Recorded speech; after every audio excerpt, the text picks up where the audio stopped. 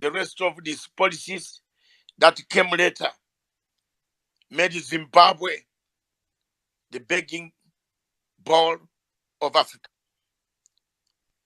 I opposed Tony Blair and I told him my words. I was working by then with Robin Cook, the then foreign secretary, who had acquired the Ministry of Foreign Affairs. I resigned as an African policy analyst because of Zimbabwe. I stood firm against demonization of an African country. And I opposed any form of anyone calling for sanctions. I opposed Morgan Changarai. I opposed Watchman Kube, professor. I opposed Tendai Biti. I opposed most of them. Some of them, including Professor Jonathan Moyo, if he's on this platform, I did not like his policies on the people of Zimbabwe. I wanted the journalists to come in Zimbabwe. I took a team of the Sky News. I'm telling my story today so that some younger men who are on this platform will understand the pain I have taken to defend a country without a penny, without being given one single piece of land, without taking one single flower, without taking one single house, without taking one penny, $1 from Mugabe or from Mnangagwa or from anybody. I had friends. I would have taken advantage of asking for money to involve myself in business. I refused. And I condemn anybody who would like to bring chaos against the people of Zimbabwe. I used to have running battles with Morgan Changarai in meetings in Europe. You can ask Nick Mangwana. Nick Mangwana is a younger man who used to come to my meetings in Croydon Park Hotel. Ask him how many times I used my own money, my own resources to call for meetings, to stand for this country. I have no regrets for having stood for this great country in Africa.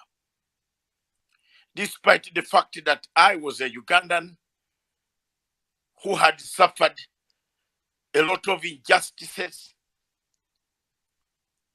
a lot of humiliation, insults, concoctions, framed stories against me, so many things, because I, from day one, I stood against dictatorship of President Museveni. I never agreed.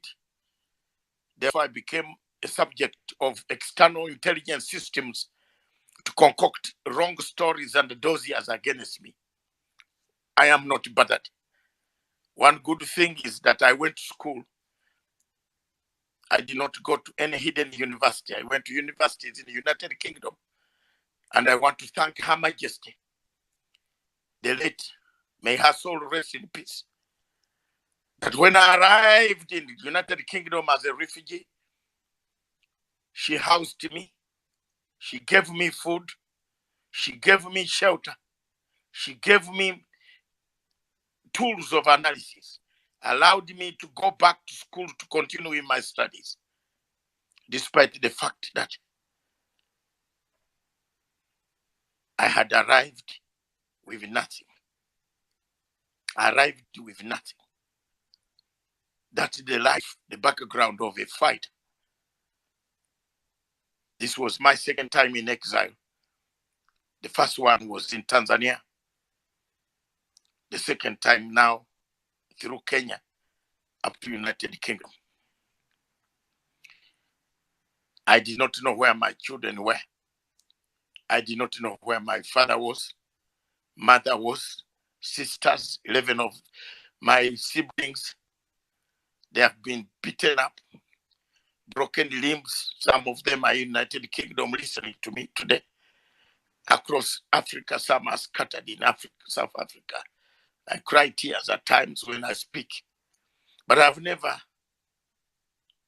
put money ahead of me. I have always worked to make sure that there is a better Africa. This platform today, this show today, is we are going to talk as brothers and sisters.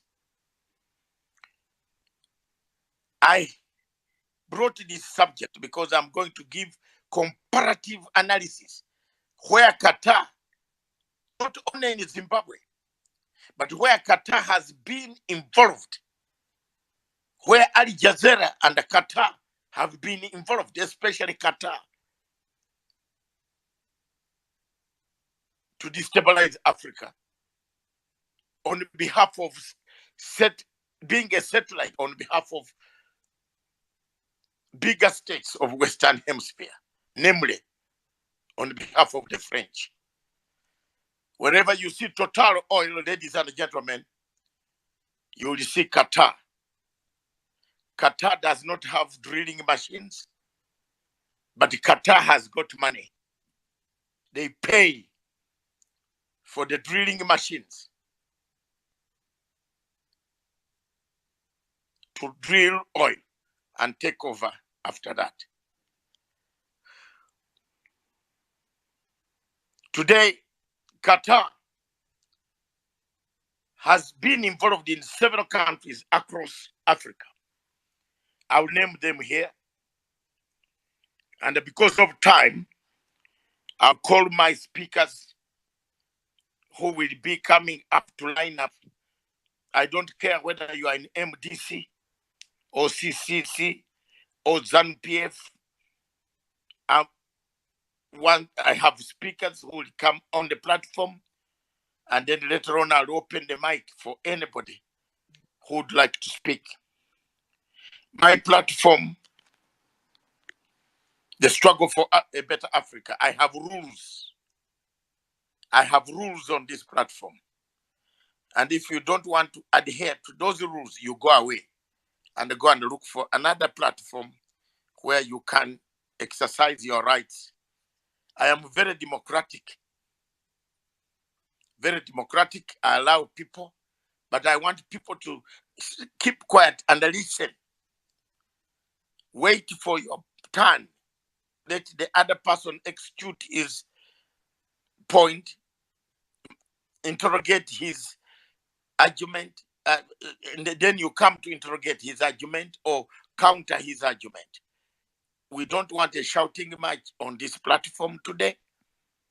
We would like to have a civilized conversation, a conversation that will put us on the map as Africans, a new Africa. Remember, I want to tell you, ladies and gentlemen, AU is dead. We don't have AU. A younger generation like you must know that tomorrow, when life, and you look at and say AU, it is no more. There is no AU here. AU died. AU was captured. It was captured a long time ago. It's no longer the African Union of our founding fathers. The aims of African Union are lost, captured. It only goes where it is directed, where Qatar tells them to go.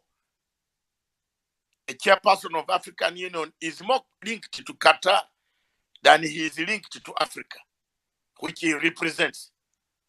So AU is just a club of people who go to show their perfumes and come back and smell each other, look at each other, take photographs. We are lost. We have nothing there. I want to be very honest. that on this platform, the rules are there. If you need to bring me evidence, don't use hearsay. Don't insult people. The best you can say, call them their surnames. If you want, you can call them their Christian names. No insults, no bad language, no hate language. Because we bet hate language, we shall close down the platform. They will close us. People will report us and we shall be closed. So let's be educative. Let's learn from each other. And let's take lessons as people speak. Ladies and gentlemen, to warm up the space, I would like to request one song from Zimbabwe, which as we prepare my guests, I can see Trisha. Good afternoon in the United States. Trisha, can you test the microphone?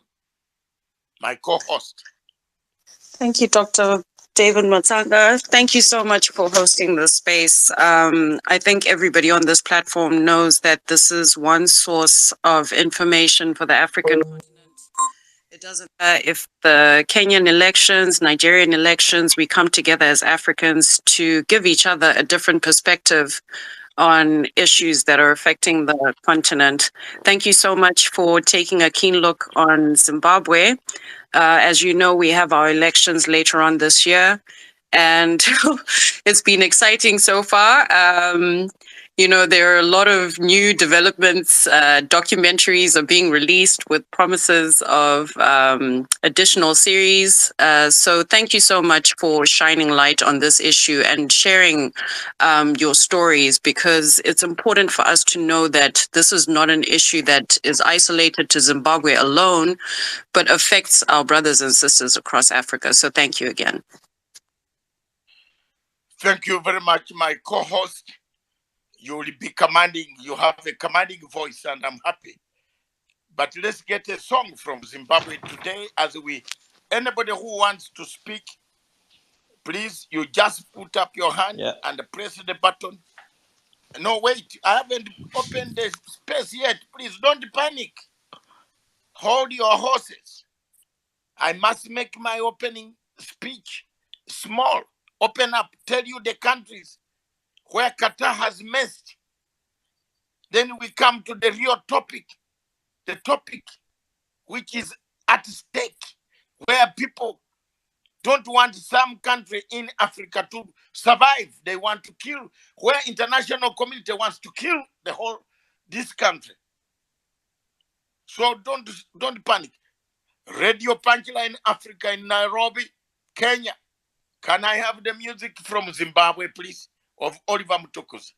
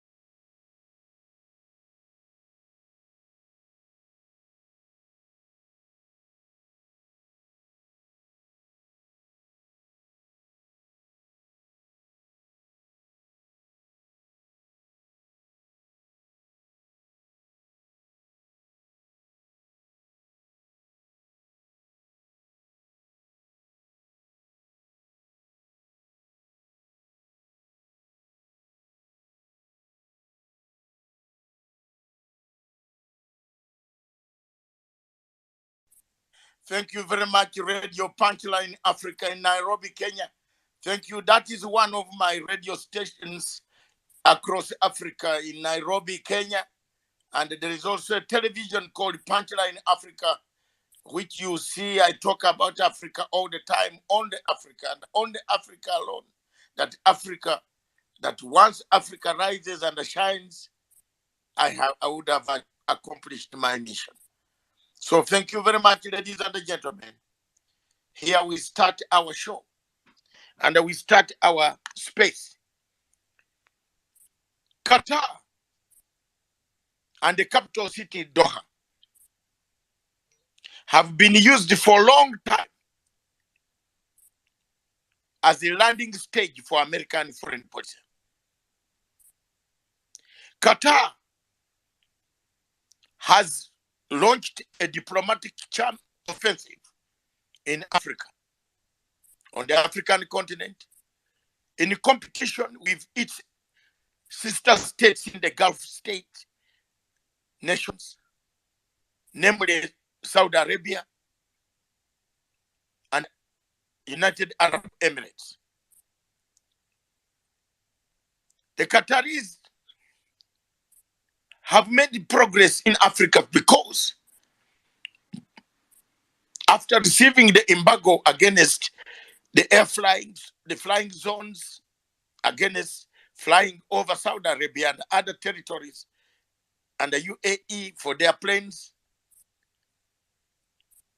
they made a lot of inroads. The countries that put Qatar under embargo are Saudi Arabia, the United Arab Emirates, Bahrain, and Egypt in 2017. The first country in Africa where Qatar has injured this nation and stalled the peace is Somalia. Qatar expressed its support for Somalia and talked about unity and stability. During the May 2018 visit of Somali President Abdallah Mohamed Ahmed in Doha, Qatar said they will help Somalia to stabilize.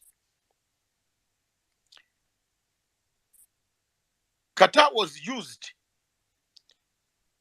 and is being accused of having been used as a maligning state after evidence emerged that Doha colluded with Islamist militants to attack Somalia. Again, Al-Shabaab, who were killing us in East Africa, in Kenya and Uganda. Remember, I'm saying this because my Ugandan troops are in Somalia. Therefore, I have evidence of Qatar's involvement in the affairs of Somalia. Doha has been trying its best to control the Horn of Africa through terror and terrorist groups and silent support to allow Iran to destabilize the shipping lanes of the United States in the Red Sea. Qatar, with its mouthpiece, Al-Jazeera, has continued to support existing mediation efforts. It comes in every format. Let me take you closer down to Mozambique. Total Oil discovered gas and oil in Cape Delgado in Mozambique. Little known to us that Qatar was behind Total Oil in the exploration of oil and other resources that were in Cape Delgado. As we speak right now, because we don't have much time to summarize, Qatar, after they have caused insurgency, Islamic insurgency, ISIS in Cape Delgado, Qatar with Total Oil withdrew called Rwanda troops to come and help, and sold all the oil blocks to Qatar. Total Oil withdrew. The French, wherever you see Total Oil, you know the Qatar are coming. So mark that. And I want to take this opportunity to thank the people of Zimbabwe, the leadership of Zimbabwe, that I warned them never to take their troops across to Mozambique. I think Mataire is here. I have talked to him on several occasions. Rotendo Mataire. I've been very vocal. Don't take troops in Mozambique, because you will be sacked in a war, and that insurgency will spill over to Zimbabwe. The target was Zimbabwe. The DRC conflict, Qatar has a hand. Recently, it organized President Tshisekedi and the President Kagame and the President Lorenzo of Angola to meet in Doha. Does it come to your brains as you are on this platform today that why is it that everything to do with terrorism has got something to do with Qatar? I want you people to think about it. Doha. Any meeting of terrorists, Taliban, ISIS, they're in Doha. Chad rebels, they're in Doha. Libyan rebels, they're in Doha. What is common? What is the common denominator between Libya, between the Qatar and the terrorist groups? Does it mean that it is only Qatar that knows where the terrorists are? The Taliban were airlifted to Doha. They had the talks in Doha. ISIS in Doha. Libyan troops in Doha. When you join, please mute your telephone. Bashona, that is one of the... Mute your telephone, please. Thank you. You are one of the speakers. So hold there and wait. Qatar is mentioned in peace processes where terrorism is involved. I want this platform to ask themselves questions. Why Qatar? Why Qatar and not any other country? Is it the only town that is beautiful? Are they the only people who should be hosting conferences for terrorists? Is it? Let's ask questions. And we want those who like Qatar so much to tell us why Qatar is chosen as the only country in the world where terrorists go to meet government forces or to meet governments that they have been killing. Has Qatar got something that we don't know? We want to know, because it touches the international community. DRC Congo, we have Kenyan troops in DRC Congo. We have South African troops in DRC Congo. We have Tanzanian troops in DRC Congo. We have Sudanese troops in DRC Congo. Why does Qatar live 7,000 kilometers away, come into DRC Congo to become a peacemaker? What are the interests of Qatar? Isn't it looking for gold? Is Qatar not looking for gold? Is Qatar not looking for gold? I'm coming to the gold issue. I know everybody is waiting for that. And it is going to be hot here. This is pure rivalry. Hey, doctor, please switch off your phone. Mute your phone, sir. This is pure rivalry.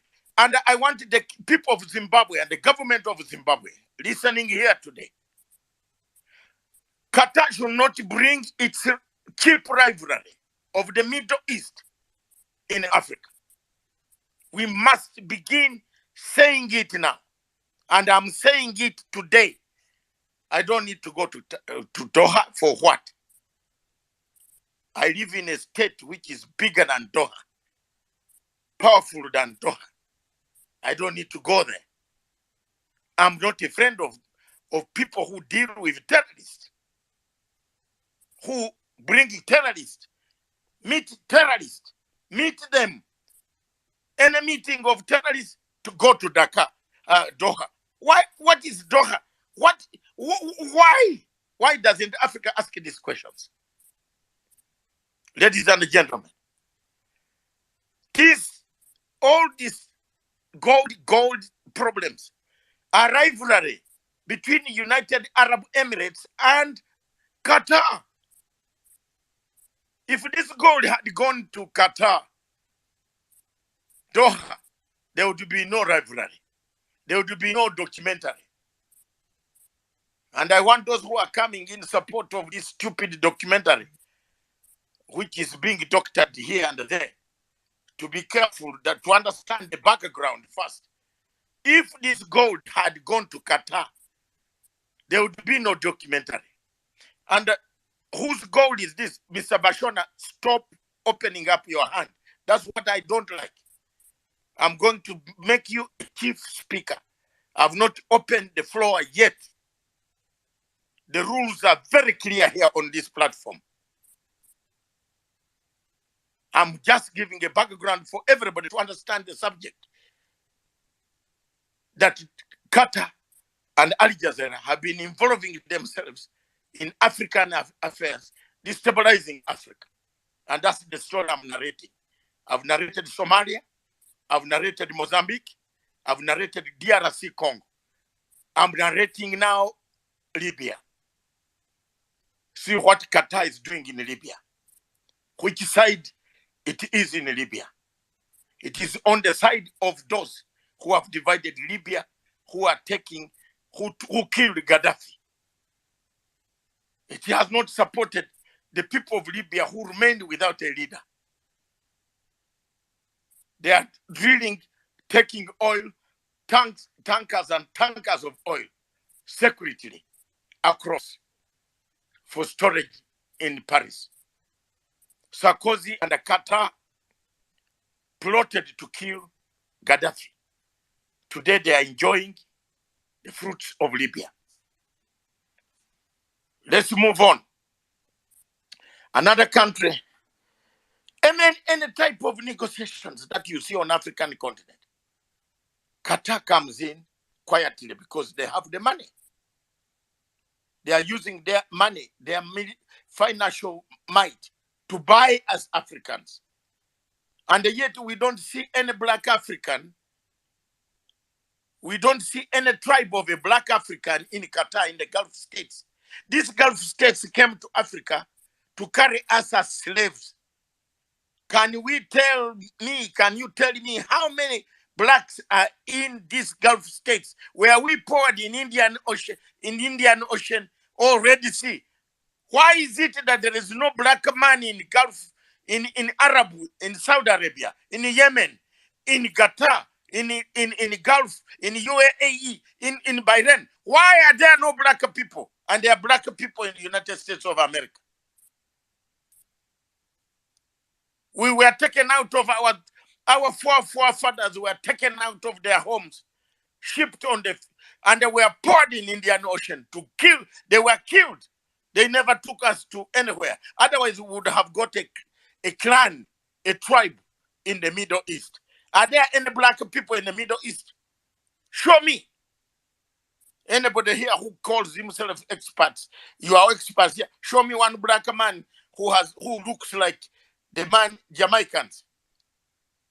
Show me one black man who looks like Obama in the States, who is in the Gulf state, who is in Qatar, who is in Saudi Arabia. They kill our women when they go there to work. They beat them like slaves. Are you not seeing this, you people? And you can't speak. You can't speak. You call because Qatar has come. Qatar. Al-Jazeera. What is Al-Jazeera? Why don't they make a story? I'm asking this cardinal question.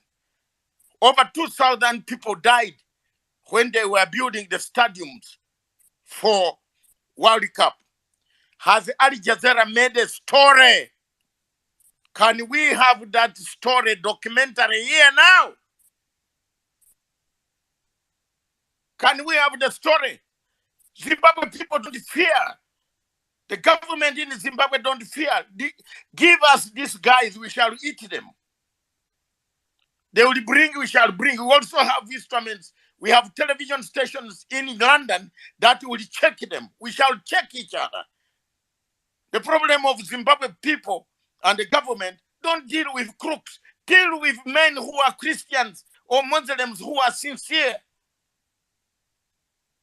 Some of us have never steal for money, but we always defend you everywhere. We defend you everywhere. Some of us were almost going to be killed. For 5 years, I stayed under police protection in Britain because of my defense for Mugabe. 5 years. The report is in Scotland Yard. Anybody can check. They will give him. Mohammed, I will bring you up to share your experiences as a brother of Africa in Qatar, what you went through. There are people here who don't want to speak. We are not going to keep quiet. If this gold was going to Qatar, would Qatar, Mohammed, wait, don't put up your hand. You are coming next. Later on, there are people here to speak. Qatar would not be, Al-Jazeera would not have made noise. But because the gold went to Dubai, I'm not defending thieves. I'm not defending thieves. They stole what? No, this gold issue. Let's come to the gold issue. This gold issue now. Whose gold is it? Is it American gold? I'm asking a question. Is it American gold or British gold or French gold? This gold belongs to Zimbabwe. Don't put up your hand, Sam. You will speak. Let me finish. Let me open the platform for you, sir.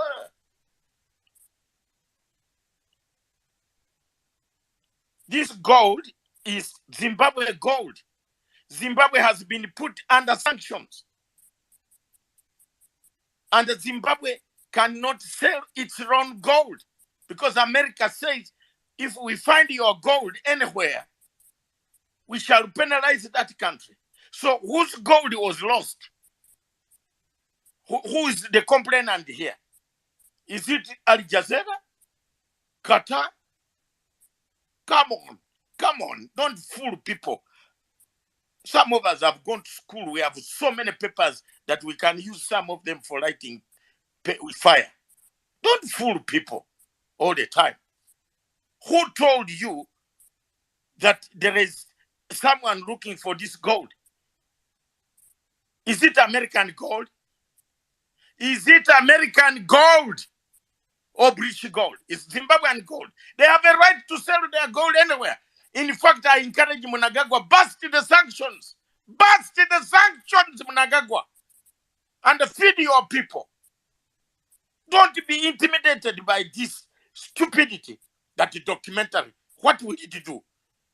What will the documentary do? Take back this money to schools. Take back this money to build roads. Take back this money to clean Zimbabwe. Harare. Ian Smith bust sanctions. Why don't you bust sanctions? Why are you begging these guys? Trade with African people in a normal way, Mr. President. Ask Kenya, ask Uganda, ask to take your gold, take it back to your bank, and build your country. This is not the gold for Kenya, for America. This is not the gold for Britain. This is not the gold for France. This gold belongs to the people of Zimbabwe. And therefore they have the right to sell it. Come on. You come here that Shinono with one small degree, you are threatening people. Threatening Zimbabweans. Come to Kenya again. We have seen you around Kenya. Come, Kuja. Where I play with those people down there. One small degree, you are threatening people. That I was a journalist. I was a journalist with Sky News. Have you ever worked for Sky News? You pretend around that you worked for what? What did you work for? Who are you? Just small rat around here telling people stupidity. Yeah? Don't, this gold belongs to the people of Zimbabwe. The Zimbabwe people have a right to sell their gold. You don't give them conditions. Who are you? Who are you? You have told them not to sell your gold. Now, if they are smuggling their gold, it's their gold. Al-Jazeera, what have you got to do with it? Shame. What type of journalism? Stupidity. Stupid. What type of journalism is that? That we are using this as a platform. There is another second tier of video. Which video, my foot? You sit in your houses and you do videos stupid. Don't tell people. Tell the Zimbabweans whom you can threaten. But there are people who can also come for you. Yeah. You play with people. Some of us started defending Mugabe without even knowing how he looks like. I am on record. Ask Mnangagwa. He introduced me to Mugabe. I have never asked for a penny, even from Mnangagwa. I have never asked for a penny from Chiwenga. I have never asked for any penny from any Zimbabwean. But I have not given up on this nation.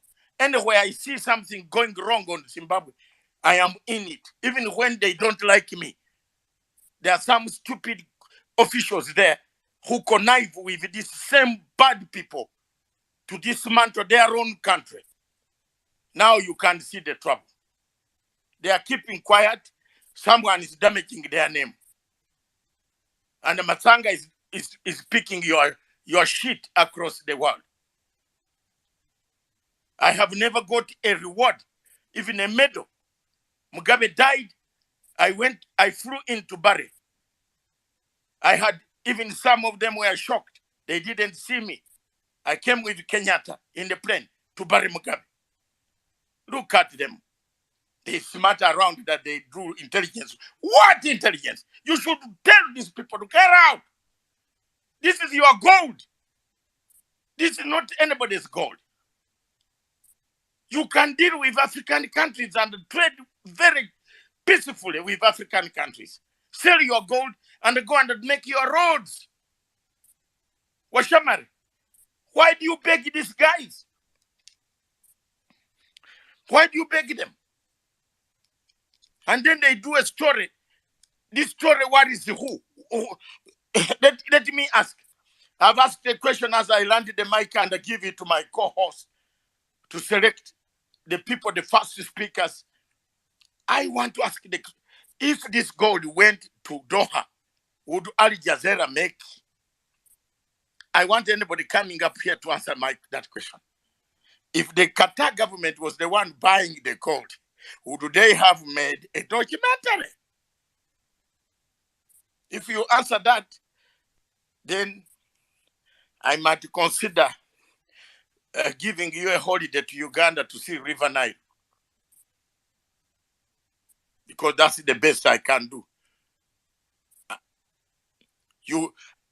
Excuse me, someone in Al Jazeera calls this money dirty money. Which money is dirty? How can it be dirty money? Is it your gold? Laundered money, laundered to where? If a man has a company buying gold, is there any problem? Is there any problem?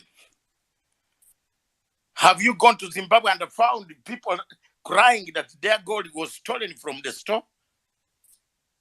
Aywa.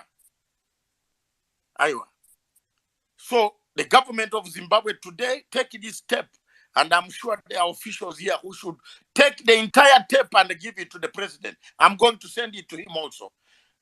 Tell him, Matanga says, bust these sanctions. Time has come for us to bust these sanctions.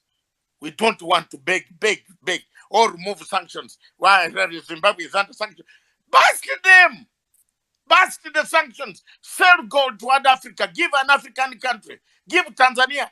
Mama Sulu will sell your gold. She is very trusted in Africa. She will bring your money. And you build your hospitals. Give the clinic medicine. Give the roads. Uplift the water system in Harare. Make roads in Harare good. Don't fear. Don't fear that you are fearing Al-Jazeera. What is Al-Jazeera? My foot. After some of them don't even know English. Some of them speak there, they have 1 degree of English. They can't write it. You fear some small thing that Al-Jazeera, my fault. Thank you very much. Ladies and gentlemen, the debate, Qatar has been destabilizing Africa. I will now open up the debate, the mic. The regulations are very clear. I will have the first speakers. And the first speakers, I want my co-host to select the first speakers. Whether you are in MDC or CCC, I don't care. Come here with your facts. I'm not telling you not to put up your hand. I want you to come with your facts and lay them and tell me whose gold is it. Is it for Qatar? Is it for who? Al-Jazeera? So what is the fuss about it? Are there no regulations of selling gold in Zimbabwe? There are regulations. Was it got? Is there any complainant that it was missing? Yes. I want to hear those answers. Then I can now write my thesis and my and my research properly when I sit down to my students in London, London Metropolitan University, where I go once in a while to lecture for free, pro bono. Thank you very much, ladies and gentlemen. Tisha, my co-host, I give Thank you you, the leeway. Your first 4 speakers, Bashona, Rutendo, who I can see Bashona is already lined here, Vahome, Yes. and Vahombe. then Mohammed. Mohammed is from Somalia, from that part, the Horn of Africa, and he has suffered brutality. He suffered brutality in Qatar. He will tell you the life story. He's a very senior person worldwide. He's on the platform. And then we have so many of the speakers who are aligned. We shall take them in 4. After 4, and strictly summarize your work under 5 minutes. When you see me coughing, you know your 5 minutes are over. Thank you very much, co-host. There you are. Thank you. And when Thank you you, see me Dr. coughing, Matsaga. you know your 5 minutes are over. When you see me doing, it means you cut off. Thank you very much, ladies and gentlemen. Back to you, Trisha. Thank you, Dr. Matsanga. We're still waiting on Rutendo, but just for people who are requesting the mics, I have seen your requests. We're not trying to mute anyone or to block anyone. We're trying to keep at least one mic open for our last guest speaker who has not arrived yet, but the debate will go on. I think to begin with, we'll hear from Bashona in the order that Dr. Matsanga has given us, Bashona, Vahombe, and Mohammed. If you can stick to the time, because our speakers have been here on time and I'm sure they have a lot to contribute to this discussion. Thank you. Bashona, over to you. Yeah, thank you, Dr. Matsanga. How are you? Thank you so much, sir. And I truly appreciate for the job well done you're doing for Africa and for the future generation. It's something that we cannot take away from you, but actually to tap more wisdom and more knowledge from you. I salute you. Right, coming to the topic of today. Number 1, I want, when I speak, I usually want to give some examples. Before I touch the issue of Zimbabwean gold, right, I want to describe geopolitics at play today. Who is Qatar? Qatar wants to be a big brother of Middle East, which is getting support from United States of America. We know what they did a few years ago during Donald Trump's time when he was in office. They come up with what they call Abraham Accord. And that's when they signed the deals with Israel. But today, what is happening in Middle East, where the Saudi Arabia, the Iranians, and Dubai itself, UAE, has actually left Qatar in kind of cold room, geopolitically, if we want to put it that way. Coming to the issue of Al Jazeera, I made my own Google search and Google investigation. I realized that the Al Jazeera English department or English channel, the CEO is an American based in New York and is in charge of over 50 countries globally. And fast forward to the interview which was done, I think yesterday.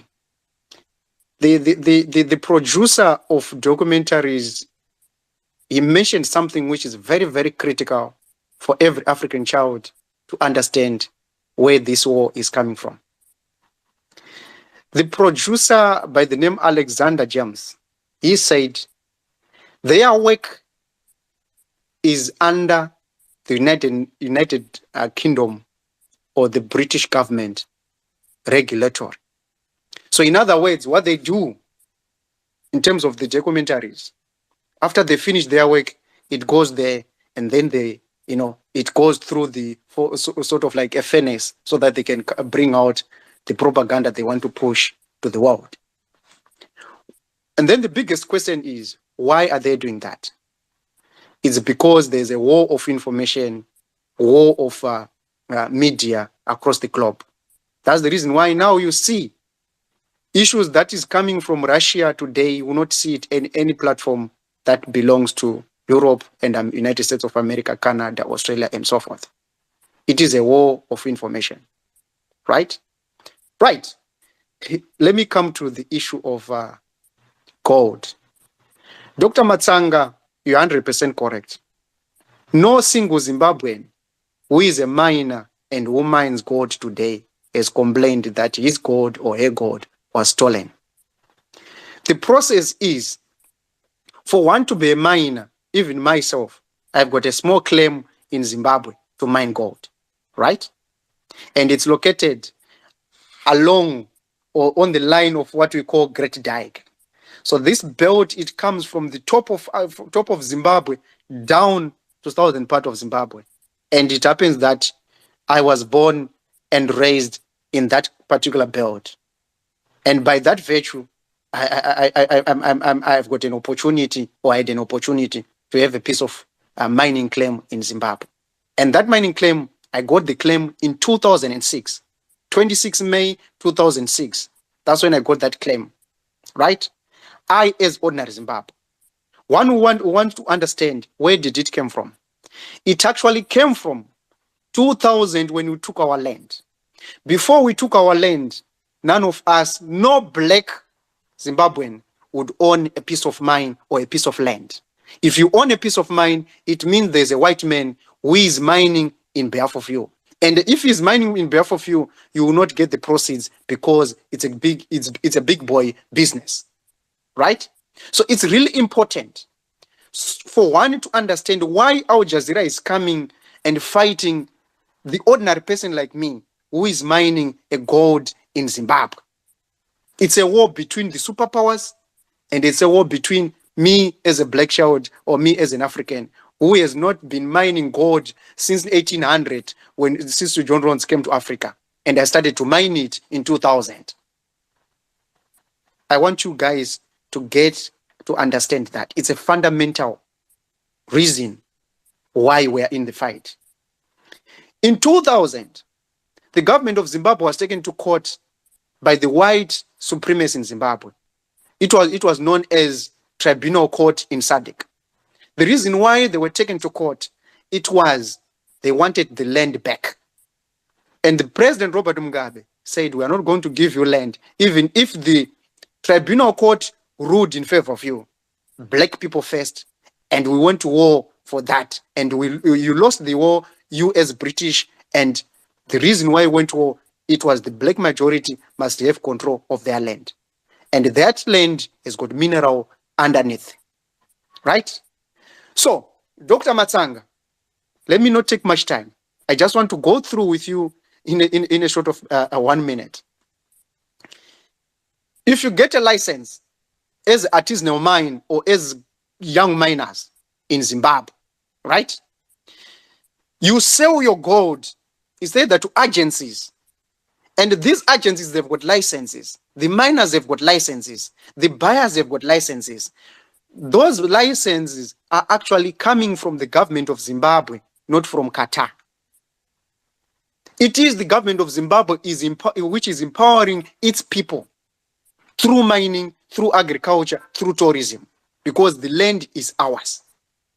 So when one mines gold, the buyers will come and buy gold in hard cash, because the sanctions that Zimbabwe was given, it actually reduced our banking system to nothing.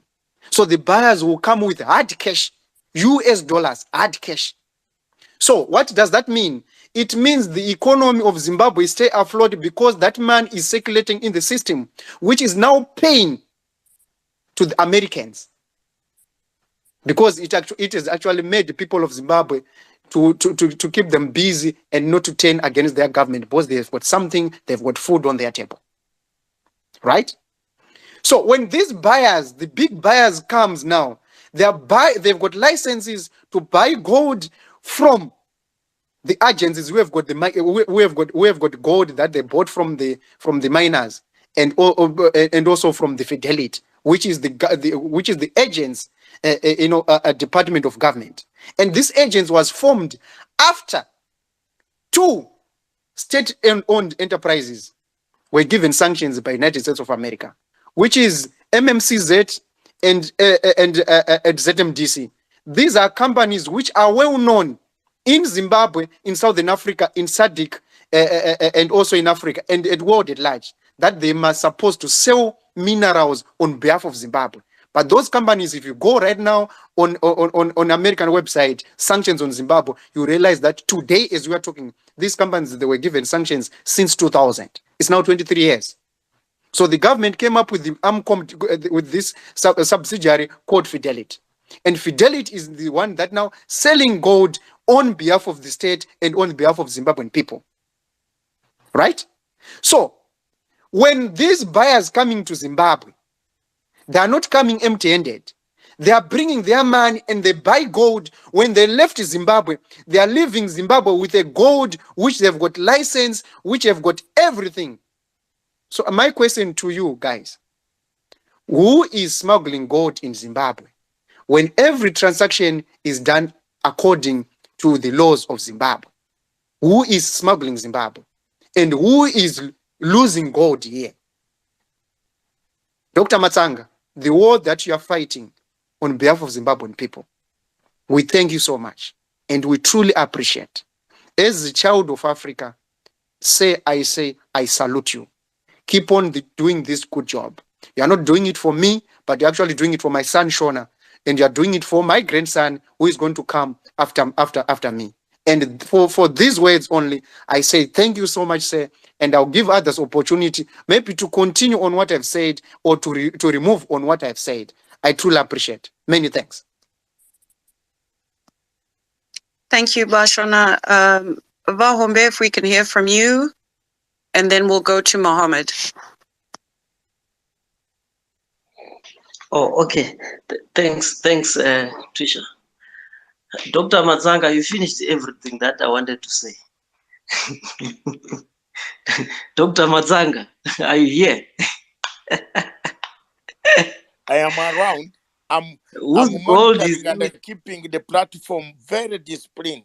I want, don't fear whether you are in the CC, Triple C, MDC, any little party, small parties, Sun PF. Come on the platform here, tell us Who is complaining about this gold? Anybody who has killed someone and stolen it, come. That's why I said you finished everything. Whose gold is it? Who's looting gold in Zimbabwe? But anyway, thanks very much, Dr. Matsanga, for opening this platform. And also thank you very much to the previous speaker, Bashona, for very eloquently articulating the condition and the situation that we are finding ourselves in Zimbabwe.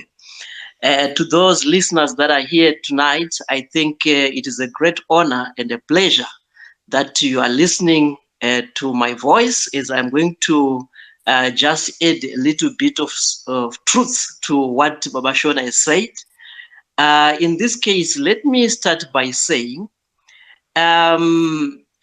people must not lose focus, because the bigger picture here, we have got, in fact, Zimbabwe is at war with the Americans and the British and the entire European Union. And this war did not start today. It started 23 years ago in 2000, when Zimbabwe took its land. And these guys, they came guns blazing in attacking Zimbabwe by throwing all the missiles which they had in terms of trying to suffocate the economy of Zimbabwe and make sure that the people of Zimbabwe will overthrow their government, and they will then install a puppet government which is going to be lenient or subservient to the demands of the West. But that has not happened 23 years, and we're still counting.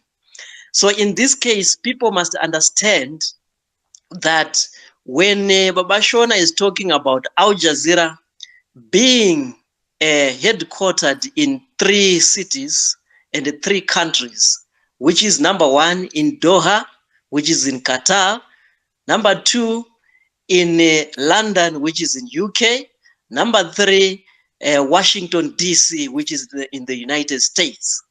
If you can connect the dots, especially considering the fact that the very same journalist who is behind the Al Jazeera documentary, yesterday on SABC News, he was asked that, is your documentary not a conspiracy theory?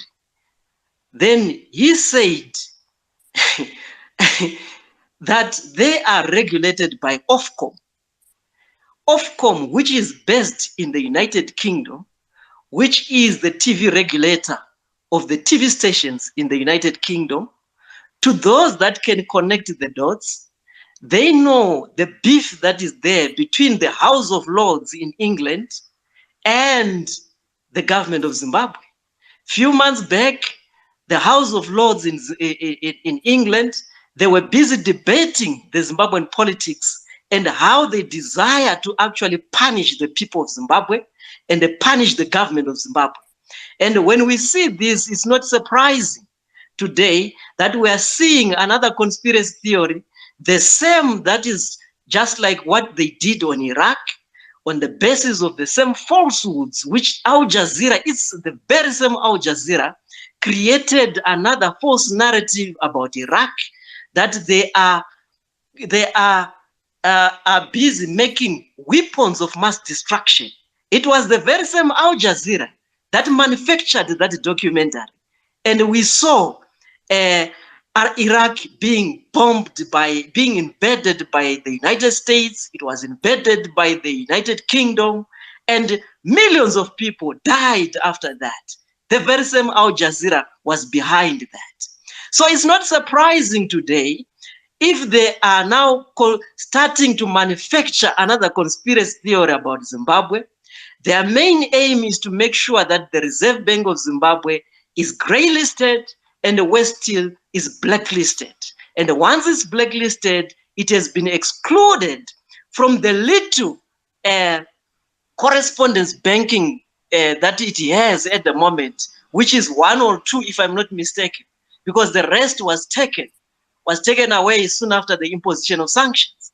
So in this case, it will then make it very difficult for anyone to operate in Zimbabwe once the Reserve Bank of Zimbabwe has been grey-listed or it has been blacklisted.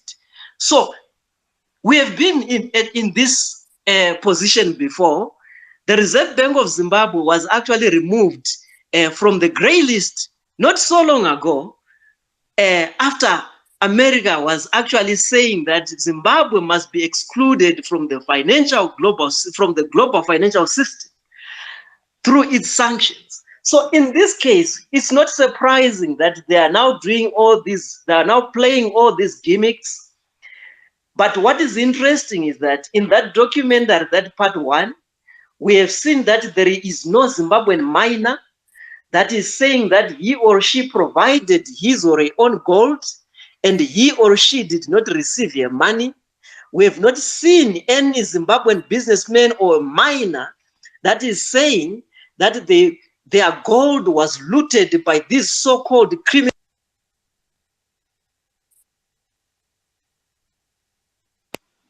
Sorry, I was muted.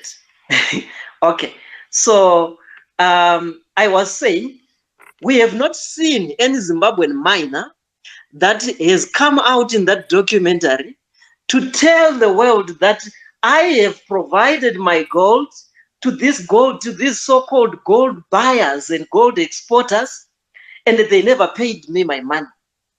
There's no one who has gone to the police in Zimbabwe to report that his or her own gold is missing or his or her own gold was looted by these so-called criminal syndicates. So in this case, this documentary is just a documentary full of nothing.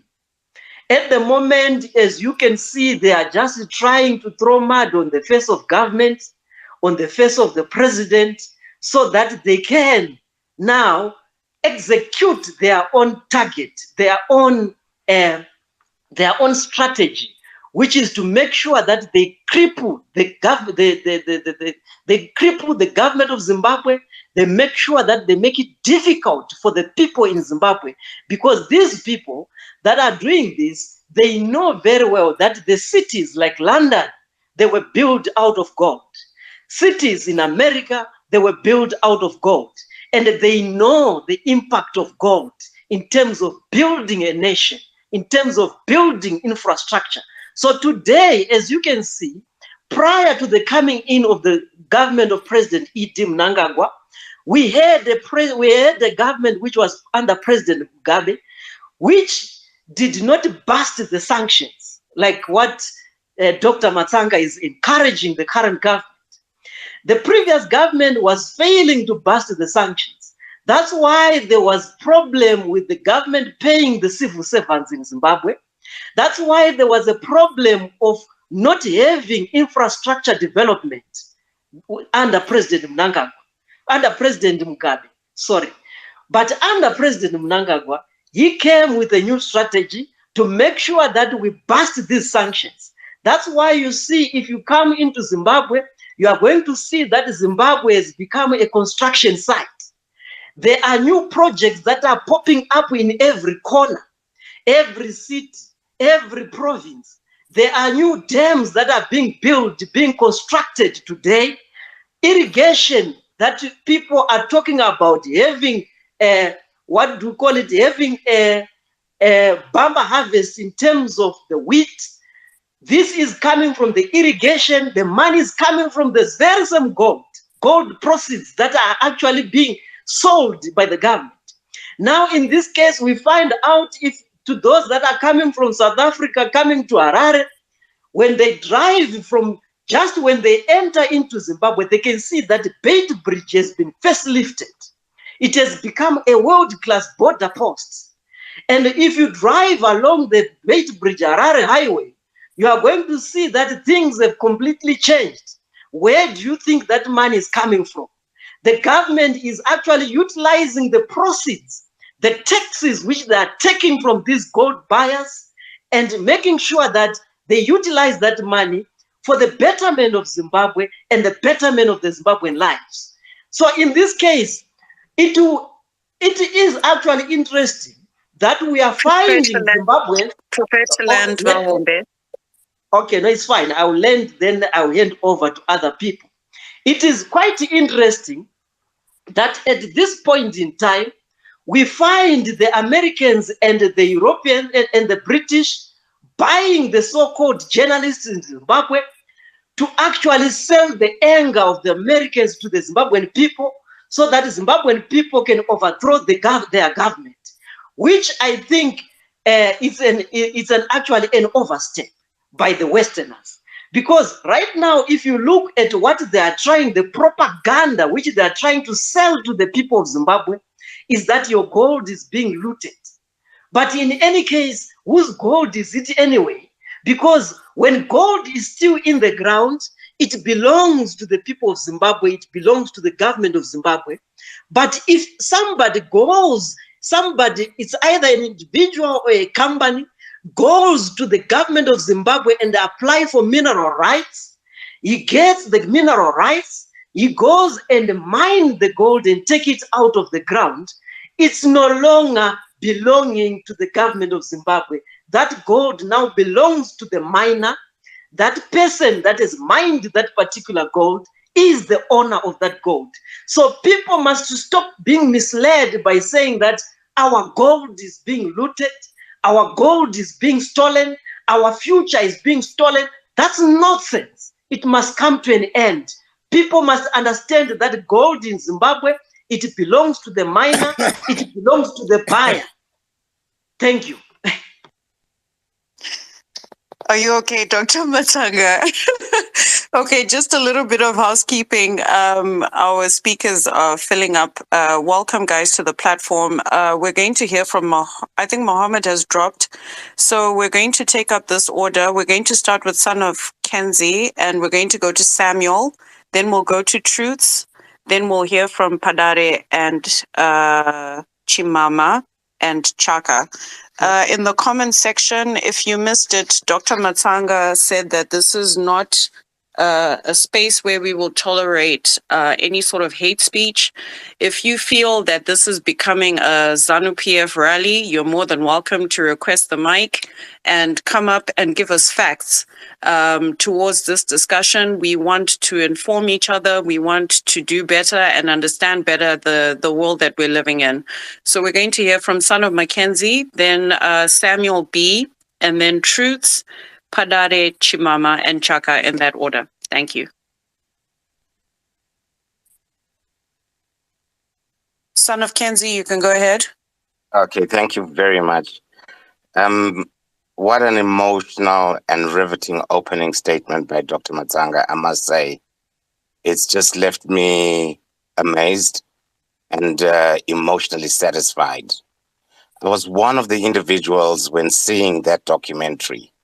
I was heartbroken, devastated by the fact that we as Africans have allowed an individual in terms of a white human being to tell our African stories. Dr. Matsanga has mentioned that he is a co-host on a radio platform and an African TV station that shares African content. I think it's about time that we as Africans enter that space in terms of the media space and start telling our stories. And Dr. Matsanga, thank you very, very much. Before I move into where I want to go into, the previous speaker talked about AFCOM. He's mentioned very important points there in terms of the research as a media owner myself, to find out more about Al-Jazeera. I went around, I spoke to very learned people, informed people. I've even gone to the Al-Jazeera offices myself. I've sent a team to find out. And there's shocking information that I've found out about Al-Jazeera. Al-Jazeera is actually a BBC and a British and an CIA project. Qatar is a country that is riddled with conflict. It is a country that has its own issues in terms of human rights. The Amir of Qatar who was trained by the British and military government to overthrow his own father, who he assassinated, was assisted by the US and the UK. So that's what I wanted to just add on to that point. And taking it further as an observation, Al Jazeera does not feature anywhere unless it is only features when there's war of insurgents by the UK or the US. And we should start asking ourselves these questions to say, who is Al Jazeera? And we need to start continuing to ask these questions. And every time people see Al Jazeera, we only take note of Al Jazeera when it comes to conflict interests that are related to the United States or the UK.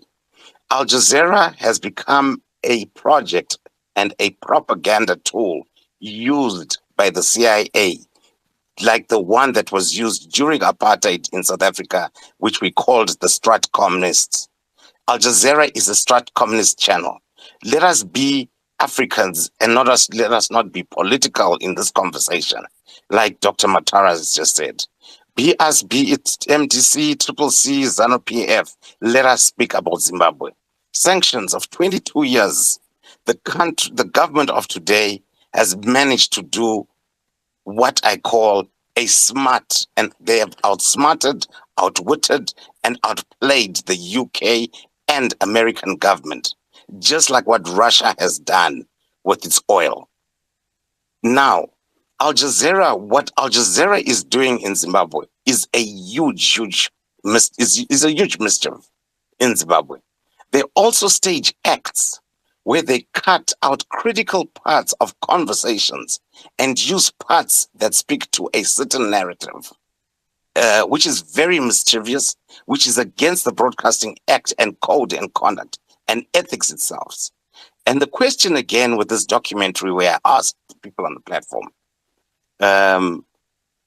did they take this information to the Zimbabwean intelligence and the Zimbabwean government to say your gold is being looted, if the motive was clear and there was a clear conscience to the whole thing? Information on hand that I have, it is said that they are working with the BBC. The BBC and Sky are working with Al Jazeera. Now, because the BBC, like what the previous speaker has stated, and the House of Lords, they cannot be the forerunners of this propaganda campaign. 2 years ago, I've spoken to people within the industry, and I have stated to them that there is 70 million US dollars that was sent to a British PR events company in London, a government British company, which was targeted to set up a smear campaign on Zimbabwe. I've warned the government of Zimbabwe, I've warned individuals, I've spoken to individuals about it, and no one believed me and took me serious on this note.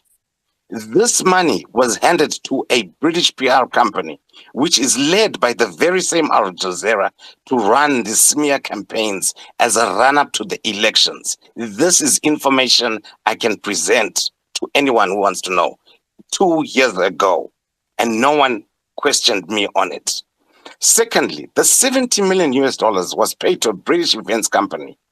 And this company is the one that is behind those documentaries, this nonsensical documentary, a racist propaganda tool that is set to create despondency in Zimbabwe, which they did and they were part of Al Jazeera when they created the Arab Spring. And they created and dramatized the war in Libya. If I can give you an example, fellow ladies and gentlemen, that Qatar in its own right and Al Jazeera staged and created studios in Doha to create a war and created an act of war in Doha to send a message to the Libyan people that the war and the Libyan government had been invaded, and so that people must lose hope in the Libyan government, when in actual fact that was not happening. Al Jazeera is known to dramatize and to create content that sets a narrative that speaks to the American government. I ask and I question again, and I'm happy that Dr. Matanga said that he is going to record this and send it to the government of Zimbabwe. I strongly would like to recommend on this platform that the Zimbabwean Minister of Communications, through the PIMSEC and through the minister itself, call upon the likes of the DSTV and all the satellite platforms that are carrying this propaganda thing, and request to remove it, just like how the West have removed Russia Today on DSTV and other platforms. We cannot access Russia TV because the West have refused it. Why can't Zimbabwe do the same? We need to be bold enough and say enough is enough. Let us take this war to these Americans. Let us take this war to these individuals. And let us, after this discussion, form a collective team to say, let us now take this war towards them. The sanction busting moves that the previous caller has spoken about, I've seen the improvements in Zimbabwe. I am proud to see what I see. And I'm happy that Zimbabwe has outwitted, outsmarted, and has done what they are doing for Zimbabwe. And they are showing the Americans and the UK that they do not need their money. Zimbabwe is working and building the economy with internal resources, which no country is doing. Let us take it further. We speak of Qatar. Let us not even forget that we have one of our own brothers in Africa. And let us be honest about them. They are a mafia state in their own regard, and that is Rwanda. Rwanda is known to be the biggest money laundering African state or country in the world, which is a clear thing. No one or no American government or even Al-Jazeera itself has gone into Rwanda, investigated or created these so-called documentaries, and we ask ourselves why. And when we answer those questions, the question leads to the fact that they are a close acquaintance of the so-called US and the UK. Now, when the Prepare opposition, to land. Sorry, Prepare to land. yeah, I'm just about to land. Now, in closing, I would like to conclude by saying, I thank this platform.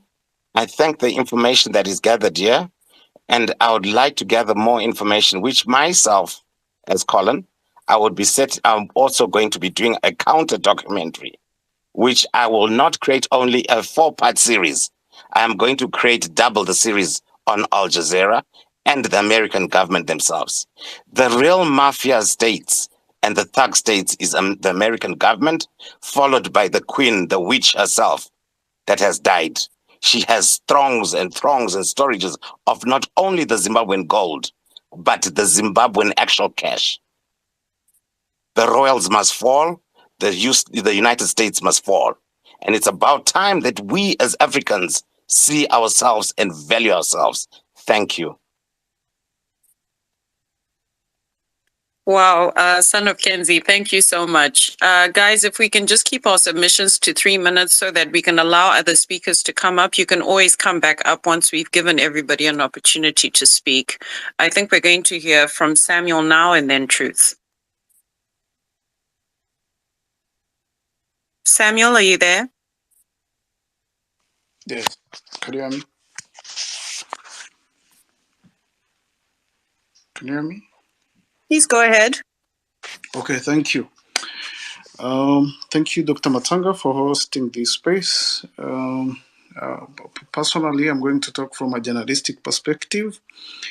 I'm a journalist, a Rwandan journalist. Okay.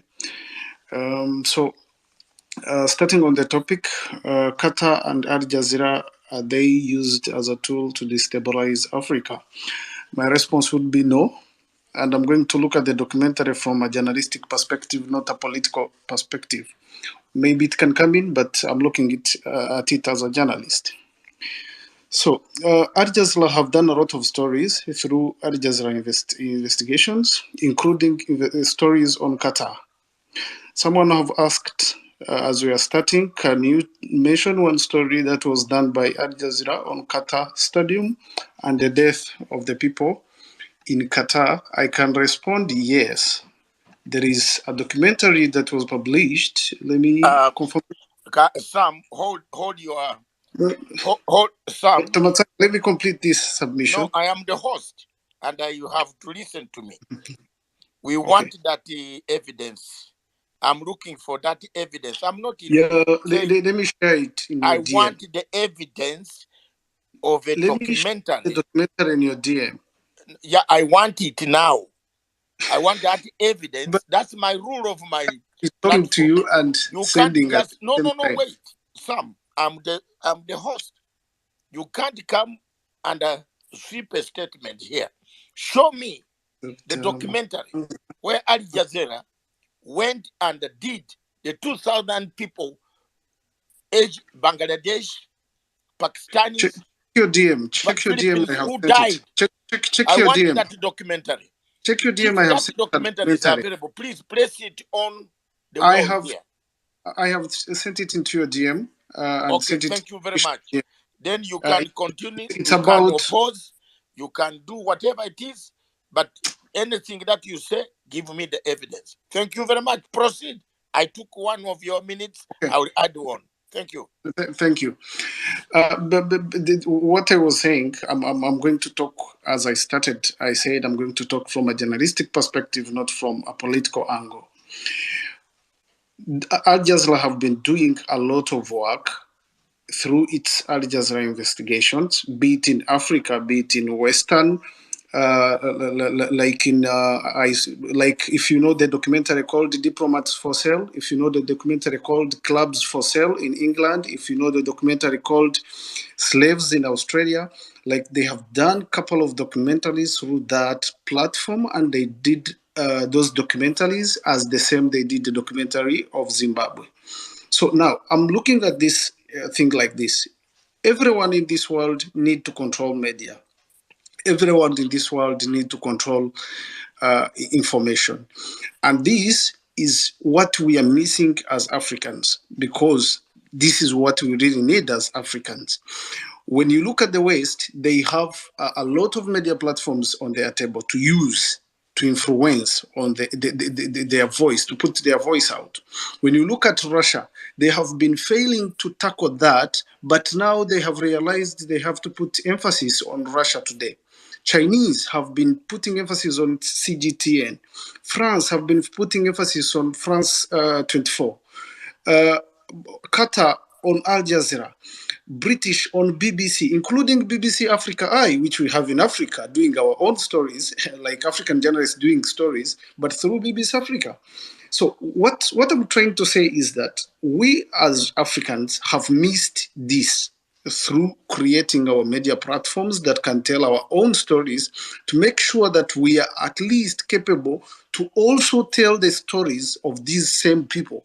Because when Al Jazeera is reporting, it tries to move according to their editorial line, and their editorial line can rely on one way or another from the funder.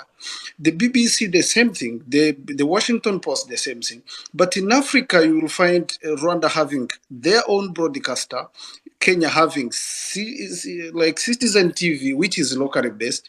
With like African Union have failed to invest in one bigger platform that can even go to Ukraine and tell the stories. That can even go to the strikes in France to tell the stories. The media platforms we have no like power to influence, to tell their stories, to tell the West stories, to tell the Russian stories, such that we can view them from the same lens they're viewing us from. So now, when you come to what Al Jazeera did in Zimbabwe, to me, I support it. We cannot be having diplomats from a country like beating sanctions. We could have such diplomats negotiating for their country to get off sanctions. That's what I believe as a journalist. And these people, what they did, they set up undercover teams. They have been doing this for almost all their stories. And if the Zimbabwean have not got, because we have almost seen only one part of the story. We are still remaining with almost three parts of the story. I really think it's high time I'm not going to look at it from the political perspective, because when you look at the political perspective, of course, the West have to have the voice on what is being told because they have invested into media. Recently, the Chinese president visited the Russian president. They were discussing on how to make the US dollar drop, but no one told those stories. Like, the media attention on the same stories were very low. And it's because all the media platforms are aligning with the West world.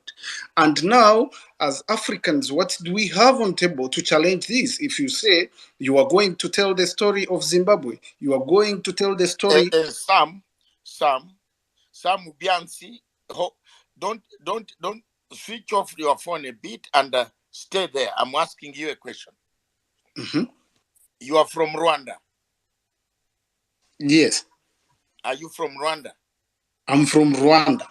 How much money did Qatar pay for the release of the guy who did Hotel Rwanda? How much? I don't know. You claim, no. Answer me straight. You claim to know. I answered you straight. I don't know how much money they paid. Don't answer. Don't wap on my platform. I want you to tell me how much money did Qatar pay Kagame for the release of the gentleman who was released from prison? Why Qatar? I don't know. No, why Qatar? Those are allegations. I'm asking why Qatar. Can you give me evidence of that money that have been paid? I don't want to give you a minute. You don't have. Answer me. Why Qatar? Can you give me the evidence of that money that was paid? Because I don't give you the evidence. How much I'm asking. I gave you the evidence of the documentary. Sam, Dr. Matanga. Let me talk. Can you give me that? Those allegations. Those allegations don't accuse the government of paying money. No, also don't accuse. Don't argue with Zimbabwe of nothing it has done. For me, I'm talking about this is my side, my view of the story. It's not your view, the view of the story is you are misleading us. It is true Qatar has been involved. Maybe you don't want to take my angle. In Maybe Africa, you don't want to take my angle, but it doesn't make my angle wrong. Of the release of the gentleman whom you had put in prison wrongly. Personally, I don't know how much money they paid. You better know. You're a journalist. Can you give me some evidence over that? I've taken 1 minute of yours. Finish with 1 minute and answer me back. Now, can we make a documentary? Dr. Masaga, wait first. Right? Can we create a documentary how Kagame received billions to release Rigasira? If you have the evidence, you can do that. No, but today have the evidence. Is there any evidence that damn gold was lost in Zimbabwe? Is there any police report? No, please, I want you to answer me. Admitting.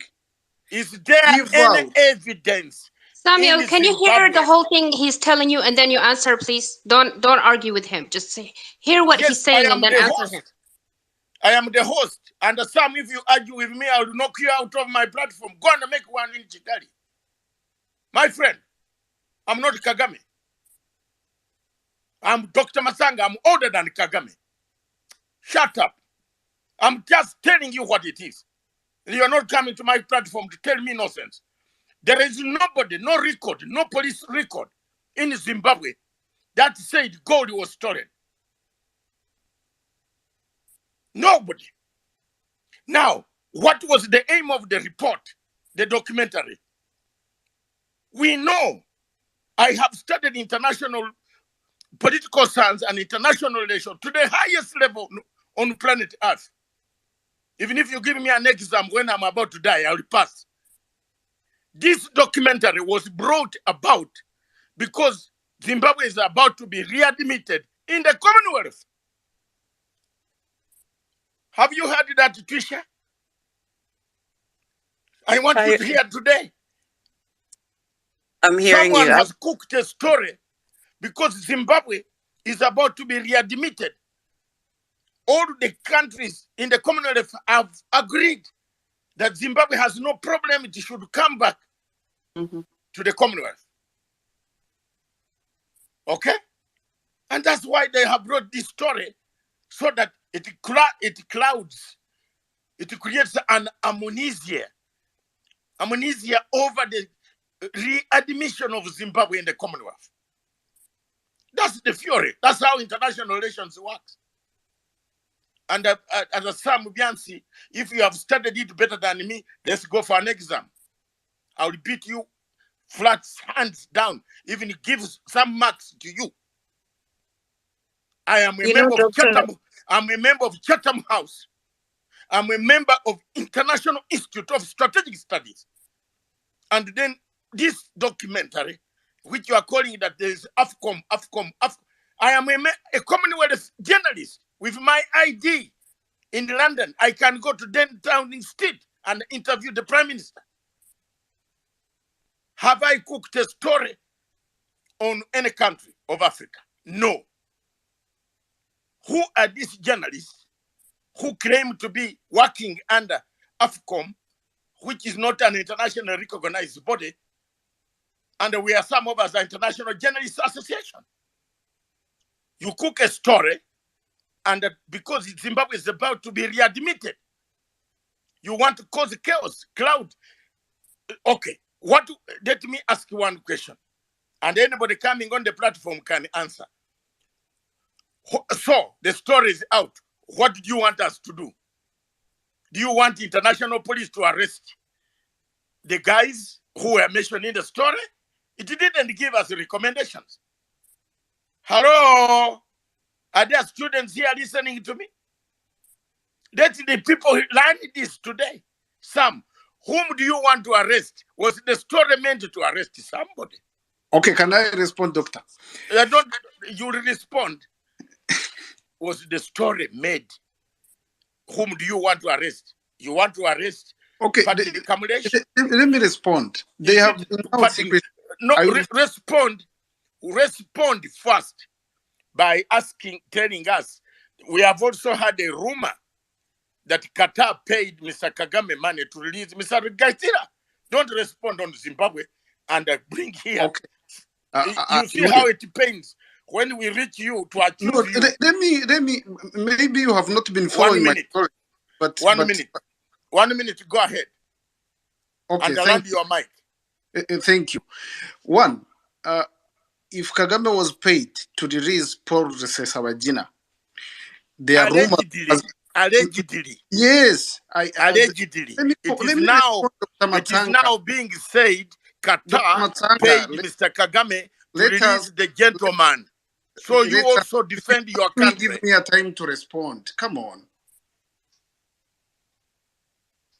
Tell us about your country, Rwanda, not about Zimbabwe. That's what he's saying. Can I respond?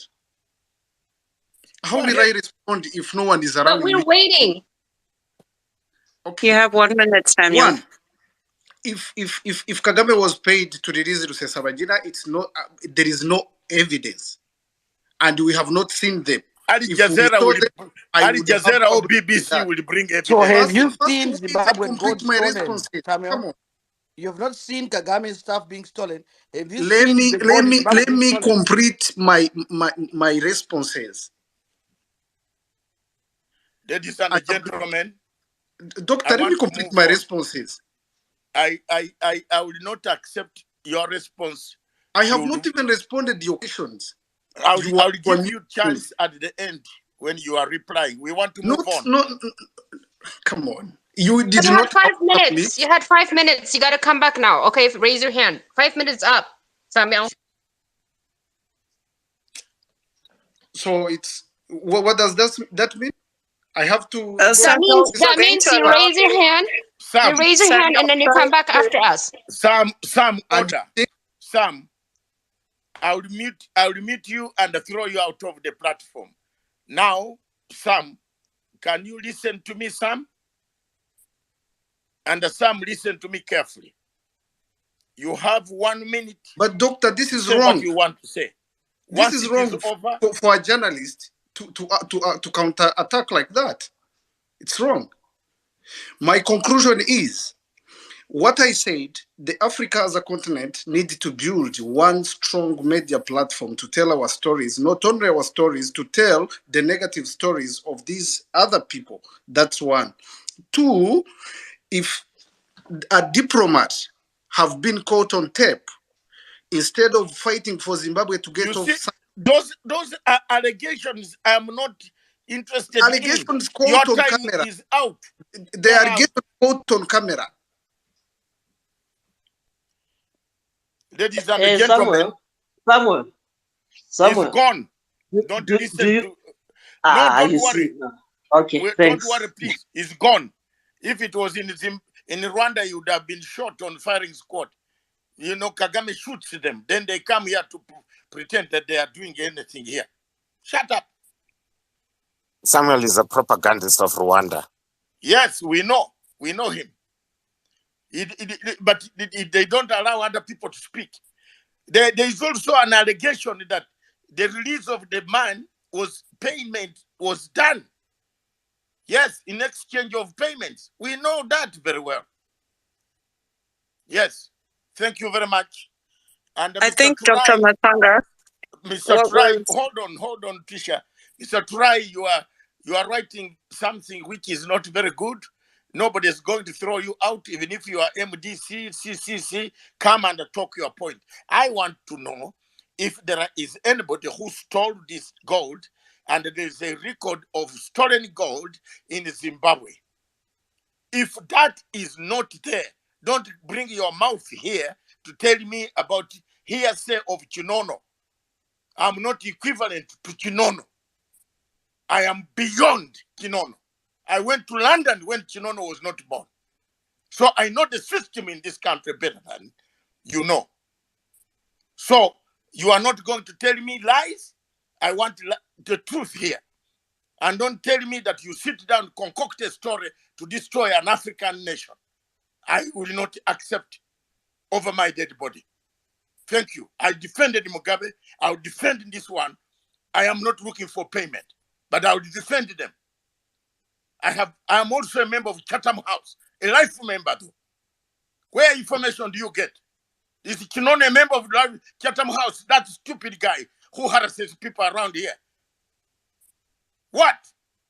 He has not met the real men like us. Ash. Trisha, take over the platform. Invite. There is this hand down here, and there is Chaka. Yes, we have new speakers.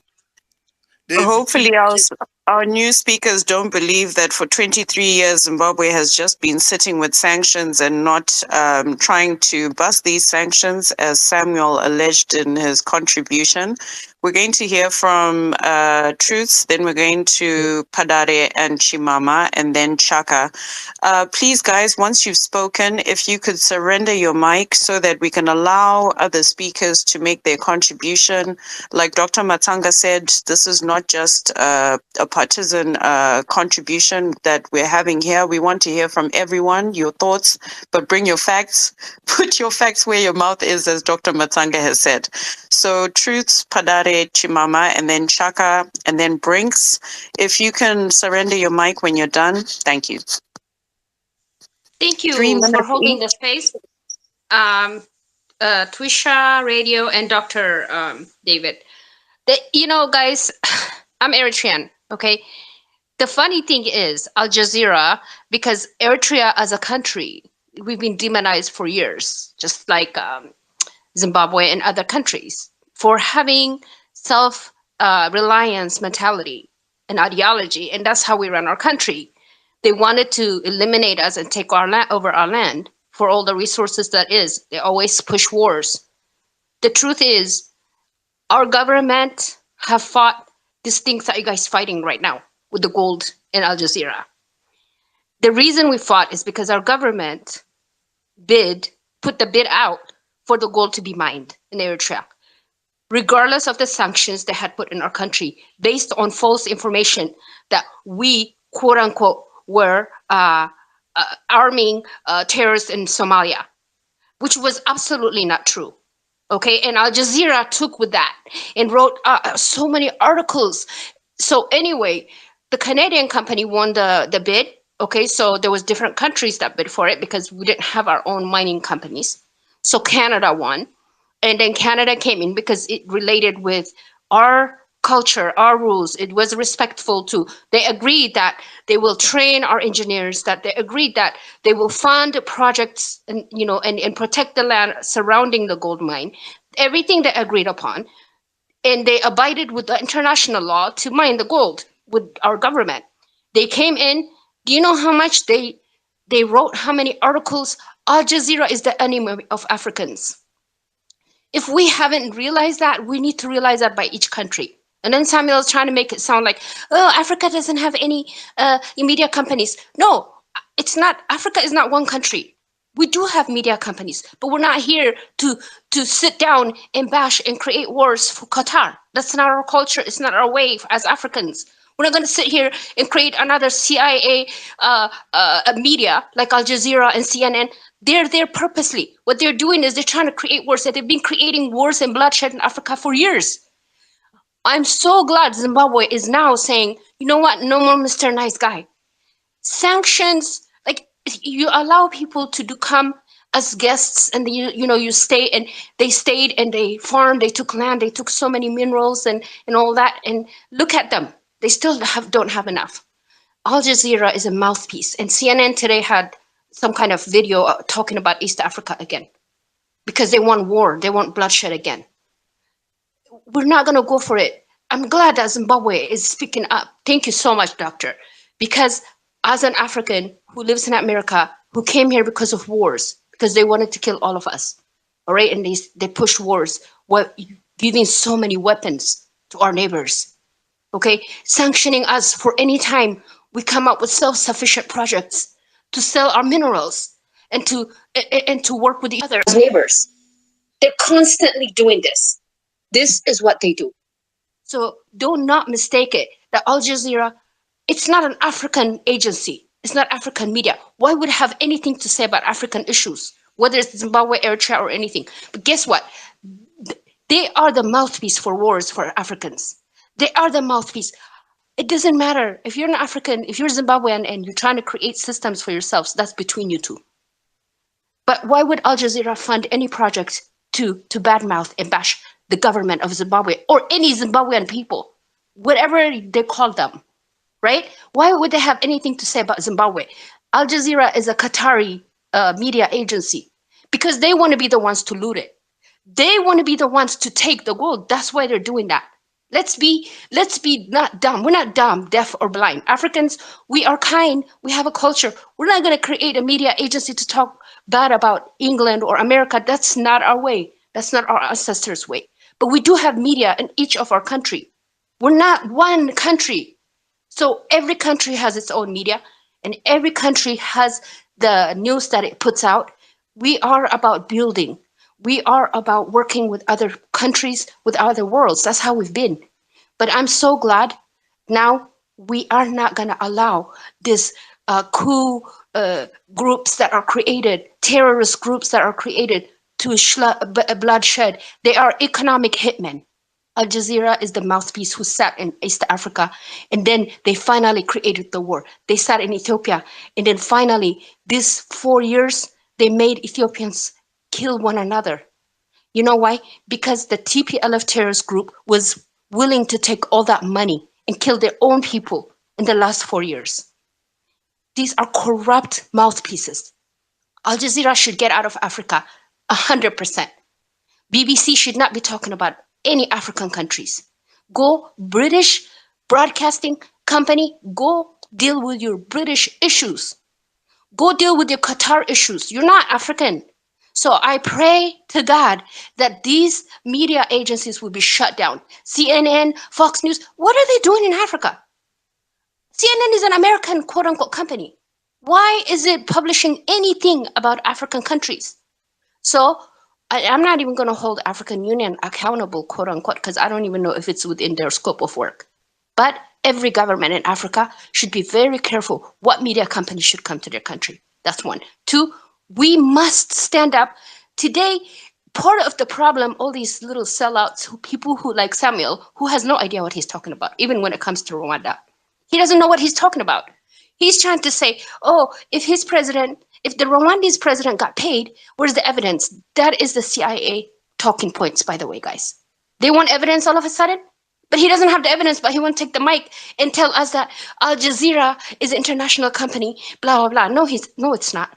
It's not an international company. We don't need to, compete against Al-Jazeera. We have sufficient media outlets in our countries. If we want to create more, that's up to us as one continent. But just because Al Jazeera, we have to be really clear not to mix those two.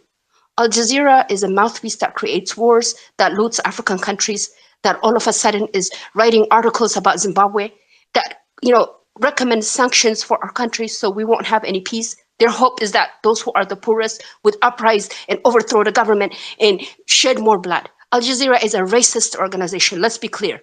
They want Africans to be dead so they can come in and loot more. We cannot forget these things, guys. So from here forward, I pray that every African with all our antennas raise and say, no more, no more. We're not going to be fooled by this. I yield my mic. I thank you so much, guys. I will be leaving the mic. Thank you. Thank you very much, Truth. Thank you very much. That means I have got some seeds that are growing up in Eritrea. Thank you. Keep it up and don't give up. That is the spirit.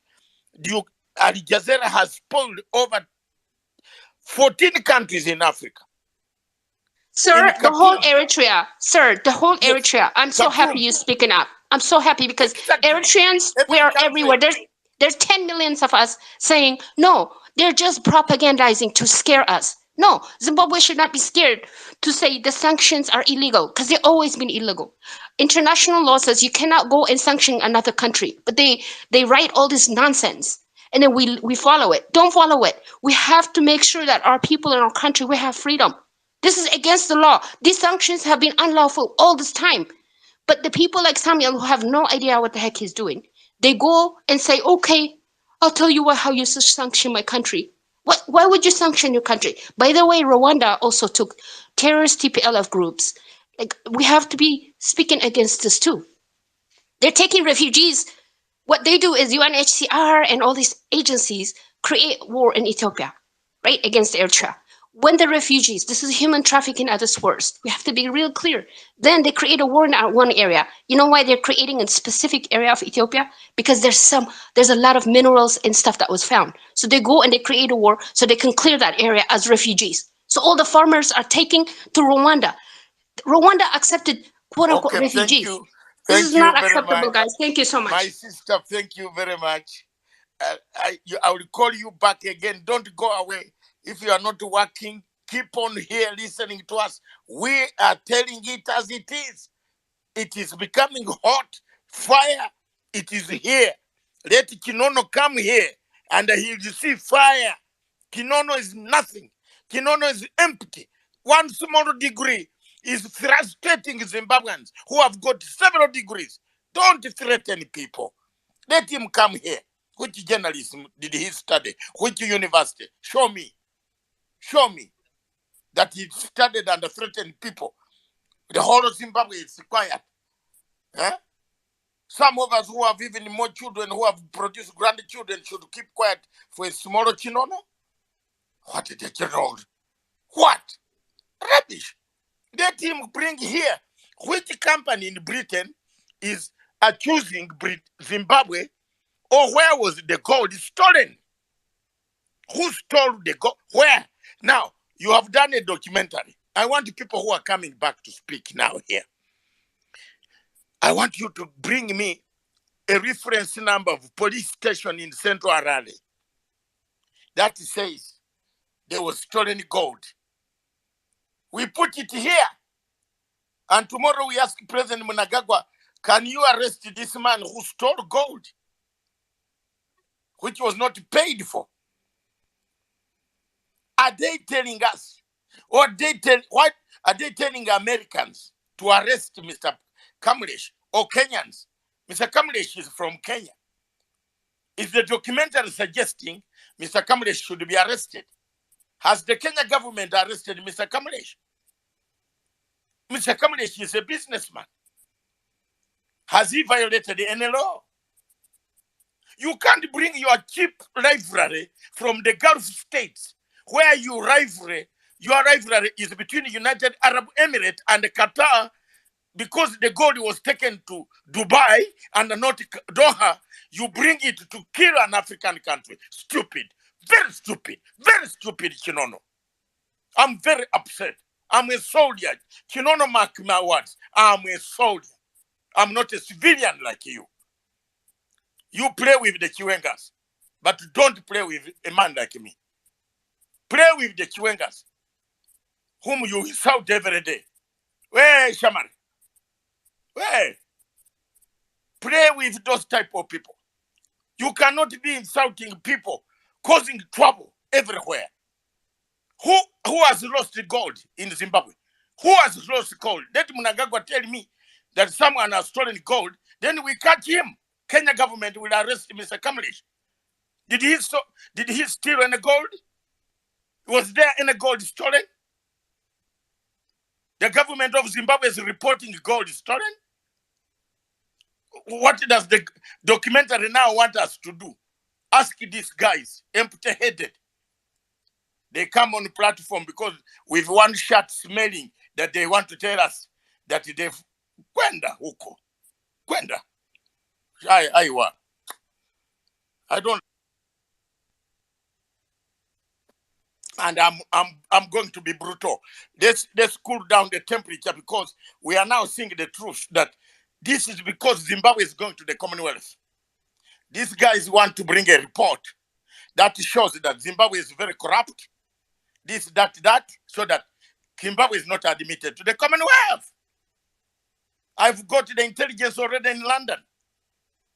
The biggest mistake that the people of Zimbabwe make some of the intelligence officers and these who claim to be in intelligence and so on, they don't deal with people who have facts. They want to deal with people who have lies. And let me warn them also from here, this platform. I don't care a damn. I've stood for this country since 1998, when some of them wanted this country to go down. I warned Hampton Bonyongo a long time ago that you are a sellout. And you will become a sellout, Hobbiton. Where is he? Is he not a sellout? I warn people all the time, and that I'm an editor. You can't just challenge a person when a person is fighting for nothing. A volunteer like me who goes on being insulted. Since 1998, I've been insulted because of a country which is not mine. My own country, my own sister Nyanzi is here. We suffer. Al-Jazeera does not do any documentary for us. We have suffered. Has Al-Jazeera gone to Uganda and done a documentary? Nyanzi here has been suffering in jail, in, out. She's beaten every day. She has suffered. Has Al-Jazeera sat down to follow the story? They only go where they want to get money, where they want to take that gold. That's where we have been in this thing. That's why we have suffered. We have suffered. Some of the countries in Africa have suffered more. Some of us on this platform have lost our parents. But we have healed because of time. We suffer. But we are not going to allow Africa to be mutilated on lies. Therefore, the studio in Nairobi played the Tanzanian song to cool down the temperature. Then Tisha, line up your people. The last two speakers, then we get a set of new speakers to start speaking now. We don't mind whether you are MDC, whether you are Triple C, you are who, come here. Even some who opposed us, we have not removed you from the platform.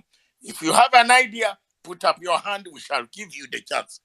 But don't come here to pretend when we have had a story, can we also allege that when you release this money from prison, were you paid? It's the same story like Al-Jazeera is doing. So here we are. Let's have music. This song from Tanzania. Studio in Nairobi.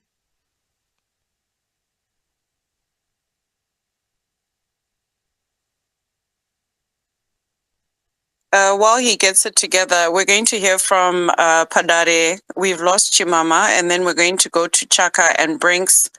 Welcome, Noble. If we have new speakers, I'll bring them up and then we can hear from them shortly. Should we go ahead with Pandare while we wait for radio?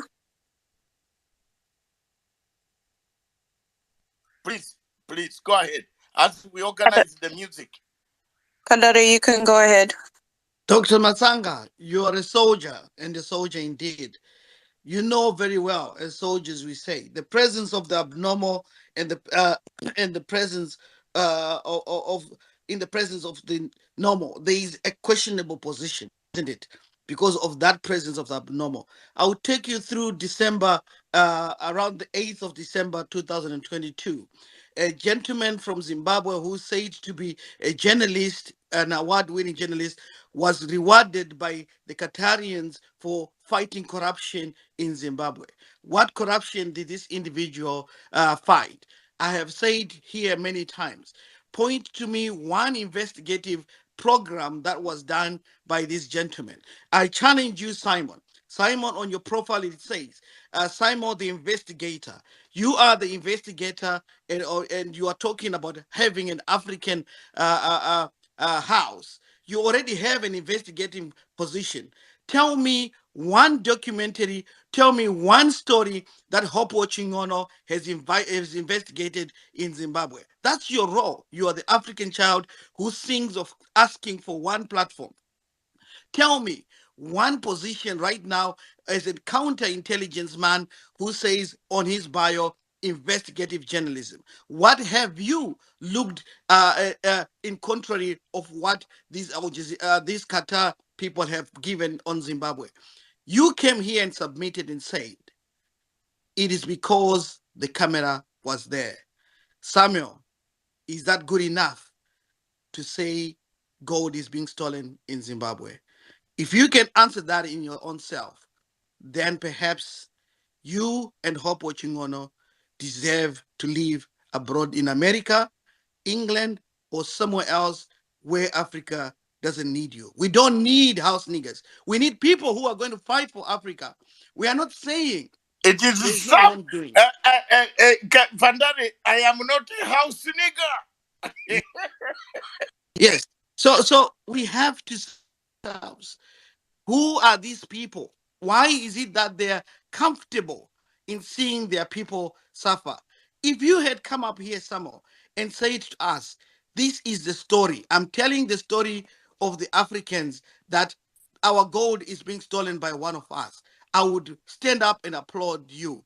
If Hopo Chingono had come up and said, look, I've investigated this. This is what is happening in my country. I will stand up this.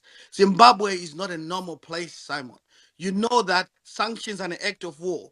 You, as an investigator, you should tell the African story on how sanctions destroy the livelihood, destroy healthcare systems. But you come up here and you tell the African children because the camera was there. Shame on you and Hope Ochingono. We shall wait until Africa has its investigative journalists. Africa needs to dig that gold. We need to dig that oil. We need to dig everything that is there and create wealth for our continent to carry on. They dug the wealth from Africa. They built the nations that they have. They built the luxuries that they have. But here you are questioning the integrity of my people, saying because there was a camera there, and you have the guts to say so with an emblem written investigative journalism. You and Hope Ochingono are a shame to Africa. This is what has happened. They always find the weakness in our people. They will come to those that are weak, Pandari, and they will come with every Pandari, resource they have. Pandari, My good soldier. is Pandari. I want to ask. I want everybody. Okay, Pandari. I want people to know you are referring to Mr. Sam from Rwanda, isn't it? Yes, it is Mr. Sam who came and presented and said, so that we know he's because here. he Mr. claims to be Sam, an you are investigative hearing. journalist. He Yes, said, you claim to be an investigative journalist from Rwanda, but you yes, better tell us whether there was any payment made by Qatar to release the gentleman you had detained wrongfully for he nothing. has the guts to say they put on their resources to investigate Africa. It's a shame. Perhaps maybe this is where African children need to sit down and rewrite their own stories. If you want us to fight corruption, tell us about our corruption. If there is a problem with our systems, you as African children tell us about them, not a Qatarian, not an American. An American system has declared Zimbabwe as an adversary. For those that understand what adversary means, it means you are our enemy. You have to die. This is according to the code of American systems. Their enemies do not survive. And they unleashed a weapon called sanctions. For decades, our people have been suffering. I've never seen uh, information to fight those corruption on the award-winning Simon M. investigative system. He has never written, not even one single time, to celebrate or to fight or voice for the children of Zimbabwe. Zimbabwe is trying to find its feet. We don't need such journalism. At the eve of the election, Dr. Matsanga, we are always saying to ourselves, Dr. Matanga, why is it that at the eve of an election, they invest so much money, they invest so much time into Africa because they want to get those resources cheap and for nothing and want our people to die for those what they belong and what belongs to them. We need to stand in with Zimbabwe today. Yes, you could ask integrity. Yes, you could ask one honor. But who is asking America with the deaths that they've caused? Has any one of these investigative journalists taken time to study Zimbabwe healthcare system? There are children of Zimbabwe who have died because our government cannot provide. The people who have who are not managing to give birth in our hospitals because there's problems of the American technology that was the British technology that our country had. You see, when these journalists come up, they don't fight for the voice of Zimbabwe. Majority of them, they need to go and attend the Dr. Matsanga School of Journalism. A man who stands for the honor and integrity of Africa. The man who's not questioning the integrity of his leaders, but questioning for those that are fighting Africa as a whole. We have traveled in many lands. We should be seeing, we are the gatekeepers of Africa. You and I, Mr. Simon from Rwanda, your country is actually accepting refugees brought up from the United Kingdom. They are cleaning their streets for you to live well. We have to fight back, Mr. Simon. We really have to fight back. Make sure your investigative journalism saves us. Perhaps maybe you and Hope Chingono needs to open up a school of investigative, proper investigative systems so that we can save Africa well. As for now, it is not your story to tell. We shall wear the jacket. We shall wear our jacket the way we want it, according to Julius Nyerere. He said, "It is my jacket. You cannot question me on how I wear my jacket. You cannot question me on how I play with my jacket. You cannot question me how I store my jacket." Good evening, Africa. Let's stand together. Zimbabwe shall rise and will continue to rise because they thought in 2008, they wrote and said, Zimbabwe was worse than Afghanistan. Zimbabwe was worse than Syria. They are not understanding how that country in Africa still is standing today. And it cannot be the hand Thank of you. an African child Thank you very who much, has to Panda. destroy it. We will stand Thank you. with our people in fighting the supremacist. Zimbabwe will Thank never you. be a colony again. Many thanks. Thank you. Thank you very much, ladies and gentlemen. I take the microphone here and I call upon Radio Punchline, one of my radio stations across. At least I have a radio station, not like a Chinono, who has not even a toilet. I think, thank you very much, ladies and gentlemen. He doesn't even have a radio station. How can you call yourself a journalist when you can't even employ there are no half people. But Chinono doesn't have even a small television station. Matanga has a television station, a radio station, employing 60 people across the planet. Here I am. Stephen, are you not in Nairobi on the radio station? Can you talk? Maybe they might think you're a computer. Come on the board. Come on the board. We are Can on, you we are on. talk Can to you them talk to before you them release the before you music? release the music? We are very much on Radio Punchline Africa.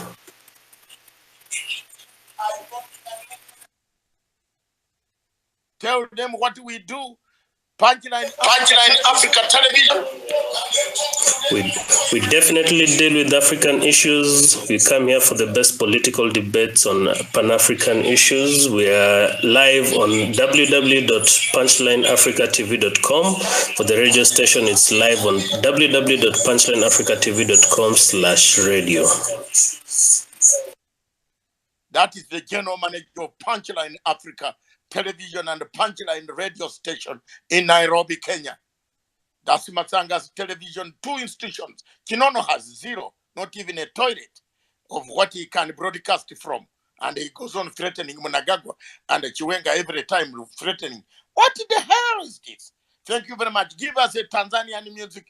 Then we come back. Trisha, take the microphone and call your people. Now the mic is open after this music. Thank you. Thank you. Give us. Give us.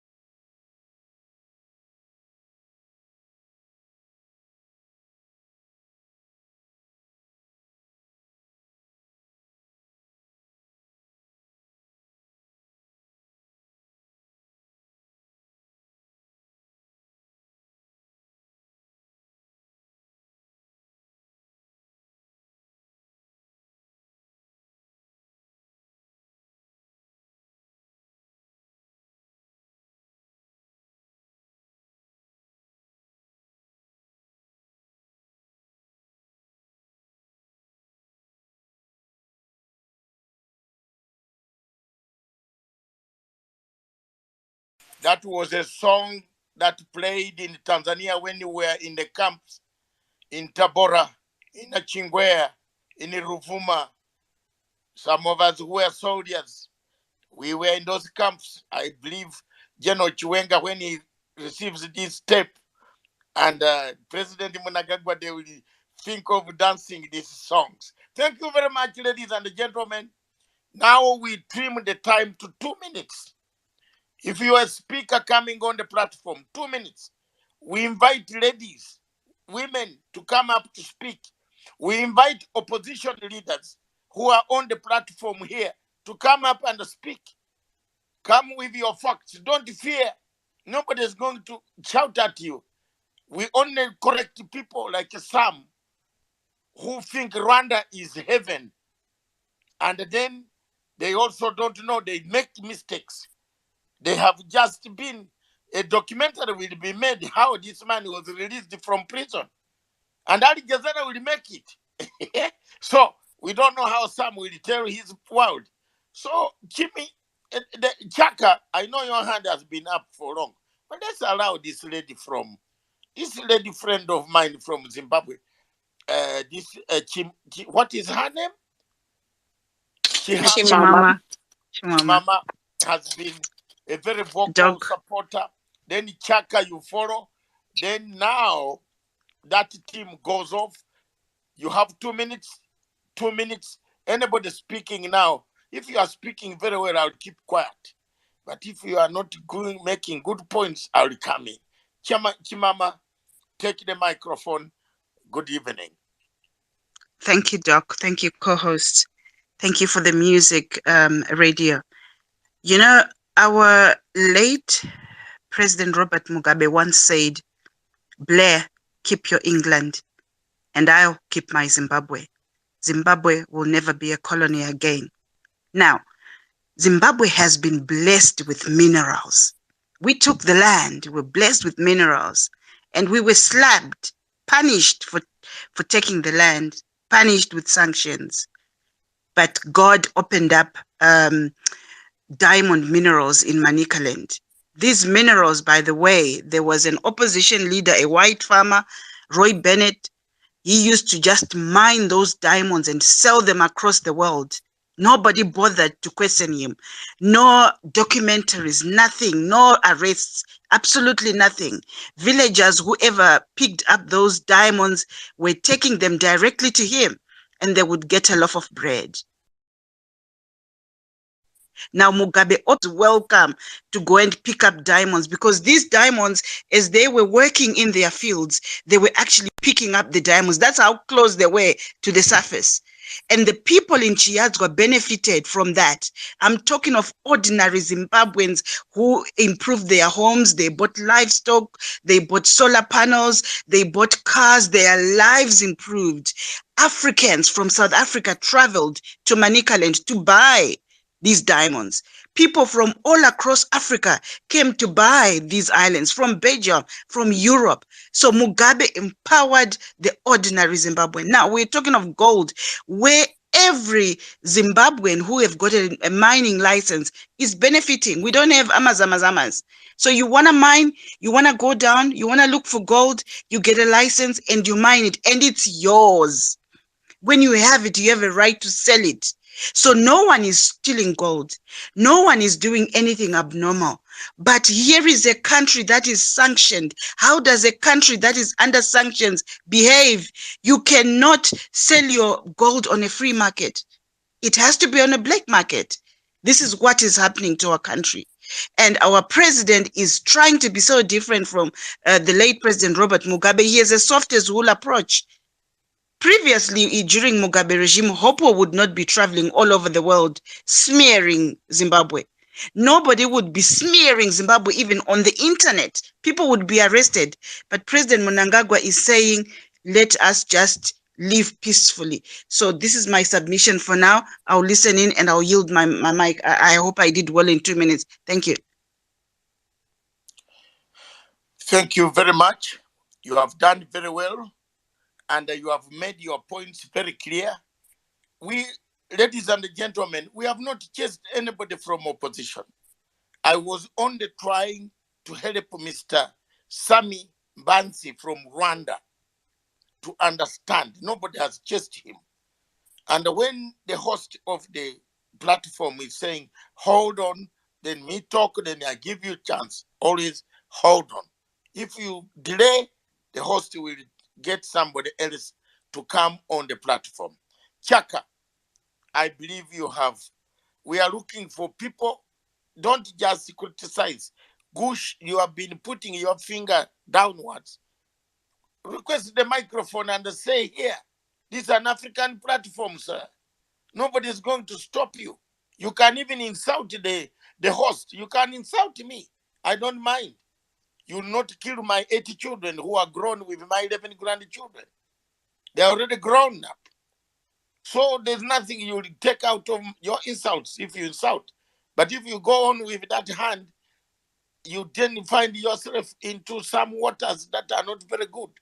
Just come up, pick your phone and speak your mind. Nobody is going to stop anybody. Whether you are in CCC, MDC, whatever, any party you are in. This is not a party, a conference center. This is a platform hosted to get ideas from people. We want ideas. The documentary was seen by very many people in Africa, in the world. We want now to find out what really happened with the documentary. Is it a correct documentary? Whose gold was stolen? What do they want us to do with the documentary? You have shown us to the world. Do you want the Kenya government to arrest Mr. Putin, Mr. Kamlesh? Do you want the Kenya government? What do you want it to do? Do you want to take the Kenya government and tell them Mr. Putin was stealing our gold? What does the documentary want? Chaka. Then followed by Noble. Then that is one set of speakers gone. Then I start Henry, Edwin, Briggs, then Saints. You've jumped Brinks. Brinks should come after Chaka, Dr. Matanga. Okay, thank you. Please line them up. Let's go ahead. Thank you. Yeah, thank you very much. I hope you can hear me. Thank you very much, Dr. Masanga, Trisha co-host. Nice to hear your voice again. And good evening to everyone here, Africans of the soil. We really value each and every one of you. So I will try to be, well, I will be brief within the 2 minutes. So for people who saw the documentary, I think you just need a small context to understand that when it comes to gold in Zimbabwe, it is everywhere. Everywhere. People dig this gold like nobody's business. You wake up one day, you go to your father's graveyard, you find them dug right under your graveyard because they found gold there. A school collapsed last week in Zimbabwe because they found gold under the classroom and they dug the gold until the classroom collapsed. Before these artisanal miners were given licenses, you drive in any motorway in Zimbabwe, there will be people standing on the side of the road, stopping you. Please buy my gold. They are selling gold on the motorway. So that's how gold is so abundant in Zimbabwe. Amongst, not to mention many other minerals like diamonds, whatever, platinum. It's like God really loved this country called Zimbabwe. Very small country, but I can tell you, it is one of the most blessed countries on earth. Now, for you who watched this documentary, if you are really going to be very serious, especially this Rwandese investigative journalist who was speaking initially, if you really watched with a journalistic eye, you came here and said you're going to speak as a journalist, you had these people who actually professed that they were given licenses. They are licensed to sell the gold. They go to Dubai and then they sell the gold, but because they can't pay themselves even directly the sort of amounts they need to pay, they have to go and sell the gold first, then bring the money back, and then pay their dues, and then they are given their percentage. But in the documentary, they also professed very clearly that the government of Zimbabwe, and particularly the Reserve Bank of Zimbabwe, has no idea who's buying the gold in Dubai. Because these people already said we have the contacts, we have this in Dubai, we're able to sell. They go, they sell. Instead of selling like on an auction or anything, they may decide to launder dirty money for other people. When they actually launder this money, they even said on the documentary, the money is deposited into banks in Dubai. And the bank in Dubai thinks, these people brought legitimate gold from Zimbabwe, they sold it, and this is the profit. They bank the money in a Dubai bank. Once the money is banked in Dubai, it has already been cleaned. in Dubai.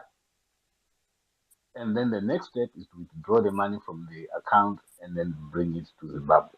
As far as the Zimbabwean government, RBZ, and Fidelity printers that handle gold transactions on behalf of the government, this is clean money. They even no idea that they are involved in some laundering, whatever. Yet this documentary seeks to smear the Reserve Bank of Zimbabwe, Fidelity printers, and saying, oh, gold mafia, it goes high up into where. Whatever comes in second, third, fourth, fifth, 100th episode, this first episode has already exonerated the government of Zimbabwe, the Reserve Bank of Zimbabwe, as well as Fidelity printers. The aim of this is to blacklist or grey list the Reserve Bank of Zimbabwe, to scandalize gold from Zimbabwe so that people will not buy it. Because let me tell you, these people really want to crush this country for what it has shown the world that you can do. You can take back your land from these colonizers. You can take it back and you can use your own resources to build your own country. We don't need the US. That's what we have shown. We have shown the middle finger to the US and their sanctions. They are sitting there scratching their head thinking, how are these people doing it? Before you know it, they are now against China. Anything they speak about Africa nowadays is China this, China that. But Zimbabwe is building with our own money. And they really Please think prepare that. to land, Dr. Chaka. Yeah, I know I have 2 minutes. So my last contribution, even the way they were against the gold coins. Remember, Zimbabwe introduced a new gold coin that people can buy as an investment. That coin's impact has shocked these people. They came to us and said, "Oh, it's a bad idea. Scrap the coins, do this, that, and the other." They even like really directing us to stop producing coins with our own gold. And I don't get it. So for people like my brother from Rwanda, my friendship, you have to love yourself first. This Al Jazeera nonsense, it will not take you anywhere.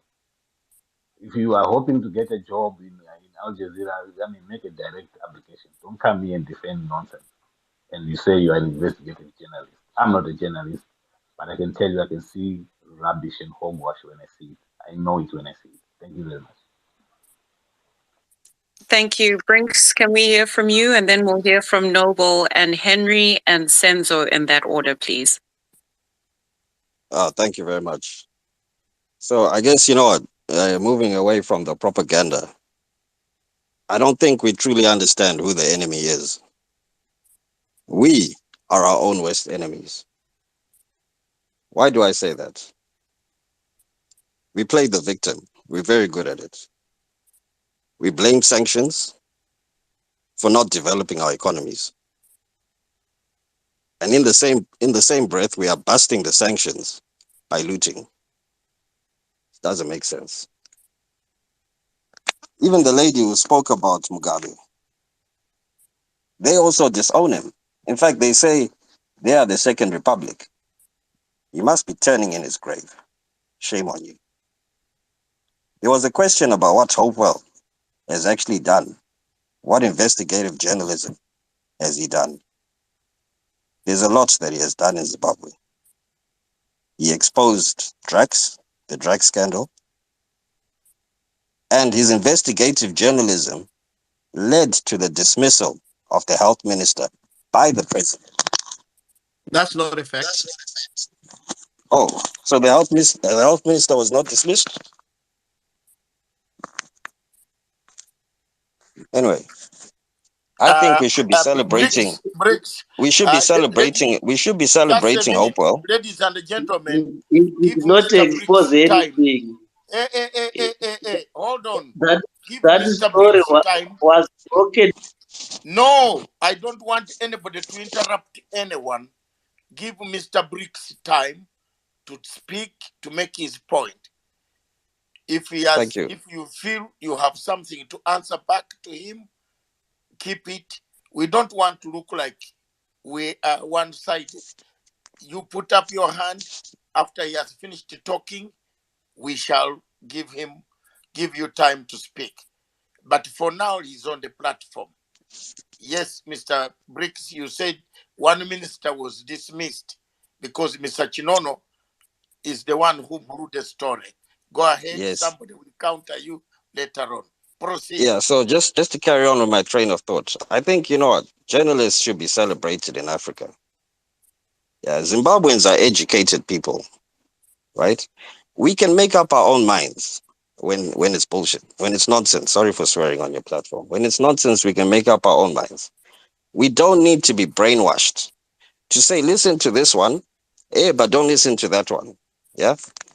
Taking us back to the Stone Age. We need media freedoms, okay? We are smart people and we can make up our own minds. To come back to the actual question at hand, how is the gold stolen? Yes, the miners are paid. Whether they are paid a fair price is another story. But we also know there's child exploitation and child labor in mining gold. That's a fact. But is Zimbabwe benefiting from the tax revenues? I think that is the true question, right? And the answer to that is no. The reason I say that is because the tax on gold is a tax on output. So the output is not properly declared. And we saw that in the documentary. The figures are falsified, even when they are when they are filling in that form at the airport. So that is where the gold is being stolen. And the people are not benefiting from this. Anyway, I think I'll land there. But hopefully I got my Thank you points very across. much. Thank you. Thank you very much, Briggs. I want to ask Can, you. can we be Wait, allowed please. to Hold, look have at order. I would have order. I'm the one asking the questions. Briggs, I want to ask you the question. Two questions. You say child labor. I used to go to Zimbabwe in Kadoma. There's a nightclub there where you dance. There's a hotel there. What is it called? Kadoma Hotel or something? When you sleep there, there is night music. The I don't ranch. know whether it's still Yeah, there. Kadoma Ranch Motel, yeah. The ranch. Yes. I used to go there to Kadoma Hotel. And in the morning when we were eating breakfast, I used to see there was always one gentleman who used to come to me, Dr. Masanga, I have gold. I said, what is it? Gold? I don't deal in gold. This is 2002, 2003. I used to go up to Kadoma. And don't ask me what I was going. I was a younger man then, not very young, but able to go. I had friends who could drive up country. Harare was not very good. I could drive, but you could find people there in shops with gold. So when somebody goes with his money and buys this gold and is paid, and that money goes to educate his child, a Zimbabwean child, paid in Zimbabwe, going to pay school fees in Zimbabwe, is there any theft? That's question number one. Question number two, the Chinono so-called documentary. What is Chinono telling? Whom is Chinono accusing in this case? Is he accusing Mr. Putin? Is he accusing the government of Zimbabwe? Where has he reported in Zimbabwe that there is something wrong? The customs don't declare the right to gold. Has he made a report in Zimbabwe? Because some people think that I'm not a lawyer. I'm a lawyer. I have got 1 degree in law. I can prosecute any case, including defeating ICC. This is the only man in sub-Saharan Africa who has defeated the International Criminal Court in cases. So I am asking these serious questions. Has Mr. Chinono reported to the government of Zimbabwe about this stealing of gold? Because the documentary doesn't help us if it's just public relations. The documentary has not helped anybody. If you say gold has been stolen, have you reported the matter to? You are obliged as a Zimbabwean citizen to report. To the police station that tax was not declared. So arrest Mr. Patini for not having declared the tax. Arrest the English guy who was there. But for you to do a documentary for publicity, for international relations, for blacklisting your own country, Zimbabwe, for calling people because you are going to take, Zimbabwe is going to be readmitted in the Commonwealth. This documentary appear in Britain so that 10 Downing Street and other Commonwealth countries can change their mind. That does not help Africanism. It's not Pan-Africanism at all. So those are some of my concerns that I wanted to raise, Mr. Briggs. And I thank you for contributing because people are saying we are not accepting opinions. I have accepted your opinion. That is your opinion. So anybody who wants to question him can reserve his. Let's move on. We have who was speaking next, Tricia? Back to you. It's Noble, then Henry, and then we're going to have a new group of speakers. Noble, please go ahead.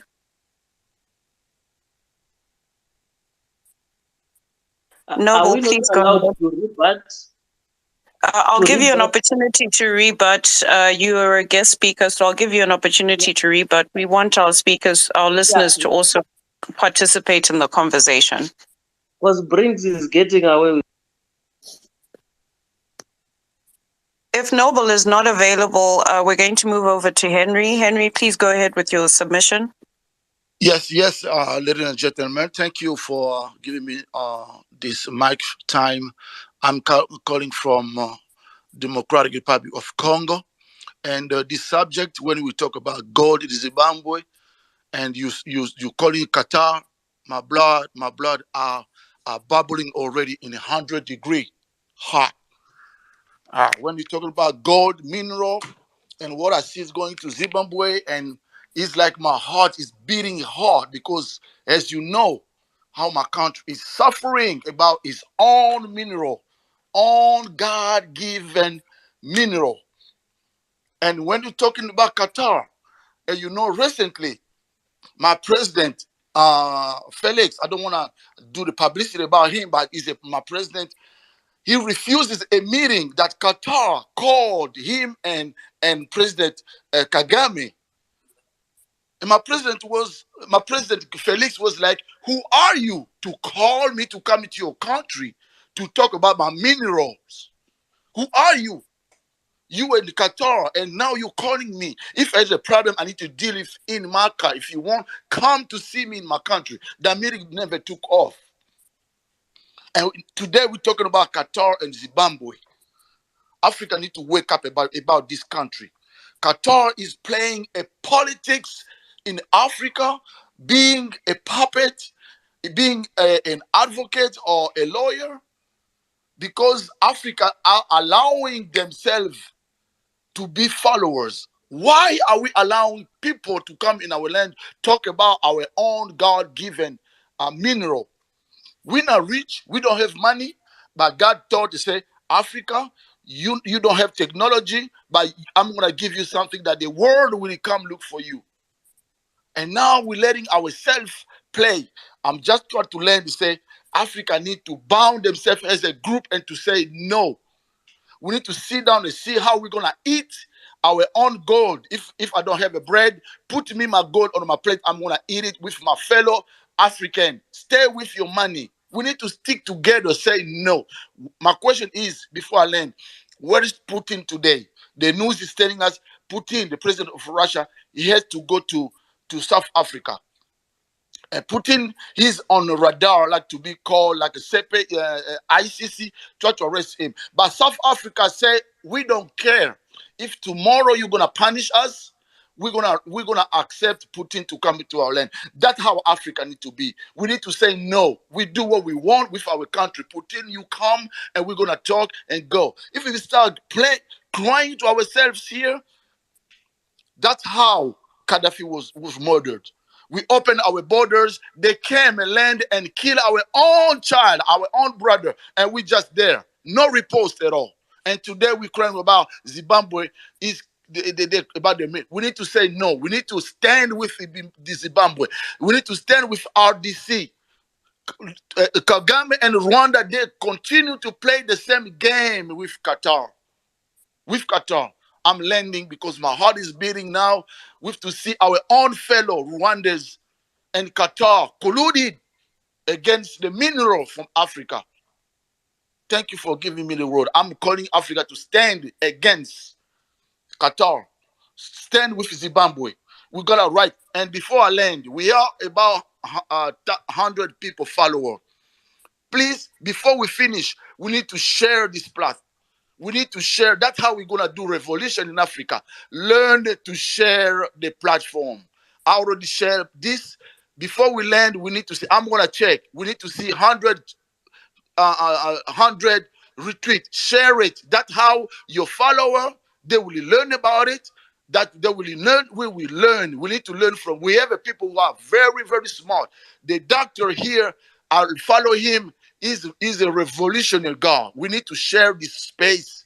Before we land, I'm looking. We need to be about 100 share. Thank you very much.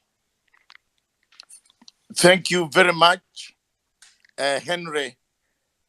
Henry, you have raised the point. Ladies and gentlemen, when I began this story, I told you it is not only the Zimbabwe story that Qatar has messed in Africa.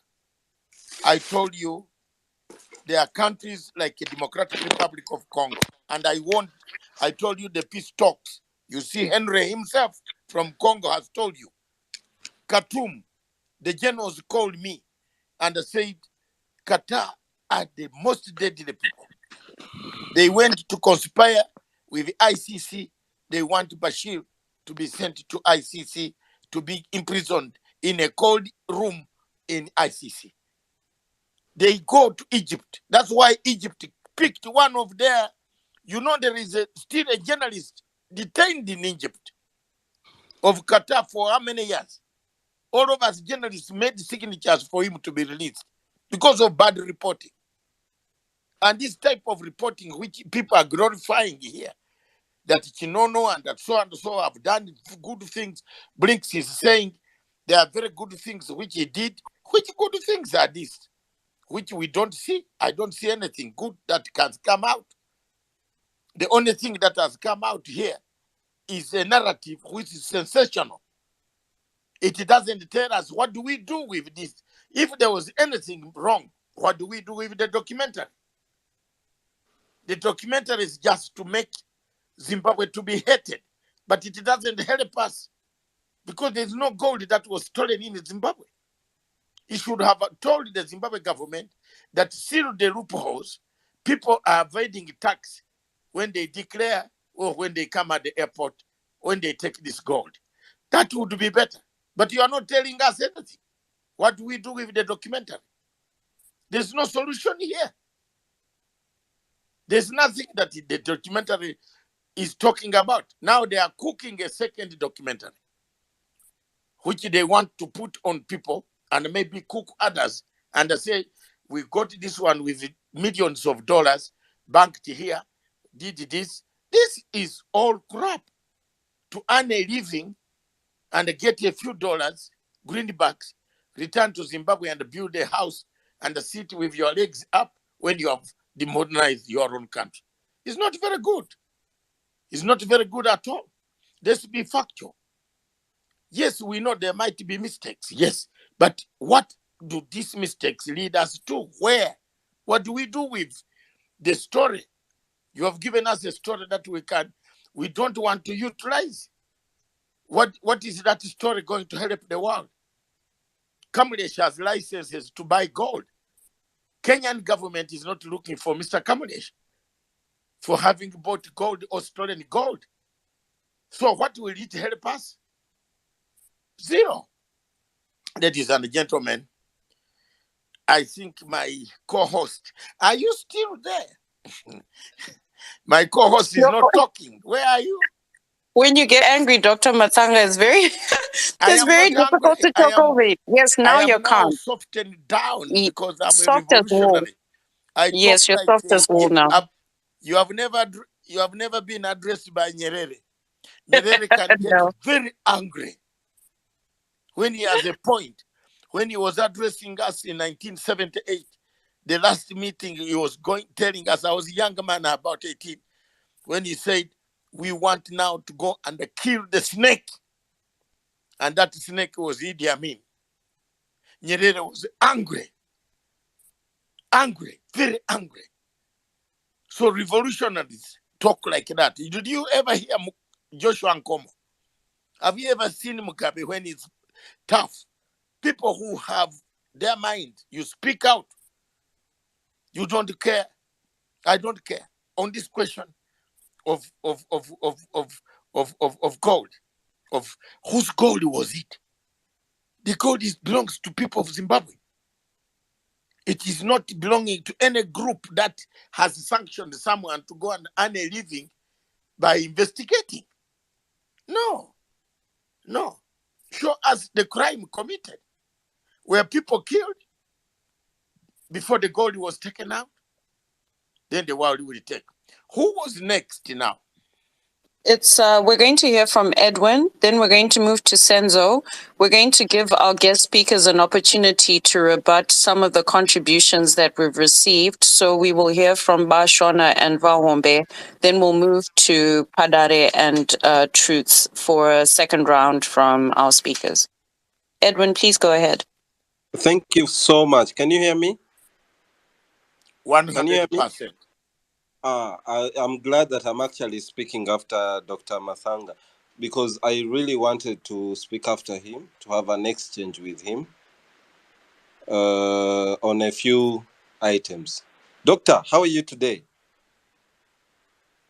I like how you speak like real I'm revolutionary. listening. Now, question number one that I wanted to present to you as a Zimbabwean, and it's something that I actually discussed. I'm from Rwanda. Something I discussed with my Zimbabwean friends living here. How else would Zimbabwe have survived and lived on the world map under sanctions for over 2 decades in this situation? In reference to that documentary. Because put Zimbabwe in my hands, honestly speaking, and I'm running it, and I have people to feed, how else would I have gone about it? I would do everything in my means to make the people survive.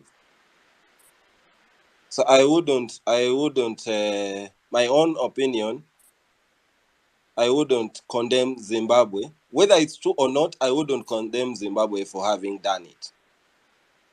Because it's a country that has people that must survive under sanctions, unreasonable sanctions, and they had to leave. So how would they have survived?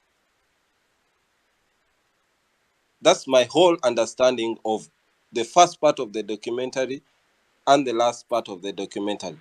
By the way, did any of you realize that the position of Zimbabwe was put in the last seconds of the video in written script, more like subtitles, at the end, for just a few minutes, that this and this person... That is true. That is true. So why I'm trying to buy into the whole debate, how it transpired. Why is it that you capitalize on showing the evil of Zimbabwe, but the one you're demonizing, you don't give him a platform at that real time to defend themselves? I'm a journalist. I know how this game is played. you don't give them their platform to defend themselves. I really think there was a calculated move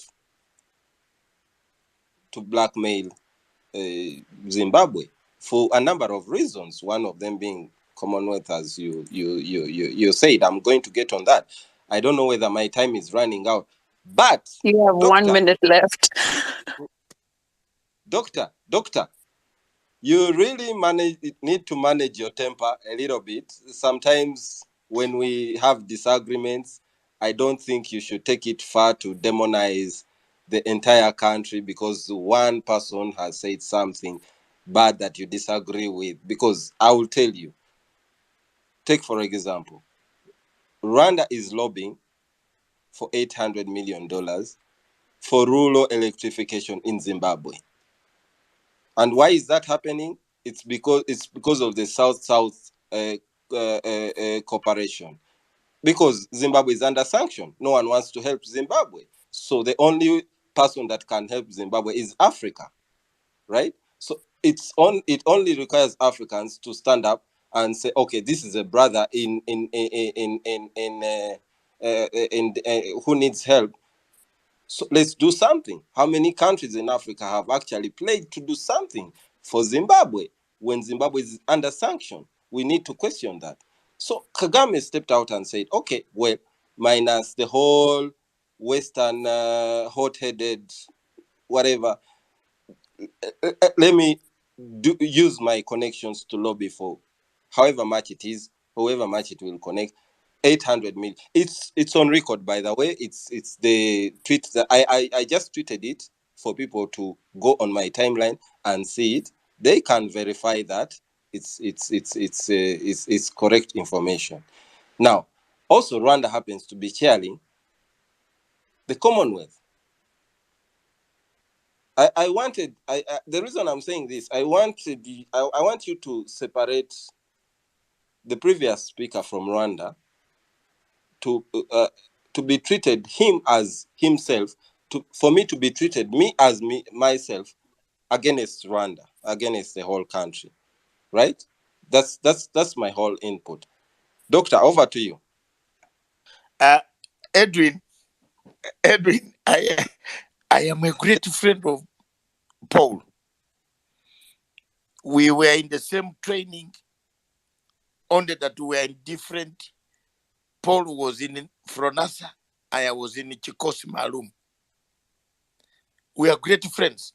I was not meaning anything. There are so many people from Rwanda who like me. Even Paul himself likes me.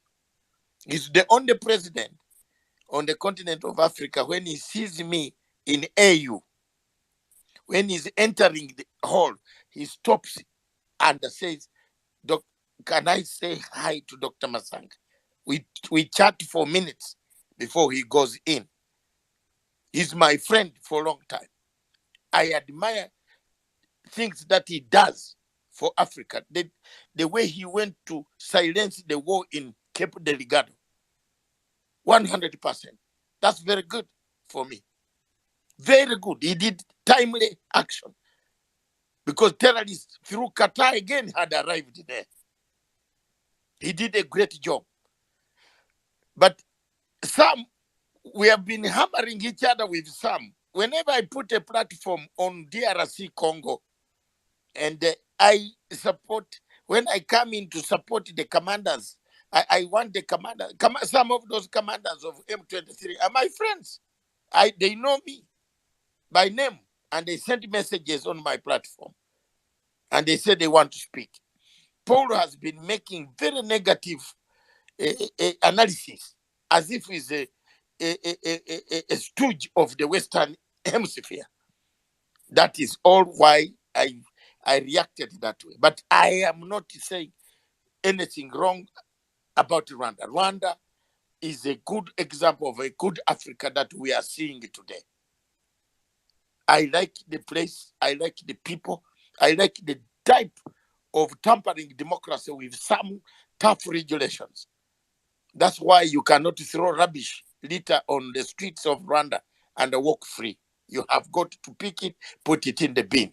The rest of us, Africa in Uganda, where we even spit on the streets when somebody is behind you and the saliva goes on that person. Rwanda, to me, is a very good example of Africa. And I want it to be, you take it from here, Edwin, that it was my war is with Sam every day on several platforms. We have been clashing. I don't know which side he belongs to. So honestly, we have been clashing. When he comes up, he talks of sides. Even on Wandera's platform, we have clashed. I don't know whether he's pro. Which one is he? The Rwandese are very straight like you are. You have seen the problem of Zimbabwe. What would Zimbabwe do today? No, you have blocked it from selling its diamonds officially. What can they do? They need money. They need money for medicine. They need money for building roads. They need money for buying textbooks for schools. They need money for building schools, for classrooms, for children. And they have their minerals. And you have And they're told not them going not to to sell eat the the minerals. minerals. They're not going to eat the minerals. They They must can't sell them. eat the minerals. Yes. Yeah. So they have to do what they have done. Above all, there is no report, no criminal report anywhere in Interpol that says some gold was stolen from Zimbabwe. So the report, the documentary is null and void, is useless. I don't want to say language here, what we should have done in Uganda. We should have, because the children are also listening to this platform. Yeah, sure. That, yes, I don't want to use a very bad language. Trisha would run away.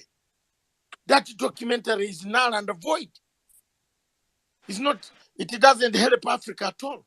It is only for getting some green dollars that Mr. Chinono arrived and put in the pocket, but there's nothing he earned at all. It is for publicity stunts for CC guys to say they are selling diamonds. So are you accusing the British, or are you accusing them to Britain that they have sold diamonds? Or you are accusing them to where?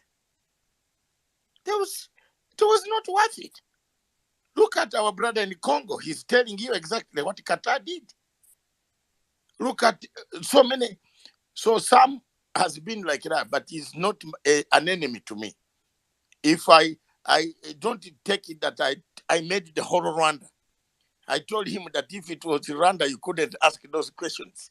There are too many of them, which is very true. And even in Uganda, at President Museveni, you can't ask too many questions of that nature. He would tell you, so what is your problem? You know? So these are some of the things Rwanda has done very well. Edwin, take it from me, from the bottom of my heart. Paul is my friend forever. He will be. And he is the only person who has ever given me even some, he met me and said, how did you pay your bill here today? All the presidents see you when you are in exile, because Paul knows when you are in exile, you suffer. He found me somewhere and said, have you paid your bill today? Are they not going to lock you out of your house? These are the type of people we want. These people. Why that old man who died, the old man, Mugabe, he was very concerned about a Pan-African. When he sees you making points as a Pan-African, he gets concerned. How is that guy paying? He can even surrender the last coin of his and give you who is struggling for Africa. Those are the type of people we want on this continent. Thank you very much. And please, ladies and gentlemen on the platform, don't forget to tag each other and like each other and retweet, like me, like the host, like other speakers, so that tomorrow you don't miss very good topics. We have discussed Qatar, and this message is going to Qatar. We still want the tape of where Qatar investigated the 2,000 children killed, men and women who worked on the stadium. If we don't get it, then we don't want to listen to their documentary. Let's proceed now. Tisha, back to you.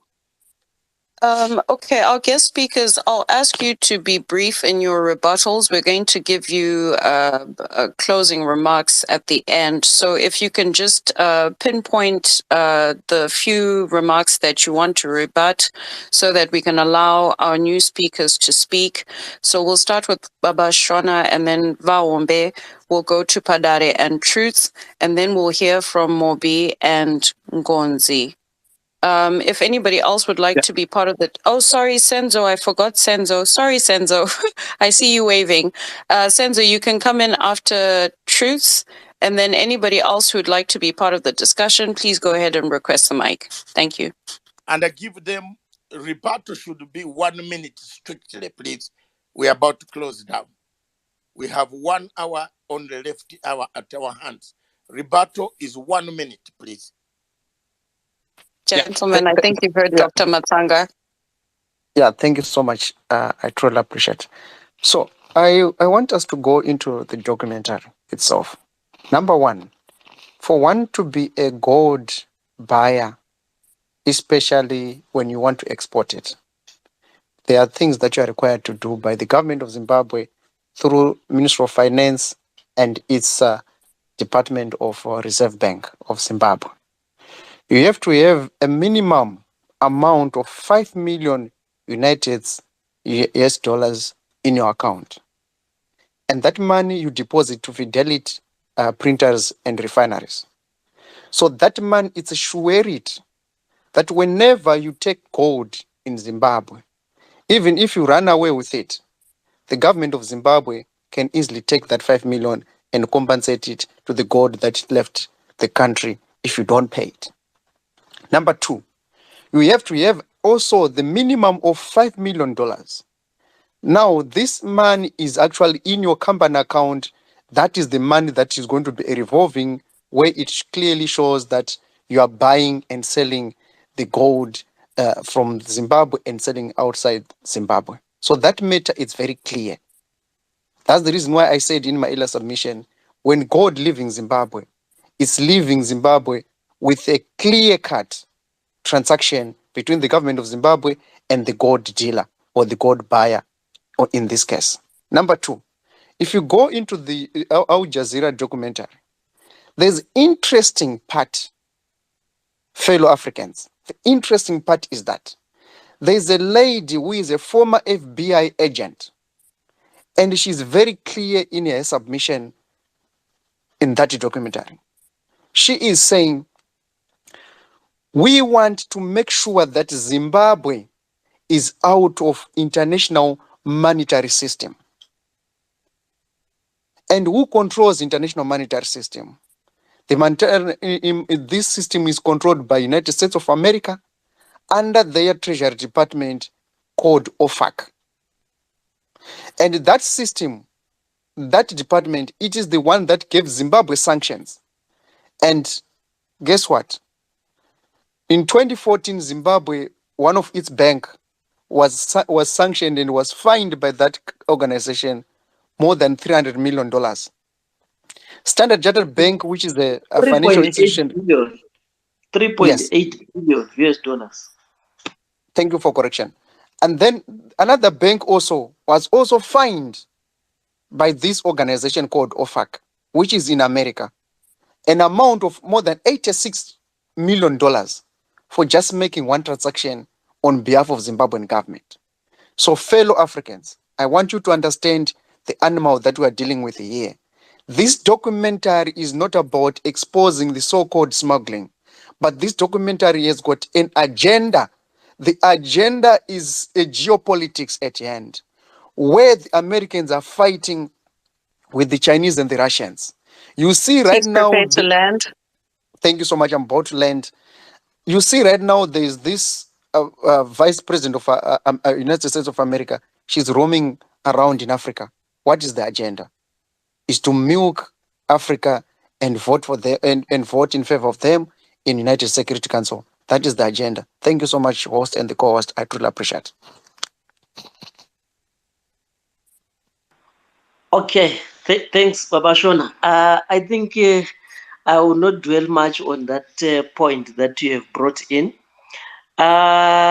the only thing that I have is that Dr. Matsanga, you allowed Brinks to get away with murder.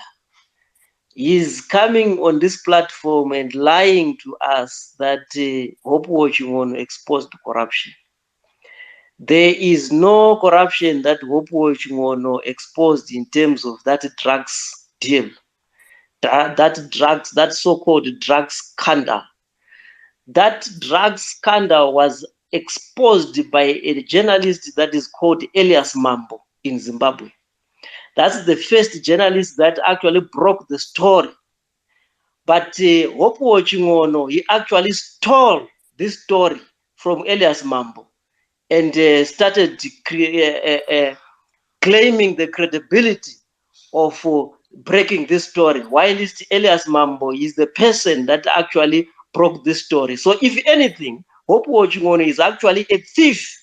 He stole somebody's story, ran with it as if it was his, and a claim to be an investigative journalist. That's nonsense. We're supposed to actually grill that boy that is called Brinks. But anyway, let that lie.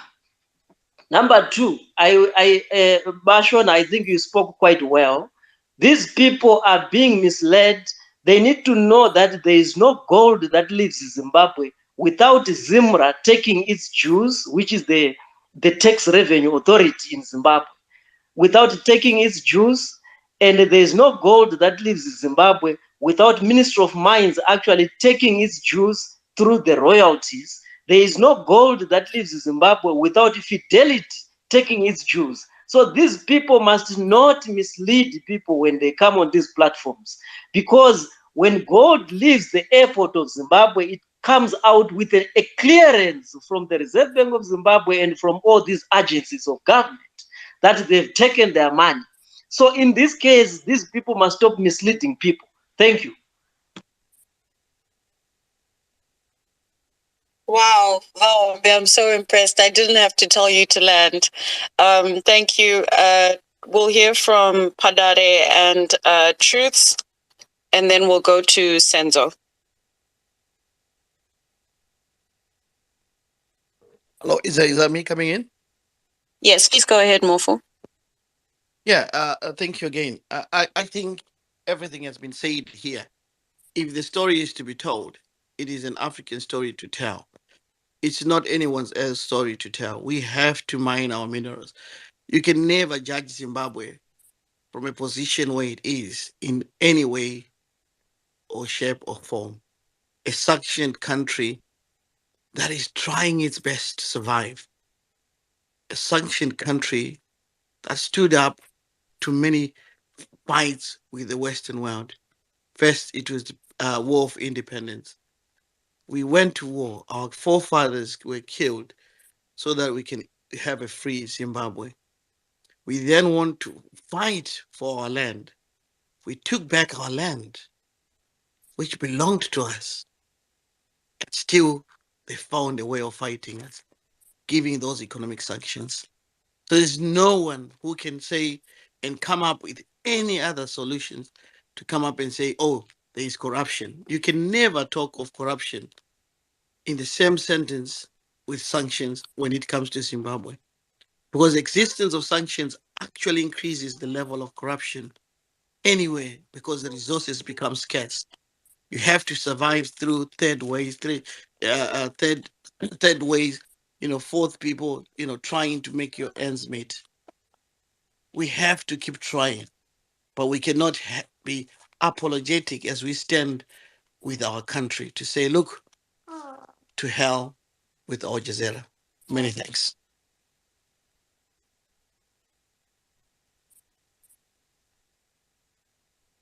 Truth, please go ahead. Thank you so much again for the space. What point would I like to get across? Okay, so the Al Jazeera, okay, they wrote an article, and this is, I don't know if this is the first time they've written an article about gold mining that is a propaganda that's false. It's all full of lies. And we all know there is an interest group behind it. And obviously you guys have already exposed it. What is the intricate attachments that Al Jazeera goes and does an article about Zimbabwe? Zimbabwe is way down. Like, what's the interest? So we always have to look at that. So what happened in Eritrea was, like I said earlier, you guys could look it up because there's a lot of people on the Jumbotron saying, provide an evidence. I will provide an evidence for you guys. When you're done with this or any other time, go ahead and look at Bisha Gold Mining Company. This is in Eritrea. We crossed every dot. And when Canada, as a company, it's called Bisha Mining Company, was hired to get this gold out, every international law was checked and everything was checked. So it is legal, right? And with that, they were approved to mine this gold. By the way, Eritrea was under sanctions, full sanctions. That is illegal. It is always under sanctions. The reason is because they're constantly going after our self-sufficiency ideology. They do not want us to, farm our land and eat. They don't want us to we do not want to take World Bank loan. So the commonalities we have with Zimbabwe is those commonalities. They're constantly sanctioning us because we want to mine our own gold.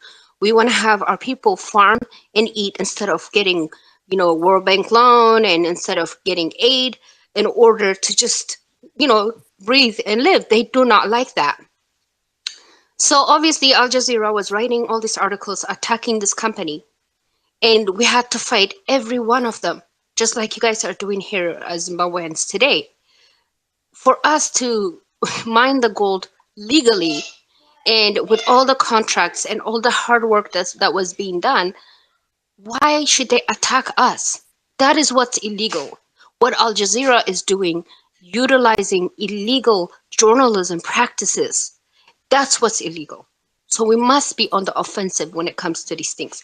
But we should only use it as an example because it's not only Al Jazeera. There's all these broadcasting agencies sitting on the world platform fabricating propaganda so Africans could, one, be hated, be attacked, all these wars come. These sanctions and these articles amount to a war. That's what happens, guys. East Africa, if you guys research, those of you who are trying to go against your own country, thinking that the white guy or the Arab guy is going to come and save you and get rid of that thing you got mad about when you left Zimbabwe, or that you're so mad at the government that you're going to hire the white guy and the Arab guy to protect you and come end the corruption for you. They will never. In the case of Ethiopia, those who were banding and being groomed by the West were the ones. There are people in them. Most of those guys who were opposition, quote unquote, they were hired as opposition. And as journalists, most of them are dead now. And their people from the region a million of them were murdered. So be careful. Yes, be careful who you are hiring, who you are backing. Al Jazeera doesn't care about you as CCC or as opposition against Eritrean government or as opposition against Ethiopian government. They don't care about you. What they're waiting is so you can fight against your own brother. They'll just step in and loot your land. And then all that blood of your cousins and your uncles and your brothers and your fathers and your forefathers and your land, all that blood is shed. Guess what? What are you going to do then? So be careful. I advise you guys, I beg with you, think about it. You are more powerful to fix your policies and any corruption you hate in your own country. Do not hire the other guy. You do it yourself. You are more powerful to fix whatever you don't like in your country. I land my point. Thank you so much. Yeah, thank you very much. Ladies and gentlemen, I think there is a gentleman who has not spoken, Senzi. Senzo, yes. It's Senzo, then Gonzi. Then Gonzi, then that. Now then we bring another. Correct. Another set of the people who have spoken and rebutted can come down. Then we bring another set of speakers. I can see very many people, great people who have lined up. Lukwago from Uganda, another gentleman from Zimbabwe. It doesn't matter which part, which type, which party you belong to. We are not here for parties. We are here to say the truth that saves Africa. And Mr. Stylan, you said I have hatred for Chinono. No, I don't have personal hatred for Chinono, but I have hatred for people who tell lies or who write bad essays. I mark exams. If you write for me a bad essay like the documentary you have done and you have not told me what to do with it, that's when I disagree with you. That documentary doesn't tell us anything what to do. What do we do with it? Do we arrest Mr. Patini, Kamlesh? What do we do with him? Did he steal any gold? Tell us. Have we reported him to money laundering systems? Is the government of Dubai looking for Mr. Kamlesh for money laundering? We want to know. So we don't want some people to bring rivalry of the Gulf, the Middle East. That's why you see there is no peace in the Middle East because of Qatar, style of Qatar and other countries. They have their problems, they have brought it to Africa. Look at what is happening in Somalia. Ladies and gentlemen, in Somalia, United Arab Emirates has taken one Somalia, the Somaliland, and the other one, Qatar, has taken the main Somalia, Mogadishu. You see what is going on there. The war will not end. The war there will not end. Those countries have come from Middle East, the Gulf states, and brought their rivalry on African continent. And they don't want us to speak about it. Why do you bring your fighting tactics? You fight each other, you blow at each other with bombs there. You want to bring bombs on the African continent. No. Thank you. Senzo. Mr. Senzo, take the Hi, mic. good evening. Good evening. Can you hear me? Is that okay? I hear you 100%, and my co-host is hearing you 100%. She must be. No, I'm glad to hear that. Thank you, Doctor. Right, so forgive me. I don't mean to go into any rants or anything in particular. Look, at the end of the day, I'm obviously here on this platform representing myself as an individual. Now, I do not profess to have any sort of qualifications or connections with anybody in any sort of, institutions or any sort of higher forms of government. But I think the problem is, forgive me, Doctor, if I do need to say this, but I personally think the way this particular conversation and the way a couple of members have been attacking individuals, it's somewhat a bit disappointing, especially with regards to the fact that we're trying to have a discussion about how a foreign journalism company is essentially, as you've put in your title, is it destabilizing or is it such a negative impact on Africa? Now, one of my big issues that I have with regards to that, I've got 2 points. The first point specifically, why do we need to worry about foreign nationals basically destabilizing Africa when the Africans themselves seem to be doing a good job at that? We're attacking our brothers and sisters with regards to trying to have opinions. Maybe they're not democratic, whatever the case is, but the idea being, it's ironic that we're having this discussion on a platform provided by by the Americans. So this Twitter that we're having the discussion on, it's not an African platform. We're having a discussion on a platform generated by a foreign company. We're talking about a foreign company or a foreign entity that has basically done a documentary where they're discussing the plausible. I've not seen it myself. I understand there's 3 parts and this is only the first part that's come out. But they're discussing things that pertain to things that are happening on the ground. Yes, the gentleman made a case. It might not be such a massive case, but it's a valid point to say that they were recorded, they were filmed having discussions about illegal sort of forms of doing business. I haven't watched the documentary, but I've seen at least enough to know that apparently this is what is going on. So are we not going to hold that to account? Are we not going to use that as evidence to say, right, yes, it might be a foreign company, but at the end of the day, what African media sources are actually trying to push this narrative across? And let's not kid ourselves as well by saying that even if we do have an African media organization pushing the story, that it would get enough traction as this Al Jazeera one has. No, because we are talking about institutions that have, for the better part of whatever amount of years, have established themselves. You could argue and say that Qatar might obviously be coming up with means and ways of trying to present a narrative that is basically very negative to Africans. Okay, I'm not going to dispute that might be the case, but who is not doing that?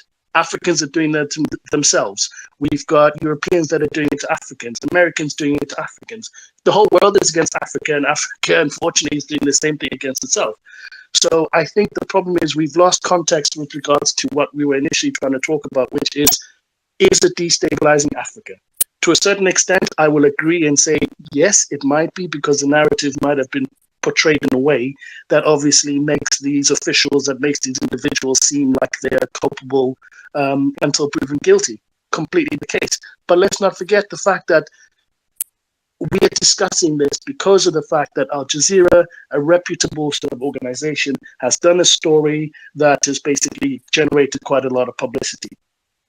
We cannot dispute that. Whether it's corruption, okay. You talk about the Zimbabwe going back. People like you who were there saluting the death of Gaddafi. Sorry Excuse about me. that, Senzo. Sorry about that, Senzo. You will not be interjected again. Please continue and land. No, Sorry that's about absolutely that. right. But no, I appreciate that. And that's absolutely fine. Please, Pisha, control Bandari. Sorry about that. No, it's absolutely fine. But this is my point. So at the end of the day, we can't have a conversation without somebody basically turning around and saying, "Oh, were you there supporting Gaddafi being murdered?" Of course not, my friend. I come from Southern Africa. Whatever happens in North Africa, unfortunately, it happens in North Africa. I'm not necessarily saying that it's not a valid case. I'm not necessarily saying that Gaddafi didn't have good ideas that could have potentially generated a sort of pan-African movement. I'm not disputing that. I am not defending anybody in particular. I am trying to present a narrative that makes us look at it from a different point of view. If you're going to have if you're going to have this opinion and say, right, unfortunately, right, if you don't support Gaddafi, if you don't support Mugabe, if you don't support any African leaders, you are the enemy. What nonsense is that? Can I not have a rational discussion with you? And bearing in mind, the same African leaders you're sort of trying to defend, they're the ones that have been in power for how long? The gentleman, our doctor's got connections to all these people. Are you telling me that within this amount of time of all the connections he's had, that we couldn't have been able to obviously come out of whatever hole that, we have found ourselves in since the fall of colonialism? Of course, we're going to have entities and organizations against the movement. 100%. Unfortunately, that's a thing. And thank you very much for the time that you've given to me. But please, let's be open-minded and objective, and let's not be basically stuck on this idea that if you are not for the African man, you're against them, which is complete nonsense. But Africa also needs to understand we can have open discussions, and if we can't, well, then maybe we don't deserve to be developed or empowered. Thank you very much for your time. I appreciate that. I would like to speak just for a second. I think it's insulting to everybody else that's on this platform that has watched the documentary to listen to someone that's confirming that they haven't even watched the documentary but has concluded on this matter. I think it's insulting because we have people from different perspectives, from different countries. You said personally that you were defending a speaker before, and you said because you saw footage, because there is footage, therefore you have concluded on this matter, yet you have not taken the time to actually watch the documentary. Please, we're trying to have an open discussion based on what you said. If you're coming to contribute to a discussion, know the facts. Don't make conclusions and then come here and expect people to buy into your conclusions. We're going to move to our next round of speakers. Oh, sorry, Ngonzi, please can we hear from you first?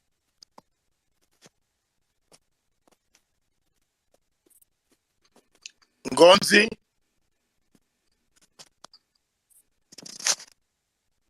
Ngonzi, you are the speaker now. Hello. Yes, we can hear you. Please go ahead. Okay, thank you very much. It's a pleasure to be part of these conversations. It's been a while and I've missed them. But as far as the conversation is concerned, let me start with a question that is on the topic.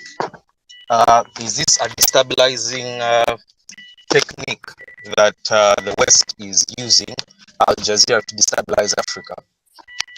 I think, like Dr. Masanga asked, what is the truth? What is the truth? That is something that we have to understand even as we go about it. Because we've always heard that the truth is bitter. That's something to consider. But we also have to... Can you turn the ignition to your car or close the door? We are getting a lot of feedback. Okay, sorry, I've done that. So let me go by saying we definitely do recognize the hand of Mr. Fisher in this whole situation. It's a fishy situation, and we definitely see the hand of Mr. Fisher. Anyone who has watched that documentary sees through the facade of the West. But also, when you look at the culprits that are within the center of it, you will find that it is the Mr. Fishers, the foreigners. But then, when you ask yourself, what does the African man have to do with this? And while watching that documentary, I asked myself, do we really blame the Zimbabweans for trying to find a way to feed their people? Is that what we are trying to do here? Because we have a situation in the geopolitics where Zimbabwe has been closed out, and we are calling them out for trying to find a way to survive. And that is what I saw. But also the question that I would like to ask is that, are we really going to sit here and expect fairness? To expect fairness, I think, is to expect frustration, because we have to also ask, fair to who? If Al Jazeera is going to put out information and we expect them to be fair, what is fairness?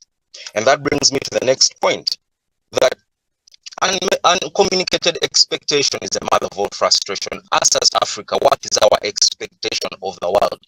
If, for example, we are talking about Zimbabwe, I'm asking myself the question, what do the Zimbabweans have in their hands that they can bring to the table of global politics and economy and receive bread? It is their goal. But if you've closed them out, how do you expect them to go about it? Now, I think that the real question is not so much about how much gold has been sold, as much as what the gold brought in done for the Zimbabweans. I want to believe that deep down within us, that is a real anger. That, okay, we've discovered that this amount of money is coming through. The question is, what is it doing?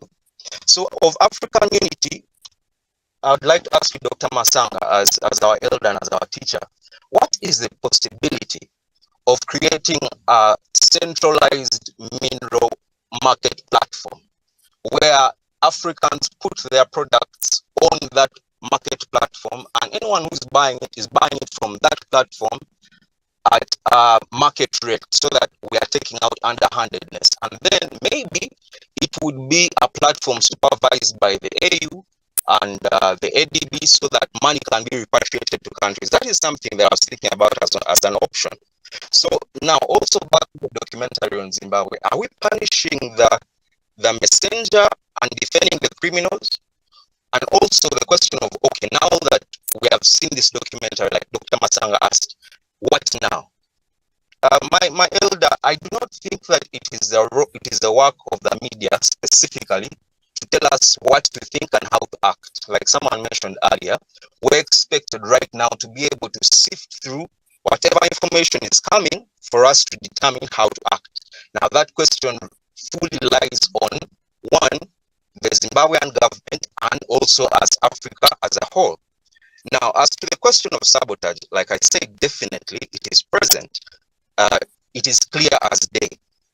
And that is why people are wondering, why is Qatar involved in Western propaganda? But if you understand what Qatar has been trying to do on the global scene, it's to establish itself as an intermediary, or as a powerhouse through what they call soft power, and Al Jazeera is one of those things. Now, the role of journalists, I believe, is to present information that inspires accountability and action. As to the action, it depends on the respondents. Clearly, we've seen the hand of the thieves and the holes that they are using. Are we going to deal with that, or are we going to defend the thief who might be our relative, getting away with the help of Mr. Fisher, like I mentioned earlier? But to close, this is what I would say. I believe that we are in an interesting time where Africa is being quoted. Everyone wants Africa's attention. Everyone wants Africa's wealth. It is a beautiful thing. We are like that beautiful girl of the village everyone wants. The question is, do we know what we are worth? And I believe that Africa is coming of age, and with boldness will be able to be heard. As to the question of what our message is and what our story is the real debate of tonight. And I ask again, what do we have in our hands? If we don't have much, at least we have words and expectations. So when we look at this documentary, let us put this anger where it really ought to be. We have been given information. Can we act on that information to improve ourselves, to improve Africa, to improve Zimbabwe? I say this for the love of God, Africa and its people. Blessings. All right, Patricia, we are making progress. And now we move to the second phase. Those who have talked, come down, and we bring in more people. There are more people down there who have come on the platform. Mr. Cash wants to speak, but it doesn't mean you go away. We might bring you back when you see the point that you want to make. Thank you very much for allowing us. But meanwhile, while you are here, please tag each other, like each other, retweet more, and so that we get more people next time. Sonny, you have been on the microphone for a long time. Can you come down and I will bring somebody? But it's okay. Thank you very much, ladies and gentlemen. We started very well. We started Qatar has destabilized several countries in Africa with their charming money issues. Now we So are what on the second. Yes. What I was proposing, Dr. Matsanga, we've heard from Edwin and Truth. I'd like to give our new speakers an opportunity. Sorry, guys, but you will come in, and Son of Kenzie, you will come in. We just want to make sure everybody's voice is heard and that it's an unbiased discussion that we're having. So we're going to go with Lukwago. I know you came to the space earlier, but you left us for some reason. And then we'll proceed with Golden and Cash and Dulon, and not Golide. So in that order, Lukwago, Golden, Cash, and Dulon, and then not Golide will end that session of new speakers, and then we'll go back to our old speakers. Thank you. Lukwago, please go ahead. Thank you. Am I audible? Thank you so much for this opportunity to speak. Actually, Dr. Qatar and Al-Jazeera are being used by USA actually to cause mayhem in Africa. Okay? And they are so effective in the countries where there are mineral resources. Now, that investigative report came up with, maybe they deserved to come up with such an investigative report simply because Zimbabwe gave minerals over gold rights to either China or Russia. Here, when we had just concluded the 2021 elections, they put a lot of pressure on Mr. Museveni. They would always ask him to account for the 57, the so-called 57 Ugandans who were killed by security operatives. Then Mr. Museveni reacted actually by announcing gold deposits worth millions of dollars. Ever since then, they have never actually asked him to account for those Ugandans who were killed.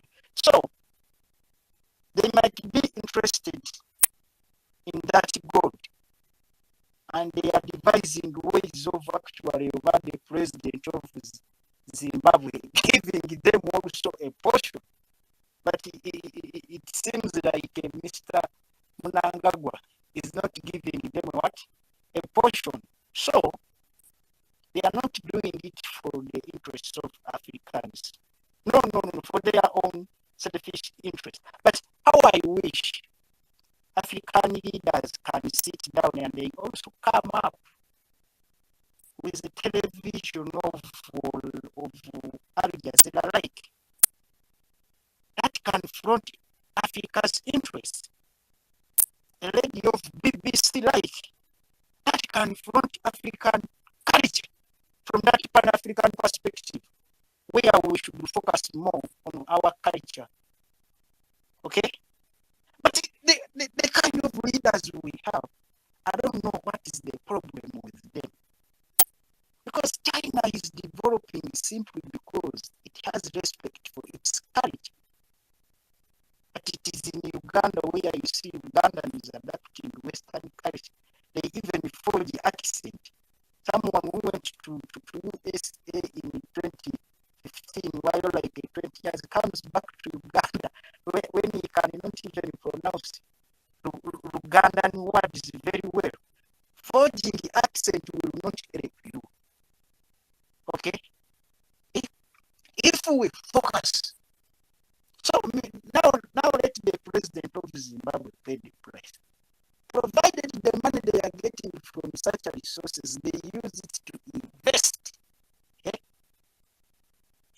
in a television for Africa. We will be actually talking about Al-Jazeera report.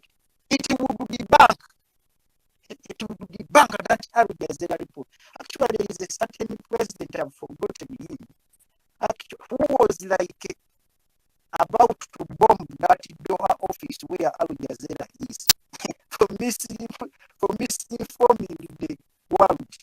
I've forgotten that president, but it was like you, if you don't drop that misinformation, I'm going to actually to eat you with a bomb.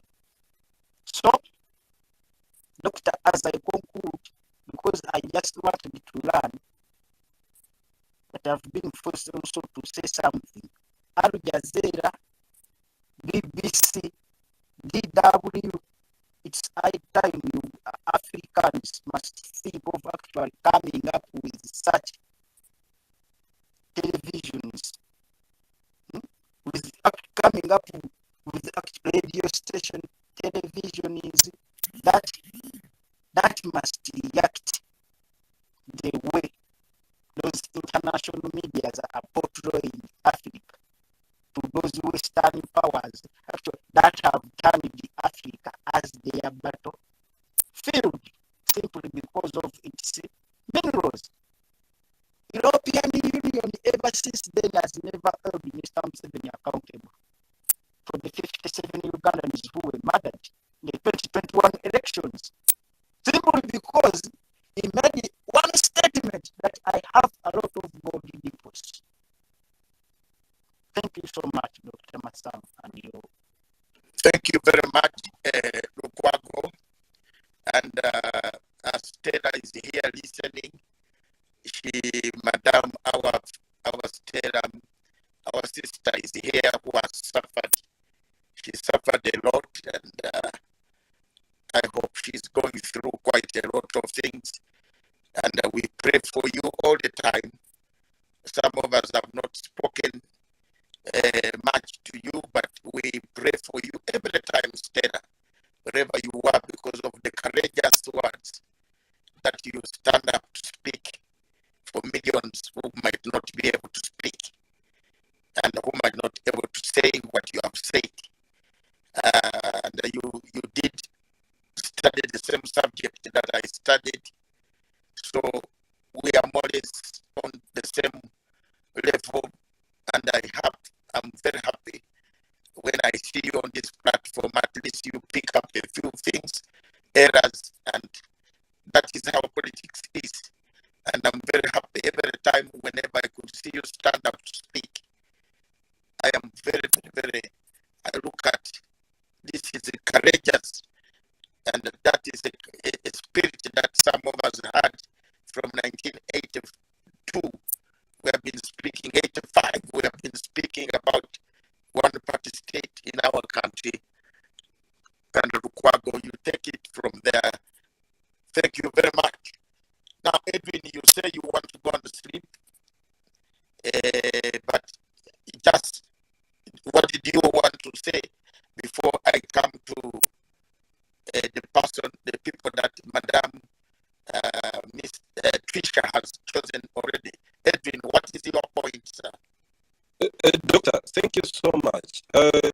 My only concern is very simple and straightforward.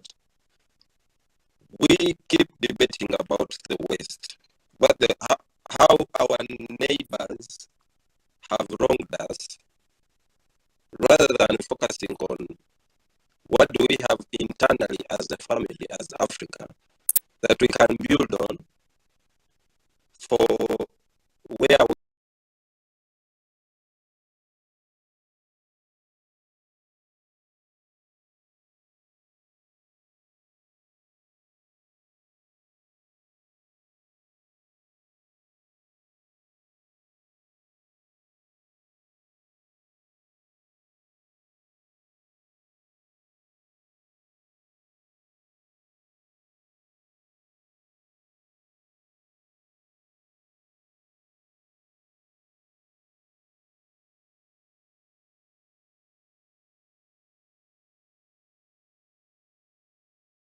Mozambique to fix the situation. Rwanda went to Central Africa amidst the UN protocols of peacekeeping. Rwanda came up with an arrangement with Central Africa that was out of the UN peace and deployed another extra force for fixing and monitoring the election. Everything went well, something successful. No Western media is going to tell you that. Unfortunately, not even many African media is going to tell you that. So, are we going to sit down and rant? We rant over our own minerals that we have the right to sell, irrespective of how we sell them, because our only our God-given minerals are made to make us survive, irrespective of other opportunities we don't have. So, how we sell them, if it pisses off someone else, well, let them go F themselves. But let's look at what we have, how we can promote it, the best we can hold on each other, rather than taking ourselves down, who is fighting each other. Then we go to report to the Western media that this and this person is doing this and this and this and this. We keep our internal fights inside. We go outside as one family. The moment we figure that out as Africa is the moment we are going to step out as a strong continent. If that doesn't happen, then we are bound to a big fall. I land. Thank you very much. Ladies and gentlemen, it is midnight here where I am, and it is 1 o'clock in Nairobi. It is 11 o'clock in Zimbabwe. We need to speed up and finish. This is a very crucial debate. You have made very good points. Now I will limit each and every speaker to 1 minute because we want as many people to speak and finish, at least make a contribution. Rebuttals will not be allowed for now. If there is extra time at the end, you notice it's 1 o'clock in Nairobi. It is it is 9 o'clock here. Sorry, in almost 10 o'clock. Sorry, I can see 10 o'clock in London where I am at the moment. We need to make our points short and we move on. So 1 minute, teacher. We shall. Who was going next? NO. Let's start up here. NO. Okay. Dwellon. And who is this person? Sorry. Temba Kurumo Kube. And Cash. And a Cash. And then Bertha. we finish with Bath Moyo. Is it Bath? Bath Mazora? That's Bertha Monzara, yes. Bertha Mazora, yes. Let's have more ladies coming. Maybe they talk, they have seen something that they want to tell us. Any or? Thank you, my brother. Thank you, my brother. Thank you. Thanks a lot. Thanks for the space and thanks for the opportunity. Thanks to everyone else on the space. As I come in as an individual. I come in as a Zimbabwean. I don't speak for anyone, but I speak for myself as an individual. You know, the thing is, the way how I see things in Africa, we are where we are because of who we are and because we make ourselves, or we create our own future, basing on the lives that we build on. We can never build anything if we lie to each other. We can only progress, we can only move forward, we can only have a better future if we tell each other the truth. Looking at the Al-Jazeera document, they may have their own intentions. I don't deny that. But who gave them that right, that opportunity to come in? Who were they talking to? Were they not talking to the Zimbabweans? And whatever has been happening with the gold that is being sold, yes, they can sell the gold anyway, but shouldn't the rules be followed?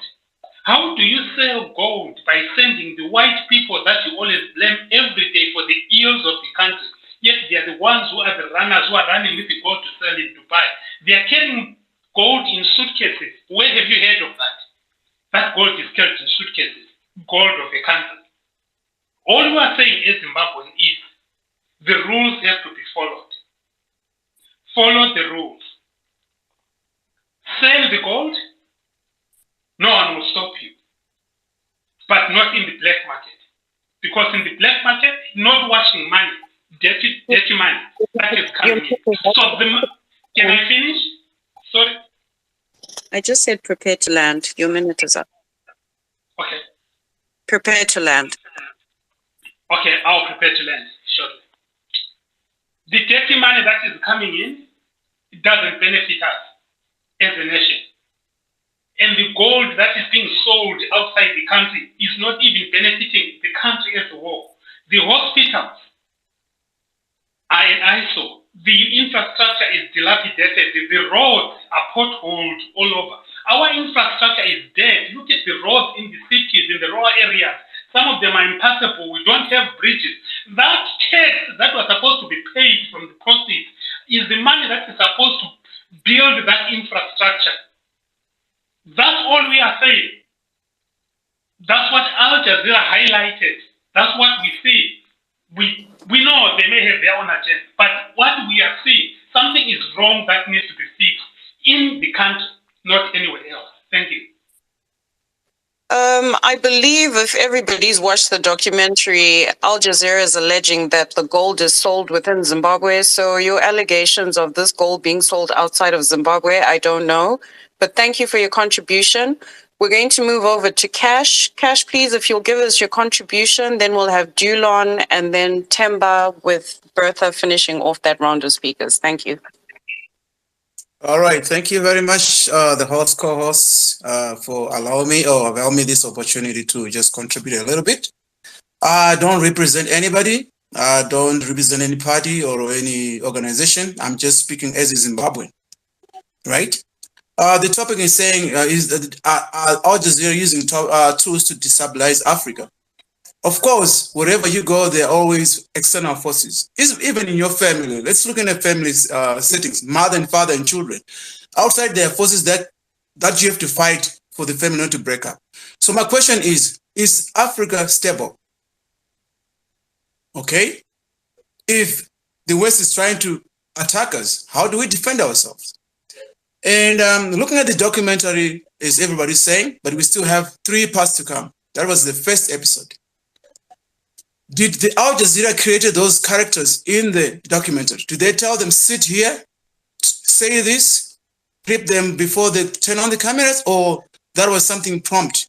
So as you look at the whatever was happening, the money thing, the gold thing, this is not only happening in Zimbabwe. Let's look at Africa as a whole. This could be a tip of an iceberg, how the whites are coming to Africa and how few individuals in African countries, not only Zimbabwe, are benefiting whilst the whole population of Africa is starving. That's the big picture here.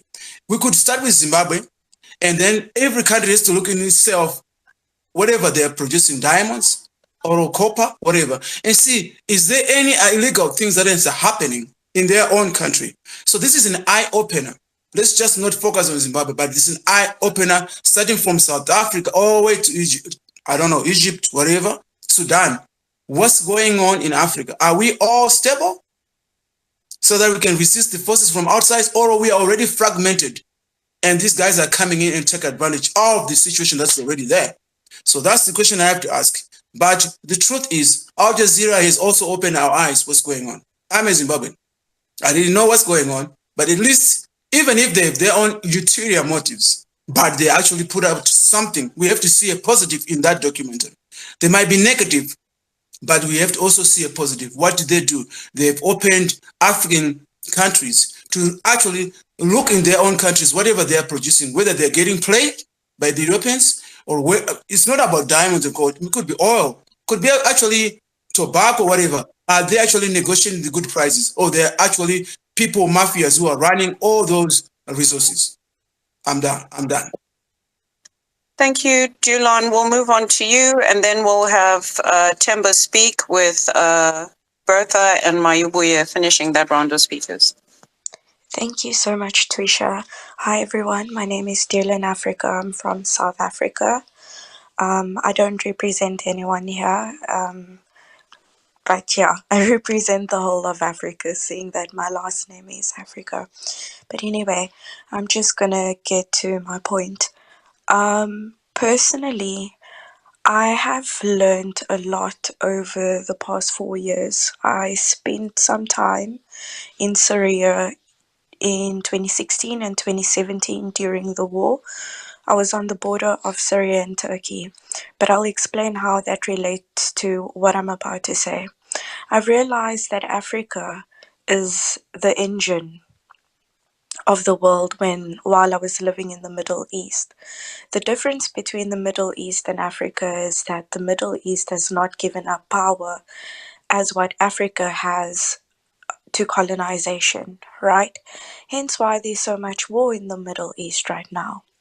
Africa has gained independence much earlier, and we are now in a position where we're realizing that, hey, we've got everything we need. Basically what Gaddafi said, and we can basically, have our own currency and basically get to where we need to be, or be alongside first world countries. Anyway, Gaddafi was assassinated, and we all know who did that because it was seen as a threat to first world countries. And that's when I realized that, oh shit, this is why Africa will, for example, if we look at the African Union, sorry guys, I'm so sorry for using foul language, but if we look at the African Union, that is why there'll never sort of be unity. I mean, why is the African Union there right now? But it's because the African Union is infiltrated by Western opinions, and those Western opinions have been installed to keep barriers between African countries so that Africa will never lead or be in power. They want to basically destabilize us, they want to disable us. And I've been listening to everything, and according to the documentary that's trending, guys, we all know as Africans that's nothing new. But what is happening right now is neo-colonialism, where they are looking for black faces to put the blame on. But the actual truth is, the main culprits behind this is first world countries. But we as Africans are too afraid to say this. We are too afraid to say this because we are scared of what would happen to us. So we all just doing the same thing that the first world countries are doing. We hiding behind our own black faces and we're just taking the fall. So my question would be, what would our solutions be as Africans? How do we move forward? How do we move forward? We need to start decolonizing our minds. And by starting to decolonizing our mindsets, we need to acknowledge that it is not our black people that are basically behind all of this. Neo-colonialism is happening in Africa in broad daylight. We are not free, and we are still basically having to fight for freedom, not only in South Africa, but the whole of Africa. So instead of putting the blame and degrading and dehumanizing one another and all our African leaders, yes, they're not in the right. But guys, let's be realistic. What does colonization do to people? It traumatizes people. Look at South Africa for once. We had 300 years of slavery. 150 years of that 300 years was under the British colony. 46 years of apartheid. And do you know what they gave us? They only gave us 7 years. 7 years to make up for 46 years of oppression. Now you tell me, how can 7 years rectify 46 years of oppression? This is only South Africa. Imagine the rest of Africa. Again, I would like to say that I am not making excuses for our African leaders. I'm just saying, let's look at the facts here. What has colonization done to African people? Colonization has traumatized Africans tremendously. And in my opinion, Africa needs healing because we are a very traumatized society. And to Africa's defense, if you look at Africa's history, we were never greedy people. We were never violent people. That's why we were traders. Africans were traders. And this is why I love history so much, because history basically defends Africans. We were introduced to greed through violence by colonialism. We were never part of this, guys. So again, I'm not making excuses, but I mean, it's going to take years. Once Africa is healed, only then could our leaders basically be better. And it's going to take healed leaders. But how can we be healed when we're still oppressed by the white supremacists and the white minorities of the world? I mean, they're still coming into our countries despite us having independence, and they still own half of our countries.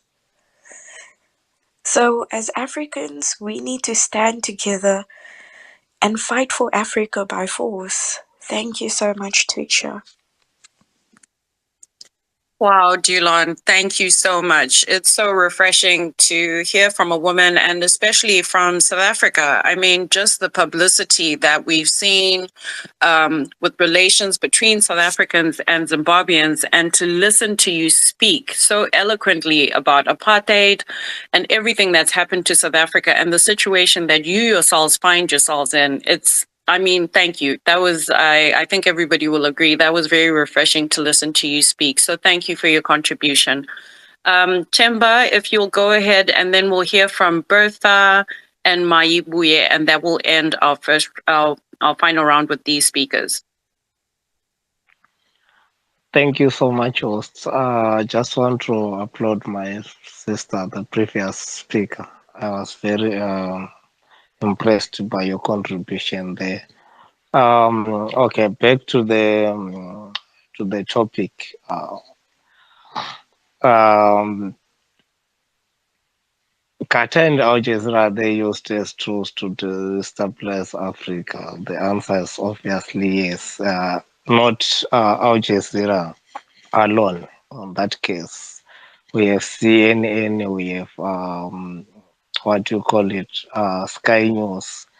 What I can say, all Western medias, they are used to destabilize, in fact, uh, Africa and other part of the world that is not Western favors actually. Uh, Back to the Al Jazeera documentary, I watched I think twice that documentary, trying to comprehend what is actually about that documentary. But for me, something is not adding up there. Uh, is there corruption in Zimbabwe? Yes. Is the corruption is there?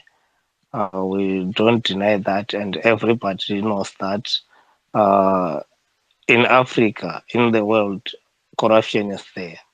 But in that documentary, what I don't understand is that a journalist posed as investigative journalists posed as investors, but on their conclusion, they comment on corruption, they comment on debt money, but for them, they investigate somebody posing as genuine investors.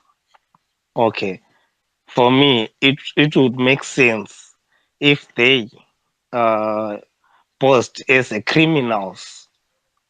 Okay, then would see the reaction of those implicated in that documentary. Then okay, I would convince okay, these guys for sure they are involved in illicit money laundering and they are involved in gold smuggling. But okay, if someone is, if yourself come to me and say, okay, look, I'm an investor and I welcome you. Okay, then you after that, you go back and say, okay, I investigated Chamber. Is doing corruption. Okay, in what basis? In which basis are you saying I'm doing corruption on that case? For me, I think that investigators they are not properly trained how to investigate a case because even if we can go to court right now today with that documentary, we can't win our case because there's no evidence there. I don't know, maybe in part 2, part 3, part 4, or part 5 of that documentary. But for now, in that part 1, there's no evidence. And it is clear on that evidence. That gold from Zimbabwe, it never been smuggled. It went through the process. Even that lady was that name Rushaya. The time she was found, she stated it clearly and she never stamped or something like that. She stated it clearly. If they want to invest in Zimbabwe's gold, they have to deposit that certain amount of money she mentioned there in the Fidelity account. Okay, who is Fidelity in Zimbabwe? Fidelity is that institution which is responsible for the selling of gold. So how can you at the end claim that okay, Fidelity is smuggling gold, of which it is the right institution to do so, have the mandate to do so. So for me, something is not adding up. I think the agenda is for that project is for regime change agenda. Because we see the interview of the opposition. Okay, thank you, man. What is suspicious on that documentary? They've got they interviewed an opposition candidate there in that documentary, not under the what do you call it, secret camera, but he knew that he was commenting on that documentary. What it means for us who's watching that documentary, it's so something is not adding up. It's suspicious. For me, it's suspicious there. So for me, I can say it's Western project, which tries to destabilize our country, destabilize our region, destabilize our continent. Thank you. Thank you, Timber. Bertha, please go ahead. Hi, thanks for having me. So, I would just like to say my initial reaction when I watched the Al Jazeera documentary, obviously my knee-jerk reaction was shock, because I feel like whenever you speak to an ordinary person and the first thing that comes out of your mouth is money laundering, gold smuggling, caught on camera, all of these words, obviously your initial reaction is to reject what you're seeing, to reject whoever's being painted as the villain in that documentary. So, and I think also journalists, especially of these big companies, they're so good with language and wording that even an intelligent person, at first glance, you might think, oh my gosh, this is horrible. Obviously, how are these people being allowed to do this? But then if you do even a minute of research, you realize that first of all, I think for the first time I watched it, I was like, oh my God, what's going on? Then the second time around, I looked up and I happened to see the FBI lady talking about how Zimbabwe is not allowed to sell its gold, so they're trying to choke. And listen to the word. I think she actually used the word choke. They're trying to choke out the buying and selling of Zimbabwean dollars by Zimbabweans. And to me personally, I thought to myself, that's very interesting wording, choke. You want to choke the gold industry. What's happening is this gold is being bought in Zimbabwe, yes. It's being bought in Zimbabwe from local miners, and it benefits those local miners. And you see on our social media, for example, you have these young men, particularly, who start to flex their gold, start to flex their newfound riches, and this is. It seems obvious now that this is where that money is coming from.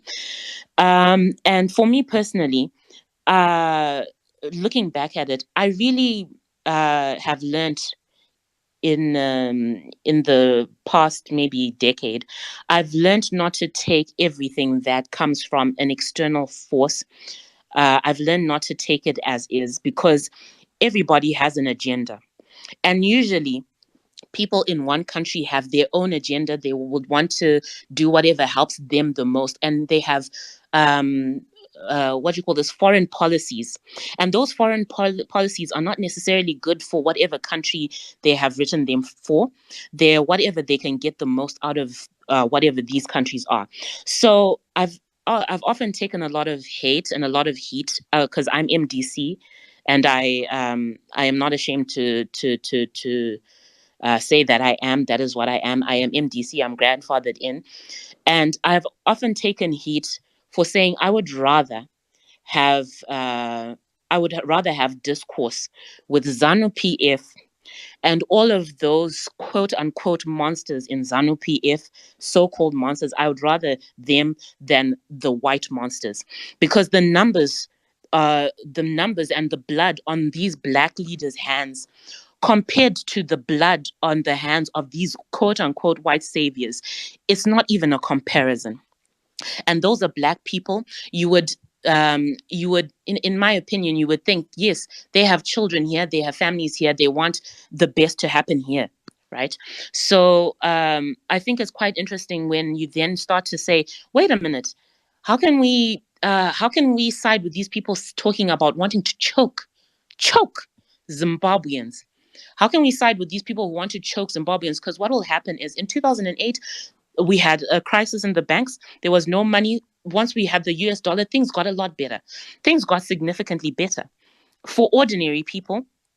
And for, yes, it also got better for the elites, but for ordinary people, it got a little bit better. Now you are taking that lifeline and you want to completely destroy it just based on what Al-Jazeera said. I think that's ridiculous. You cannot, that would be scoring an own goal. And I like how people say they were talking to Zimbabweans in the documentary. No, they weren't. They talked to CC propagandists, well-known propagandists.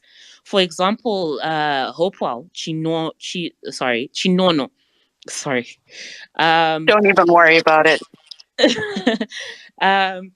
I like to say that in those circles for those people, I'm one of their favorite villains. And in my opinion, they're not to be trusted. So when you see somebody who's obviously they have an agenda that they've been trying to push, everybody knows this about Hopewell. Everybody knows this about BT. And there's this clip of BT looking very sad and pouty mouthed, and you look at it and you're like, is this the same BT who goes on these swearing, disgusting, vile, just rants? Have you ever heard BT talk? And then you see him there with his little hands folded between his legs, and you're gonna let that fool you? BT. I mean, honestly, if that's all that it takes to fool us, I mean, sorry, yeah, if that's what it takes to fool us, honestly, I think we just need to do better. And just to the final point is we have to beware of these warmongers and sanction beggars, because the first people to be disenfranchised, if anything were to happen, if war were to start, if they were successful in choking us, the first people to suffer are the ones that these guys are trying to exploit, and that is the urban poor. The urban poor will be the first to suffer. They're the ones getting this money. Yes, it's under the table. Yes, maybe there are better ways to do it. Maybe there are better ways to do it. But sanctions busting is not something that we should be punished for. It's not something that we should look down on for ourselves. And maybe the very last thing, the one thing that I had an issue with on the Zimbabwean side was the issue of national security. Honestly, having Al Jazeera or whoever have their cameras put up in our airport, having them so close to the president, to have his ambassadors talking the way that they were talking, the way they were talking wasn't good. Let's not conflate that. The way they were talking was not good. They're basically admitting almost so incriminating, having them there. So I think we really need to look at national security. And we need maybe to have maybe some sort of investigation or hearing to listen, if you are going out and you're talking on behalf of Zimbabwe, number one, the way you talk, I think it's very important. We can't descend into this type of language and this type of negotiation style. It's not right. It's just not right. And then having people be able to put surveillance in our country, with our top officials, honestly, we cannot have that. So I think that's my opinion on that. Thank you so much. Thank you, Bertha. Dr. Matsanga, I think you were right to call the women up. They've put up a spark in this space. Thank you, Bertha. That was a really interesting contribution. Dr. Matsanga, I know we're shutting down, but we have two new speakers. I'm going to allow Son of Kenzie and Truths to go ahead. And maybe we can hear from Shava and Hulu before we shut down the space. Son of Kenzie, you can go ahead. Okay, thank you so much. Oh wow, Bertha, I must say I now have a bit of respect for the MDC. You spoke like a true Zimbabwean lady. You spoke like a true African lady. And Doc was right. Tris, you're right. The ladies have indeed put up a spark.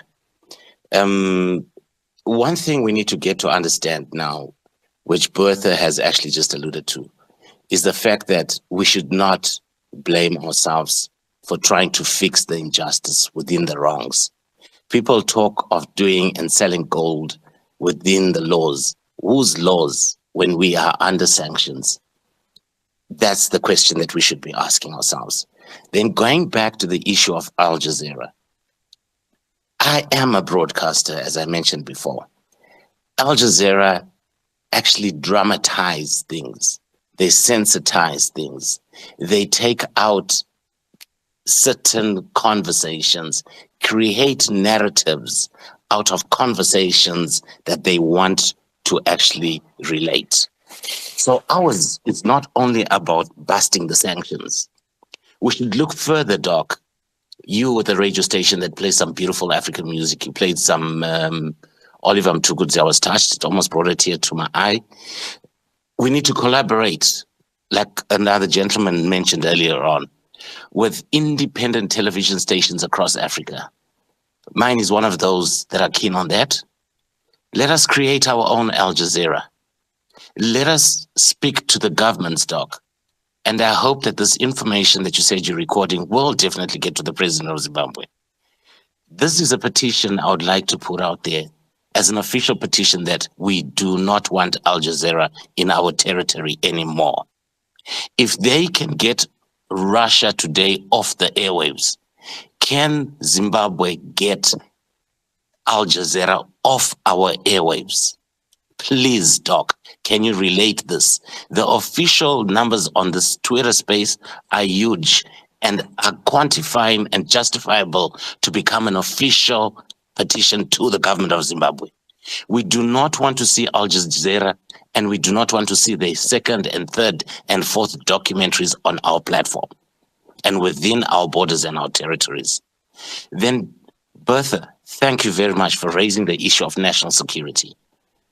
The people that were involved are actors, so they will find ways and opportunities to get around in any environment.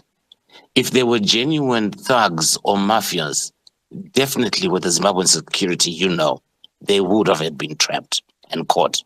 But however, in closing, I would like to just say before I land that the issue of us blaming ourselves for selling gold outside the normal situation and outside the normal circumstances is not right. The issue of allowing American dictatorship in our land is not correct. We will continue to fight the struggle. We see it in South Africa. We see of the struggle are being reversed slowly but surely. Our ideologies as Africans are being eroded.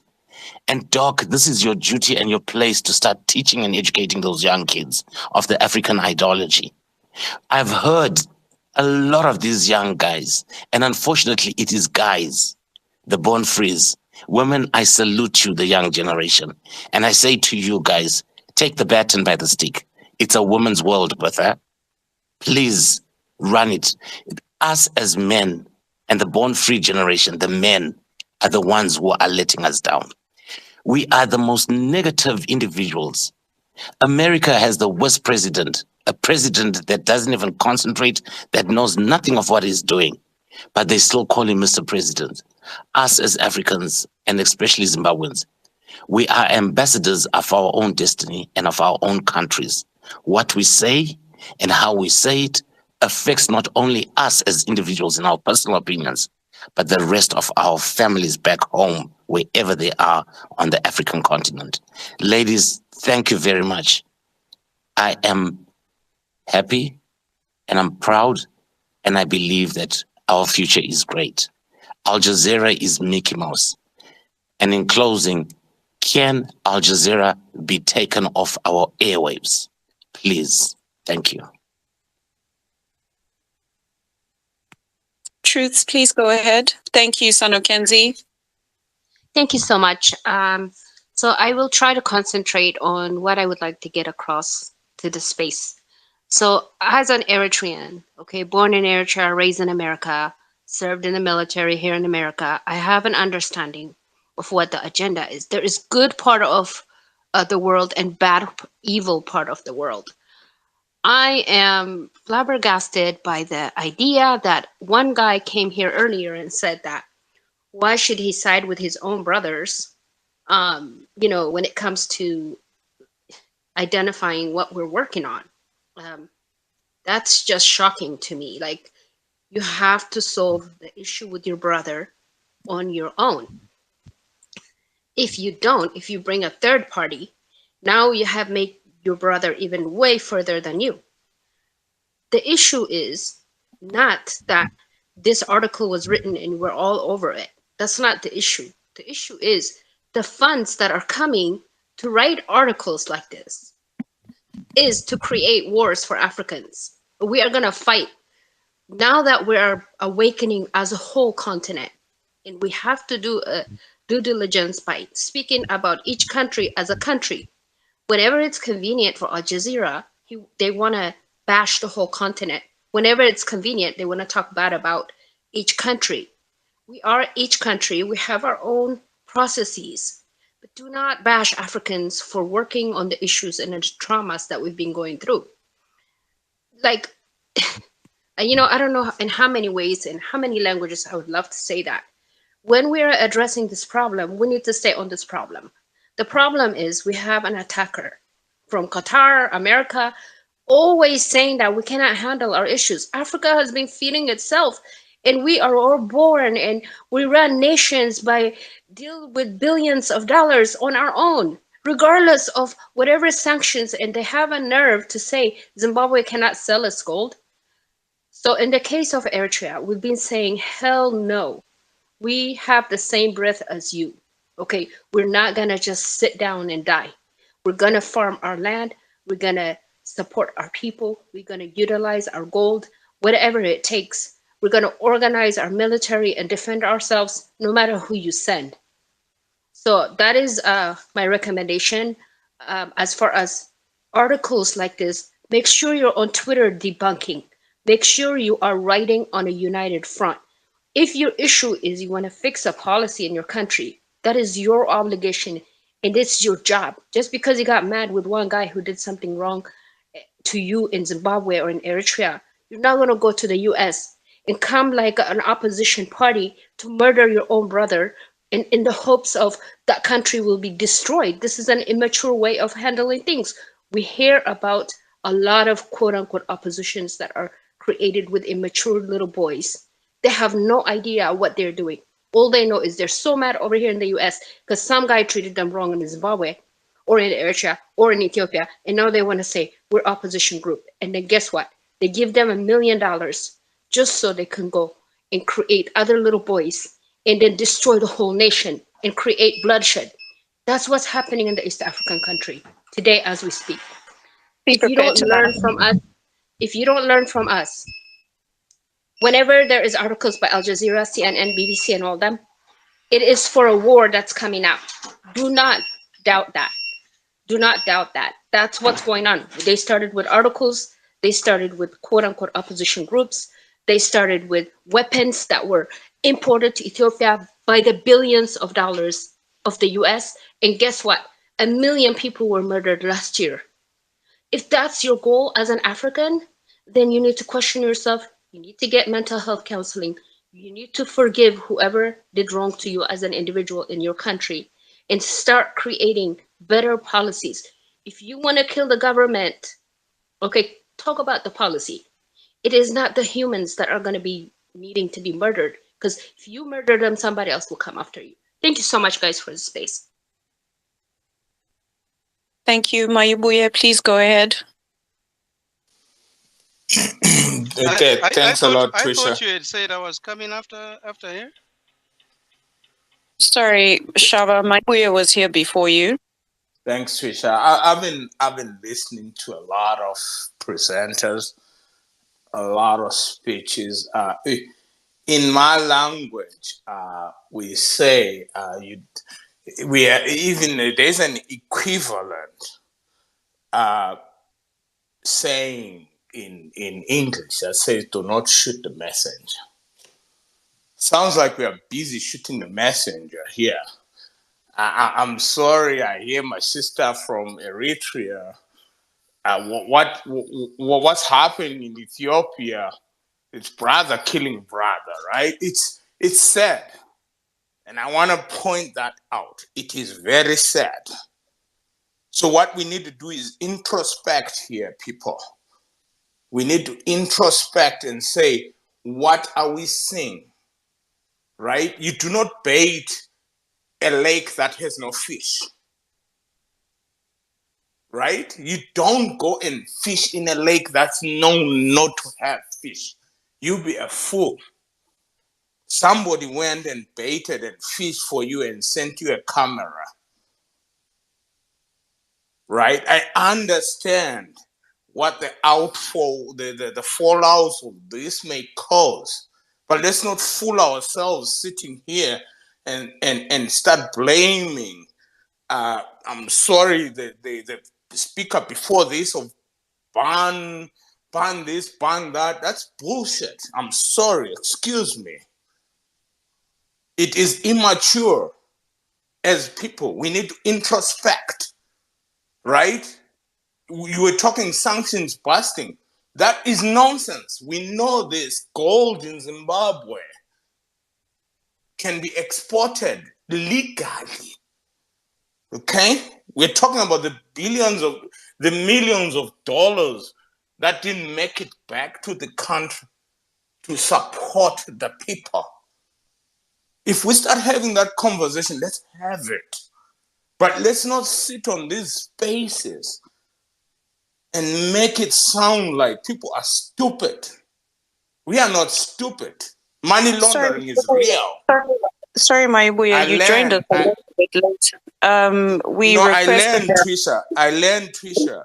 I leave if you you with let me that. speak, if you'll let me speak, when we started this space, we requested that those that make allegations such as millions of dollars not making it back to Zimbabwe to provide facts and proof of those millions of dollars that did not make it back to Zimbabwe, as opposed to giving us blanket statements and opposing what a former speaker has said from her own country. So if you have that information, please, we are keen to share that information. This platform is about sharing information and creating better awareness as Africans. So if you have proof of these millions that did not make it back to Zimbabwe, please go ahead and inbox me and I will pin it at the top there.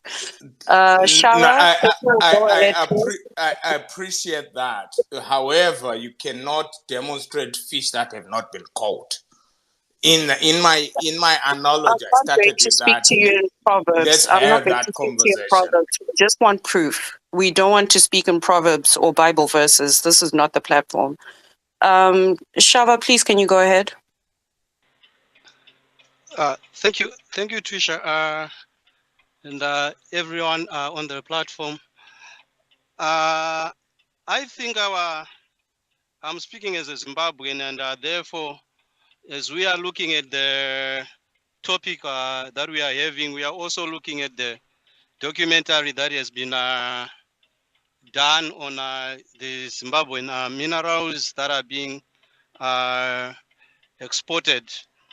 So I think our Zimbabwean politics has become so polarized that people have taken to defend their political positions instead of maybe us taking a look into the real issue that it is at hand. I think that's why some people are saying we don't need to dismiss outright the Al-Jazeera documentary. We need to look into the Al-Jazeera documentary and see what is real in it.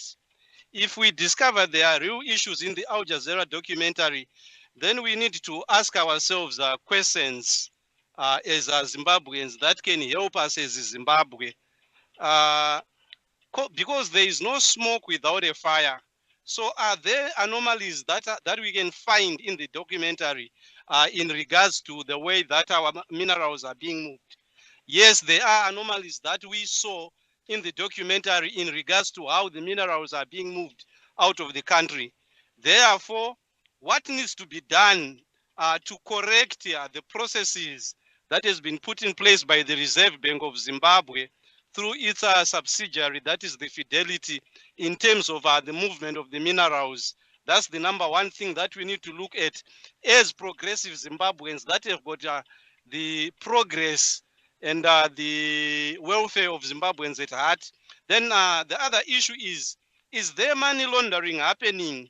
I think I heard Dr. Chaka acknowledging here that indeed there is money laundering that was happening in Dubai, where the gold was being taken, and also money laundering happened back in Zimbabwe when these people bring money and they don't bring enough of the money that they would have sold, but they declare that they've brought in $1.2 million, when in actual fact they brought like maybe like $99,000, and they begin to spin, and we don't know how they are getting in the other money now they are using to buy the gold so that they take it out. So there are a lot of loopholes that are there that if we become rational and we remove political jackets from all political divides, we put Zimbabwe, the nation, first, and we want to see what we can do to rectify issues that are coming out from this documentary that is affecting Zimbabwe. There is a lot that we can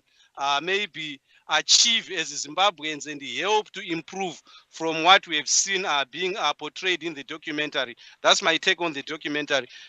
Thank you.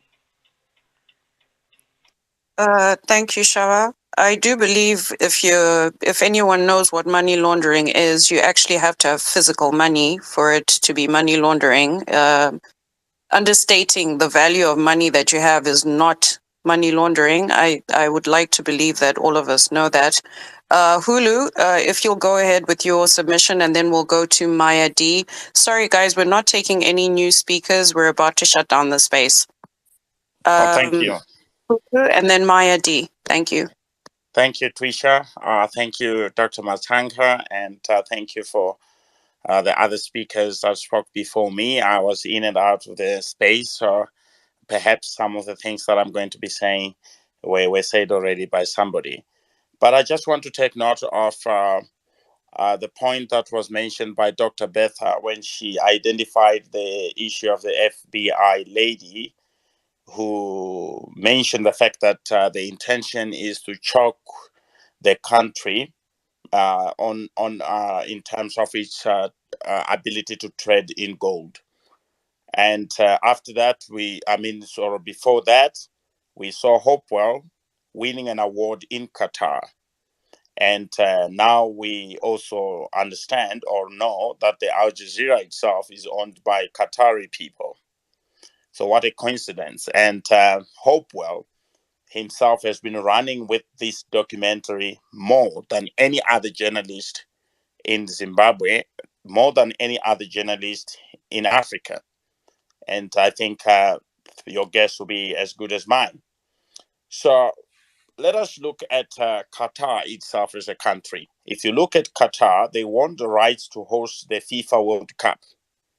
And in the process of building the stadiums for the Soccer World Cup in Qatar, there were a number of employees that died in Qatar. Human rights abuses in the building of those stadiums. The issue was never talked about. The Al Jazeera never released anything on that. I want you to read about that. There were people who even say that the World Cup should not go ahead in that country, in Qatar. They didn't want the World Cup to go ahead because of the number of people who died and the amount of human rights abuses that were reported on the ground by individuals, but nothing was reported by Al Jazeera to the extent that you see there was condemnation to what happened. So yes, indeed, we demand ethical leadership among our people. And I agree again with that one other observation by Dr. Betha again, where she was talking about the issue of the manner in which some of these individuals who represent us were talking in the documentary. That it is critical that we need to teach each other when we are, say, for example, leaders in government and representing our nation, that we need to practice high ethical leadership skills, where even the manner in which we speak must be able to also speak about the type of country that you represent and the type of hope that you seek your people to achieve in that same country. So we oppose corruption in all its forms, and we do not stand with anybody that is corrupt. We looking at Africa from Cape to Cairo, I have had this observation. There is not even one single country that you can say in Africa has managed to lift the majority of its people out of poverty. We continued, if you can listen to the story of Sister Truth from Eritrea, you listen to the story of Dr. Matanga from Uganda, you listen to the story of many other people from Nigeria, from any other African country, you think that they are speaking the story of Zimbabwe. If you listen to the stories of South Africa currently and where South Africa is going, you can easily see the story of Zimbabwe there and the story of each and every country. So can we honestly say that all these African governments, all these African leaders do not care about the development of Africa and they're so weak that they are not able to raise their economies? I don't think so. We have got a case study of Liberia, a country that was created by freed slaves from the United States of America, the so-called freed slaves. Liberia today is not a successful country.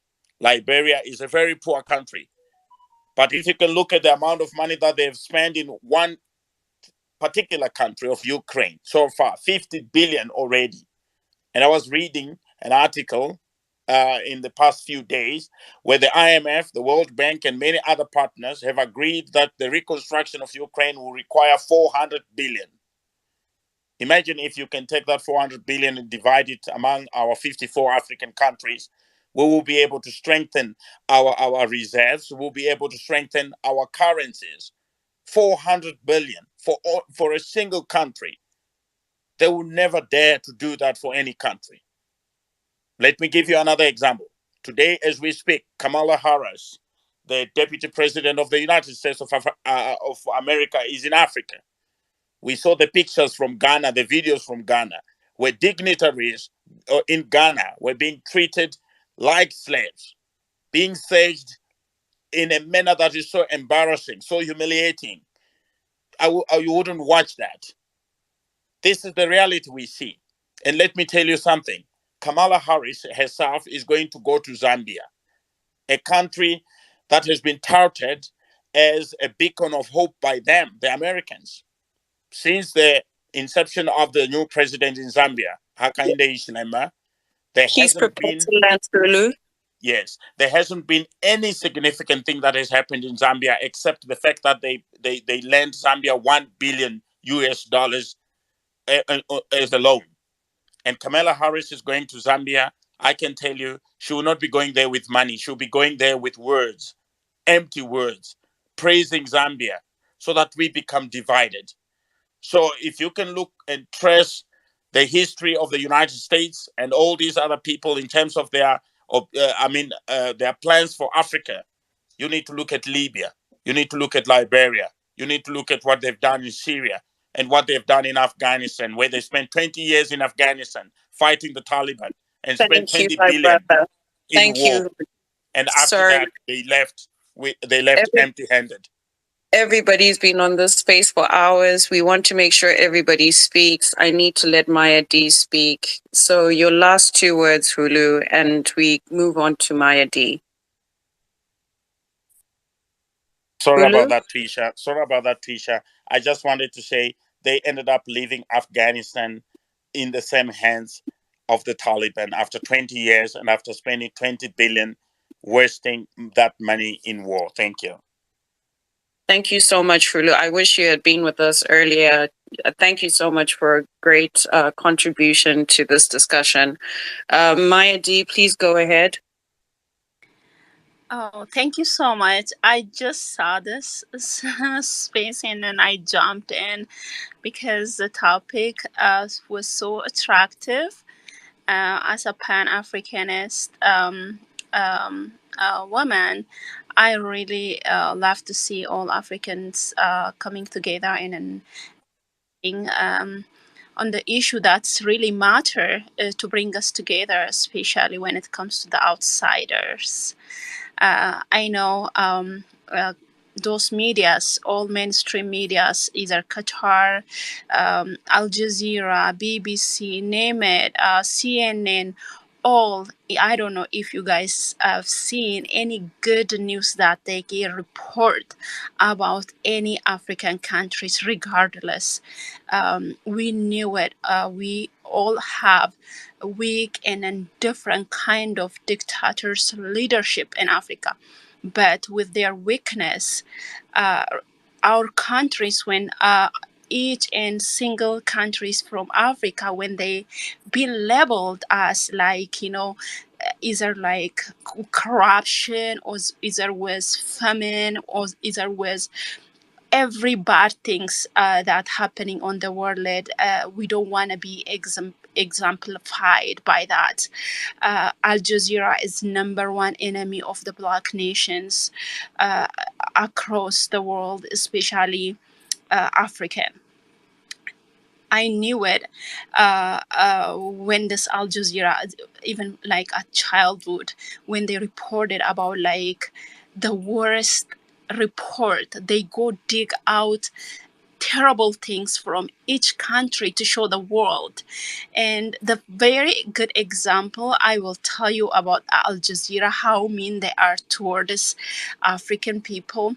One of my cousins, she used to work in Arab house in Qatar, and then while she was doing the kitchen made like her daily duty at her madam's house, the madam, she never allowed her to watch any TV throughout her stay there in Arab country. But that day she called her from the kitchen to show her, look at you, your African country, they drink from the ground this dirty water. Are you complaining about this? She never got a chance to sleep. She never got a chance to just like self-care. That girl working in the madam house, she testified to me in person when I was in my country. By the way, I'm originally from Ethiopia. I live in the United States. This media, this biased media from Western, either from Middle Eastern, from Europe, I don't care. But they never had a good news about Africa. And African just wake up, regardless of our differences, our whatever things, our situation, we have to have our own media to speak behalf of us. They just want us to fight each other on idea because they just buy agent from within us and then to fight against us. So we don't let this thing to happen in our beautiful earth. We have that beautiful with mineral, with every gold, the diamond, all the green gold, we have it. But we lost unity. We lack like sense of thinking. We lost our back of brain to think critically about Africa. Wake up. Thank you so much, Trish. Bless your heart. This is what I have. Thank you all for coming here. Just bring positive thoughts. Let's fight this enemies, externalists. Then we can focus on ourselves. Thank you so much. Thank you, Maya D. Dr. Matanga, we're about to close off our space. We're going to hear from Son of Mackenzie, and then our guest speakers are going to give closing remarks, and I will hand over the floor back to you. Where is Mackenzie? Yes, he's just going to speak for 1 minute, and then our guest speakers, Padare is going to speak as a proxy for Vawombe, and Bashona will give his closing remarks, and I will hand over the space back to you. Okay, thank you very much. Son of Thank Kenzie, No, thank you very much. I've been on a lot of Twitter spaces, and most of them have been bashing. I like the fact how Doctor put the foundations and put the housekeeping rules. And I want to applaud you, Tricia, for how you've handled it. It's been amazing. And to the ladies from Eritrea, Bertha, and the South African lady that spoke, I'm impressed and I'm really excited. And I would like to thank each and everybody who has contributed and said what they had to say. There's been a lot of learnings. But in closing, I would like to confirm and say to ourselves, Al-Jazeera is not for us. And I stand by the word where I say we need to get rid of Al-Jazeera. The fact that we also need to come together and set up our own media houses and tell our own African story is that it's exactly what we need to do. We should stop beating about the bush. We should stop being afraid of telling the oppressors what we feel. And we should stop being given rules by the oppressor in terms of how we should and should not operate. Their standards are not our standards. Let us start creating our own standards as Africans. I am going to leave off by saying thank you very much, but Al Jazeera should be banned, and I will no longer even watch a single footage of Al Jazeera. And I will not allow myself to be manipulated. And I ask my fellow African brothers, do not allow mainstream media to manipulate our minds as Africans. Hence, we are struggling in the space of broadcasting to create our own platforms because they will not allow us. And for us to be self-sustainable in that area of broadcasting, we need advertisers to create the revenue so that we can pay those bills. I think Doc will understand with me. So I call upon all African business people and men and ladies, let us join hands, let us support our own African business opportunities across, and let us form a group that says to us, taking this discussion forward, we are business people of Africa.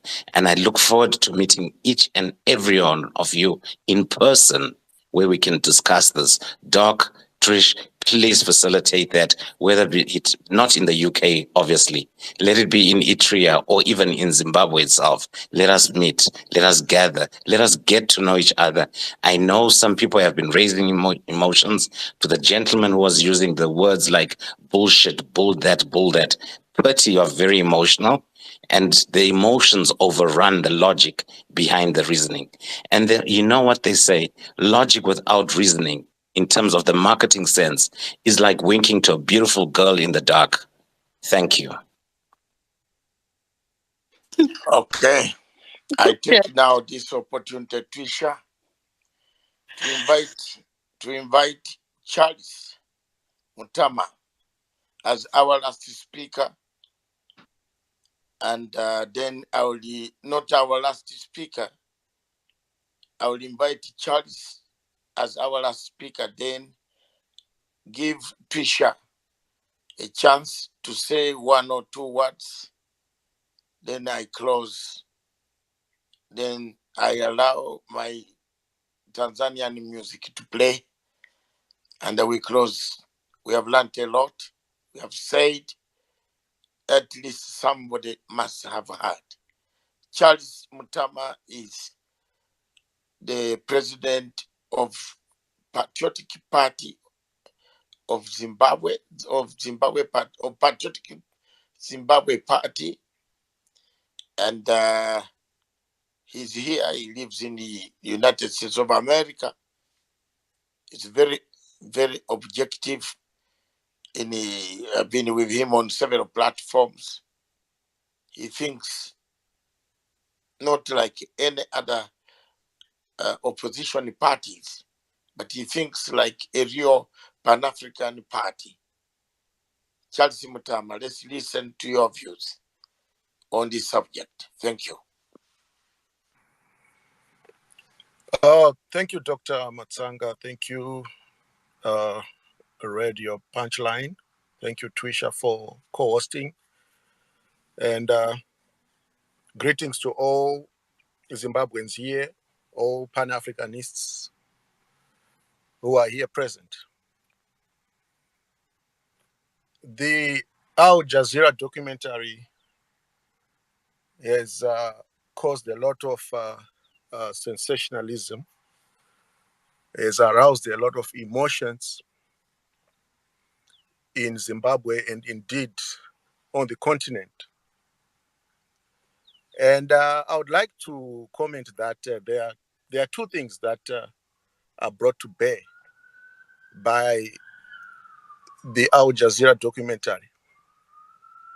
Number one are the mineral resources of Zimbabwe, and in this case, gold, which we are all aware has contributed to a lot of a friction between African nations and the West. And I can give a recent example of Libya, which we are aware to the fact that what led to the overthrow of Muammar Gaddafi was the fact that he was moving towards a gold-backed currency. And indeed so. In Zimbabwe, we are aware Professor Muturi Ncube introduced the gold coin. And as Patriotic Zimbabweans Party, we are in support of the gold coin, and we are in support of currency backed by gold. Now, considering the history of Zimbabwe before independence and post-independence, we are aware of the fact that the colonial settler economy was upset by the land reform program, which was done. Of course, it had its challenges, but was necessary. And the attendant to the land reform program was the upsetting of the colonial economy, which interlinked mining, agriculture, and commerce, as well as the industry of Zimbabwe. Now, we have Zimbabwe African National Union Patriotic Front government, which has been in charge of these reforms. And we have seen that there's been a process within the ruling party and by the Zimbabwean government to transform the Zimbabwean economy or to move it from a settler colonial economy to a post-independent Zimbabwean economy, which empowers. For example, we have seen the emergence of artisanal miners, which is a step in the right direction. As a political party, we applaud efforts towards empowering artisanal miners, whom we are aware have been instrumental in the production of gold in Zimbabwe. And this has been happening under the watchful eye of the DBS company, which we know historically has dominated mining in sub-Saharan Africa. And of course, the British South Africa company has not rested even after independence. So this is the background that we find ourselves in as a nation. And once we begin to see, like what Marcus Garvey said, up you mighty race and accomplish what you will. The West witnessing the emergence of an indigenous capitalism. It's an affront to Western capitalism. Those are the facts that we are dealing with when it comes to the issue of the economy in Zimbabwe. It's a confrontation between an indigenous capitalism, which is a step in the right direction, economic self-determination of Africans, and in particular blacks, owning their means of production, owning their own resources, has pitted Zimbabwe against the West or against imperial machinations, against colonialism. So the struggle for the ownership. Tama, if you could just sum up in 1 minute your contribution, please. Thank you. Let me sum up. I just wanted to give a historical overview of where Zimbabwe comes from and where we are today, and why there's been so much hullabaloo around the issue of gold in Zimbabwe. Why has there been so much hullabaloo around King Solomon's mines, as it were? It's because the ownership of gold, of the land of Ofe, is what is in contestation here. Once control of gold is not in the hands of white monopoly capital, there won't be any contestation. There won't be so much hullabaloo. So, what we need to do as Zimbabweans is to make sure that we consolidate the gains of our political independence through economic self-determination and regularize the production, the mining, the refinery of gold in Zimbabwe. And we ensure that all people benefit from the production of gold that we should own as Zimbabweans based on the vision of the liberation struggle. It was political as well as economic self-determination. And I hope this will reverberate throughout Southern Africa, particularly in South Africa, where we have seen the emergence or we have seen the death.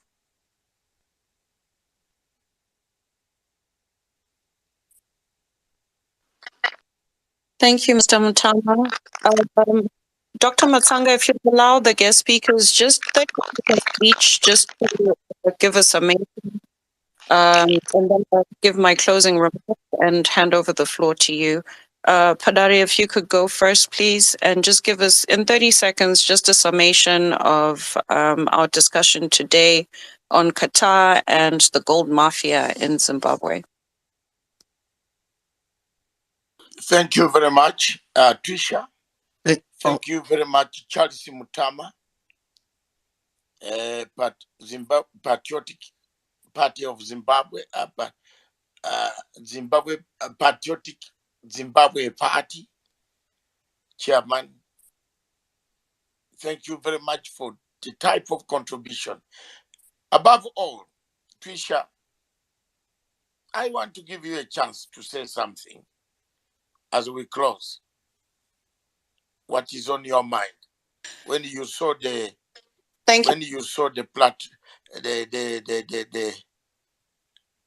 the Al-Jazeera? You know, Dr. Yes, go ahead. I'll tell you one big problem I had with that documentary. You know, when you look at the office of, say, a personal assistant with a CEO, that personal assistant is privy to, you know, classified documents, you know, the CEO's expenditure. Maybe she even organizes his diary. But you have to treat that office with confidence. And for me, I was disappointed with Hubert Angel's behavior because I believe that he could have done more to protect our leader's office. I think that the position that he held, I do not think he did service to. If you are, like I'm saying, a personal assistant, you're probably earning more than the average worker in a company, but you don't go around showing your pay slip and saying, oh, look at me, because I work with the CEO, I make more, I've got more benefits, I can do this, and I've got access to the CEO. But, there's a decorum that comes with holding such a high position. And I feel that had his behavior been different, this lousy documentary would have had even less weight and even less hula baluba, as Mr. Mutama said, because he would have protected that office. But now, I think what's raising emotions, what's feeding into this frenzy is his behavior and how he treated the office of the president. I think more could have been done in that regard. I'm disappointed that our government was not given an opportunity to address any of the issues that were raised, to have at least one spokesperson to offer an overview on the processes. Today we learned about the processes involved with gold mining in Zimbabwe, that if you're mining gold, you're not allowed to be in possession of it. If you're in possession of it, you're either an exporter or you're a seller of gold. There are these checks and balances that are being put in place by our government to protect miners, to protect the mining industry, to ensure that the revenue is going back to Zimbabweans. So I believe that as a media house, Al Jazeera did us a huge disservice. It almost seems as though we're running a flea market for our minerals, which is not the case. There are processes in place, there are checks and balances to make sure that no party is aggrieved in the process. And again, like you said, Dr. Matsanga, whose gold was stolen? Has anybody complained that their gold was stolen? When we look at the money laundering issue, I think a lot of people do not understand. Like, there was a speaker who said that, he was implying that understating your funds is part of money laundering. You need to have physical money, physical dirty money to change, of which, if you cannot prove the source of your funds to be an illegitimate source, to be an illegal source of those funds, then it is not money laundering. And again, in Al Jazeera, they just pointed in a certain direction and expected the viewers to connect the dots, which means that there are a lot of dots that are being connected. A lot of disinformation has been disseminated and is leading to chaos within our country. I'm glad, Dr. Matsanga, that you are biased to one country in Africa, and I believe it's Zimbabwe. And I'm so glad that your bias with Zimbabwe has allowed us to have this discussion, has allowed us to open up our minds and to understand that this situation is not isolated just to Zimbabwe, but is a continental issue that requires everybody to be aware that we're all victims of the same monster. So thank you, Dr. Matsanga. Thank you to all of our listeners and speakers. Thank you for contributing to this discussion. Okay.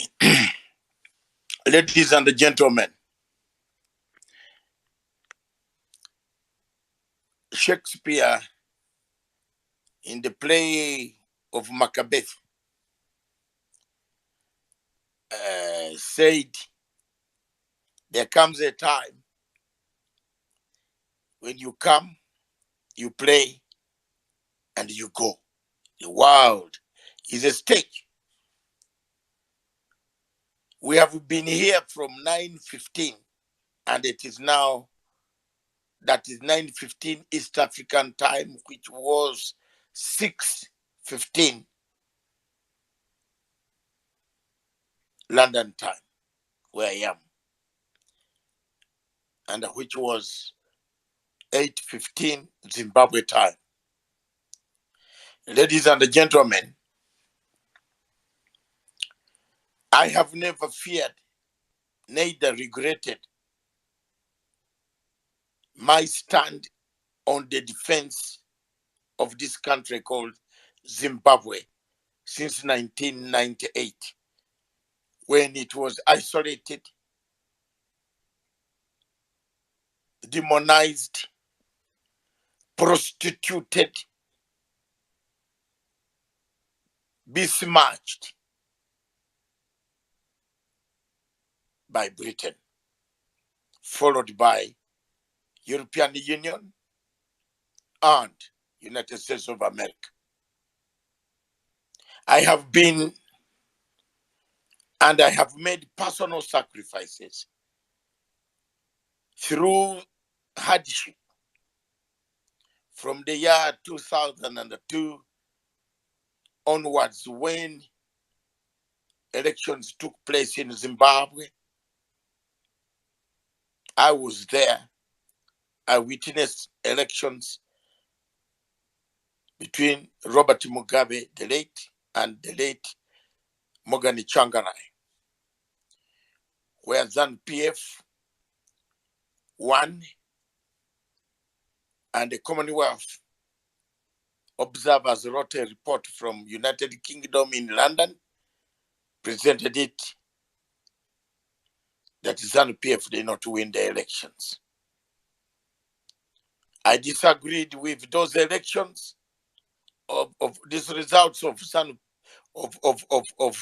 Commonwealth with General Abdul Salam Abubakar, the former head of state military ruler of Nigeria, on the floor of Harare International Conference Center, where 14 presidents of Africa had gathered, including Obasanjo, Thabo Mbeki, Chisano, Mujoma, and the rest were gathered.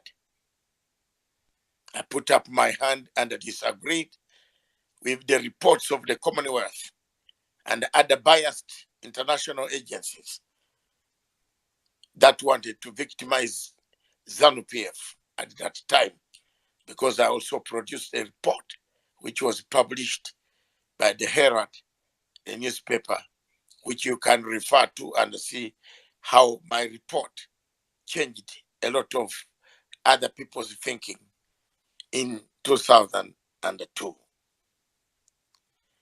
Ladies and gentlemen, I never gave up on this country. I never let it go. I never asked for money as a reward. I never worked for a reward, including being demonized by British newspapers. You can go to the Daily Telegraph of Britain and you will find a headline, a front page headline, where they demonized me as Mugabe's spokesman is here with his family. I got out of my house and I found over 50 journalists with big cameras waiting to interview me over something I did not know. But it was because the Daily Telegraph, the Telegraph of London, you can Google it and you'll see what they wrote about me. This is the type of video documentary that Mr. Chinono is making. These are the type of documentaries that they made, concocted, and I became a headline. It all over the whole of Europe as being a spokesman of Mugabe, a public relations man, a refugee who is eating our food. I was demonized, but I never gave up. I did not give up despite all that treatment. My family, my wife, my children, I never asked for a penny. My wife was telling me, what is it that you really want to stand up for? I said, I want to stand up for a better Africa, for a better nation. I went to Zimbabwe and I saw this election. This country is a very good country. Madam, my wife, please allow me to defend this country. My Ugandan wife, partner, friend for over 35 years, she said, go ahead. She must be listening on one of these platforms today now. She said, go ahead, don't give up then. That's your profession. That's what you studied at school, at college. You went to the university to study political science, international relations, and it is part of your defense to defend people and international law. Today, I went through a turmoil.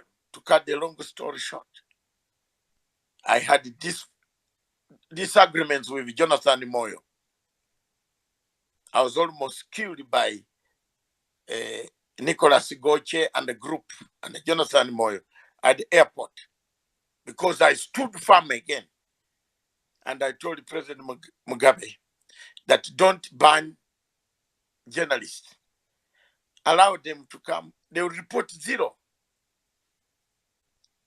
This type of journalists, like the Chinono and so on, they will report zero, Your Excellency. I told the president that it didn't go well with Jonathan Moyo, who was the Minister of Information then.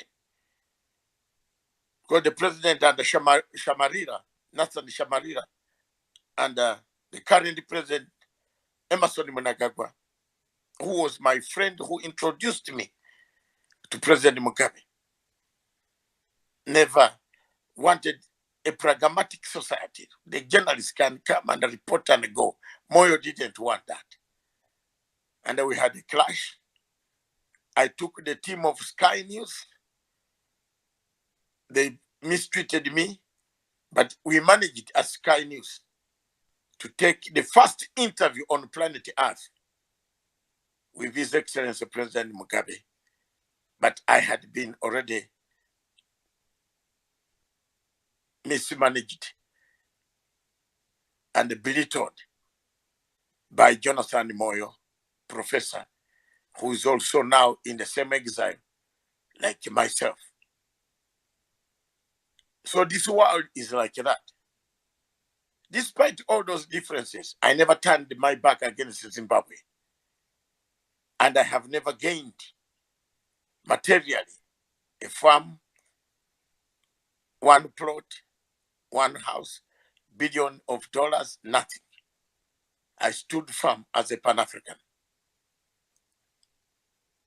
Nobody will accuse me to have gone to Emerson or Deti Mugabe to be given money because they have never seen me ask for any. I want you people who are on this platform to emulate that example, to work as a younger generation, to keep Zimbabwe and any African country in defense of this continent. I'm making this speech because it's very important for us so that it goes on record that we once said it. I've stood for so many people in Africa. I went and filed applications for removal of sanctions in the European Union. I stood for ICC in Kenya. If I were not there, President Uhuru Kenyatta would have not been a president. If I were not there, Dr. William Samoei Ruto would not have been a president because they had fixed them and they wanted them to be jailed in the ICC. I opposed the ICC single-handedly. Trisha and the rest of you who are listening tonight, I was hated by the French, the Americans, and those who wanted the people of Kenya to suffer by imprisonment of their leaders on fake, biased investigations. I refused. I stood firm. You can see my applications in the International Criminal Court that were very clear. There was Operation Murambatsina that they wanted to blacklist Zimbabwe in the United Nations Security Council. I fought that one. We had almost blows with Dr. Ibo Madaza in one of the conferences, almost fighting each other because of Zimbabwe. I have never let down my Africa. And today, I come to this conclusion and this documentary. Qatar has been a satellite state used by United States of America and France to destabilize several states in Africa. The latest example is what Qatar did in Rwanda in negotiating the peace for my friend, the author of the Hotel Rwanda. We don't know circumstances, but the truth will come out. And I want to thank God that he is out of prison, and he's gone. Qatar negotiated with the Taliban. The people of Qatar know who the Taliban are. The killers of Afghanistan always talk with Qatar. They talked with the Qatar through the Americans, and the Americans had to run at night after they had dumped all what they had in Afghanistan into Doha. They ran away and left Afghanistans to die on their own. Ladies and gentlemen, there are so many examples that I can give that can show you that Qatar is not a good state, but it is exporting its type of methods of bad records of human rights. Several people died while making these stadiums for the World Cup. No report, no documentary has been done by Al-Jazeera. I have not seen any, which is pins the Al-Jazeera, pins Qatar government for the abuse of human rights. A country that does not hold elections wants to come to Africa to account for us who hold elections every 5 years. I am not amused about that. On this question of gold, whose gold was stolen? My question remains, there was no gold stolen. Zimbabwe has not complained that there was gold stolen. Neither there is a report from Zimbabwe Republic Police that someone stole the gold and ran away with it. So whoever was making a documentary, instructed by external darker forces that always molest Africa, that always kill Africa, that always fragment Africa, that always make Africa a poor, conflict-stricken nation.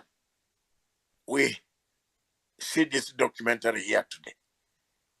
Yes, there might be difficulties within the Zimbabwe administration. Yes, there might be loopholes. But the documentary does not tell us what we should do. Does it tell us to go and arrest Mr. Patrick Kamlesh or the other white guy from London, detain him? Does it tell us what we should do too? The questions are many. Imagine these diamonds or this gold was sold to Qatar and it went to Doha and it was banked in Doha banks. Imagine Mr. Kamlesh had banks in Qatar, a bank accounts in Qatar. Would the documentary would have come out? Would it have come out? These are questions that every rational mind should ask itself. All of you should start asking yourselves, if these diamonds were being bought by Qatar, would the documentary come to its light? Would there be a documentary? The answer is no. The documentary has come because the diamonds were sold to the United Arab Emirates and not Qatar. That's why the documentary has been made. But if the document was made, if the gold was sold by somebody from Qatar and that it was taken by the emir of Qatar and banked in Qatar, the way they do their deals on African continent, where they come, they pay, like in Cape Delgado in Mozambique, they paid Total Oil, and the Total Oil left all the oil riches, gave them the oil riches, and it is now called Total Oil Qatar Energies, which has bought all the oil riches after hundreds and hundreds of thousands of people displaced, killed, murdered, maimed, displaced in Cape Delgado. This is not only in Zimbabwe that Qatar would like to disorganize. It is not. The disorganization of Africa is in Libya. You can you see where Qatar, where the mouth is. It is with its neighbor, its supporter, France. In Benghazi, they have divided Libya into two parts. And they support General Khalifa Haftar, the general in Libya, who is killing people, who was a terrorist, who came to overthrow Gaddafi, whom the world does not condemn. Instead, make rebel activities. 20 rebels, has 20 over 4,000 rebels in South Libya who went to kill President Idris of Chad. We are watching all these events. Qatar takes part in them. Qatar comes to Congo. You saw a Congolese man here telling us they had gone to Tshisekedi to tell Tshisekedi to call Angolan president and Rwanda president to go to Qatar, to Doha, for a meeting, and the boat paid money for them to sign an agreement that they will end the war in Eastern Congo. Tshisekedi refused. The meeting collapsed. They wanted to sabotage Uhuru Kenyatta initiative in Kenya. Kenya has troops in Democratic Republic of Congo. This is sabotage, destabilization of Africa. In Somalia, we have Al-Shabaab killing us. But their uniforms, if you look at Al-Shabaab uniforms, many of you look at Al-Shabaab when they are training in their camps. The uniform comes from across the Red Sea. Why should we be dying when we know where the uniforms come from? Ladies and gentlemen, brothers and sisters, Zimbabwe has a right to sell its diamonds. Zimbabwe has a right to sell its gold. This gold is not British gold. It is not American gold. It is not French gold. It is Zimbabwean gold. They have blocked this country, put this country on sanctions. And they want the country to die. People are dying of malaria, measles, malaria, yellow fever, sleeping sickness. People need medicines. You can't have gold and you tell us not to sell it. I encourage the government of Zimbabwe to bust the sanctions, to keep quiet, stop mourning about the sanctions. Let's bust the sanctions. Let's start working like Ian Smith. He did not listen to people. But if we go on year in, year out, Your Excellency President Emerson Mnangagwa, my great friend for almost 23 years. General Chiwenga, my great friend for many years. I saw you in Tanzania, in the camp in Tabora, when all of us were soldiers. Don't listen to this crap. Let these minerals help your people to return Zimbabwe, Harare, the good roads, the water sanitation systems that I hear they are collapsed. Let this money be put in productive areas. You are not criminals. You have not done, you can't be criminalized on your own goods. There is no report from Zimbabwe Republic Police that gold was stolen. And okay, if the report came out on Al-Jazeera, even if you bring 2 million parts, we shall still come back here and criticize you, Mr. Chinono. Whatever you call yourself, with whatever you talk about, we shall from now onwards, you bring a documentary, we shall bring you down and screen you like we have screened you today. So make your documentary, doctor it properly. Don't be like people who say their weapons of mass destruction in Iraq. Then they later on come up and say, no, we doctored the document that made Iraq to be destroyed.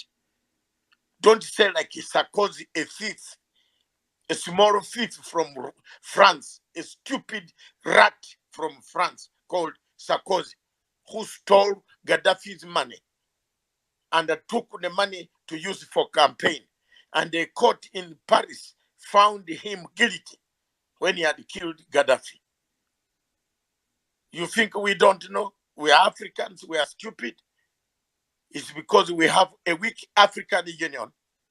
We should have fixed Mr. Sarkozy, given him a warrant of arrest, that when he steps on any African soil in the future, he doesn't go back. He spends time in that jail. They killed Libya. Libya is begging for medicine. Sarkozy stole the money and used it for campaign in Paris. Are we stupid? I want to warn you, people of Africa, that every time you see Total Oil, you must know there is Qatar that pays Total Oil to drill. Total has the drilling equipment, Qatar has the money. So every time you see Total Oil coming, and I want to tell the leaders in Zimbabwe that you have got today, you have got, and I'm telling you people, my people, you have got oil. You are going to have a lot of chaos. And Qatar will be one of the countries bringing chaos for you. They will come there to say, Mr. President, give us contracts. And tomorrow they go back, they bring in Total Oil, then they start fighting, cause you an insurgent. Be careful. Ladies and gentlemen, with those many words, I want to thank you for listening to me up to this late hour. As you have stood by me, we had very good audience that has dissected. We didn't discriminate. We allowed everybody, whether in opposition, you can come and say your words. Everybody, we have not stopped anybody from that small young man called Chamisa's party, who who relies on George Soros for support, you know, and I don't rely on George Soros for support, and Vanguard Africa for support to demonize his own country. We have not stopped anybody. We allowed everybody to come here and speak their mind. So if you didn't turn up to speak your mind, it doesn't bother me. If you can create your own platform and speak your mind or to talk about me, I don't care. But I've made my mind. I don't support anybody who wants to mutilate Africa. I don't support anybody who wants to demonize Africa. With those words, I want to ask my radio station in Nairobi, Kenya, to play one Swahili word, Swahili song, the one that did not finish. We close, and as all of you go back, Trisha, I want to thank you very much for the good job you have done. My production general manager in Nairobi for the television, I want to thank you for staying all that up to 3 p.m. almost. And we thank you very much for all of you. I thank all my speakers. I thank all the people who have contributed to this debate. Let's play one number, and that number you can drop off the way you want until the music stops. Then you go to sleep. See you again. Thank you very much. See you next Monday when there will be another topic. Don't forget, I struggle for a better Africa. I am Dr. David Nyakorati Matsanga, son of soil, born in Uganda, raised away partly in Uganda, from London. Thank you very much. A Pan-African. By the way, I will contest the post of AU chairperson in 2024 in July, together with my Algerian counterpart as a running mate. We shall put our candidature before the heads of state of African Union so that they choose. And my country, I want to thank you, Uganda, Your Excellency President Museveni, for accepting to forward me. And my name will be there. let my votes be counted. I believe one day it is Zimbabwe, the Mnangagwa, will be the first one to vote for me. That's why I stand for you. God bless you. Play the music. Thank you. Thank you.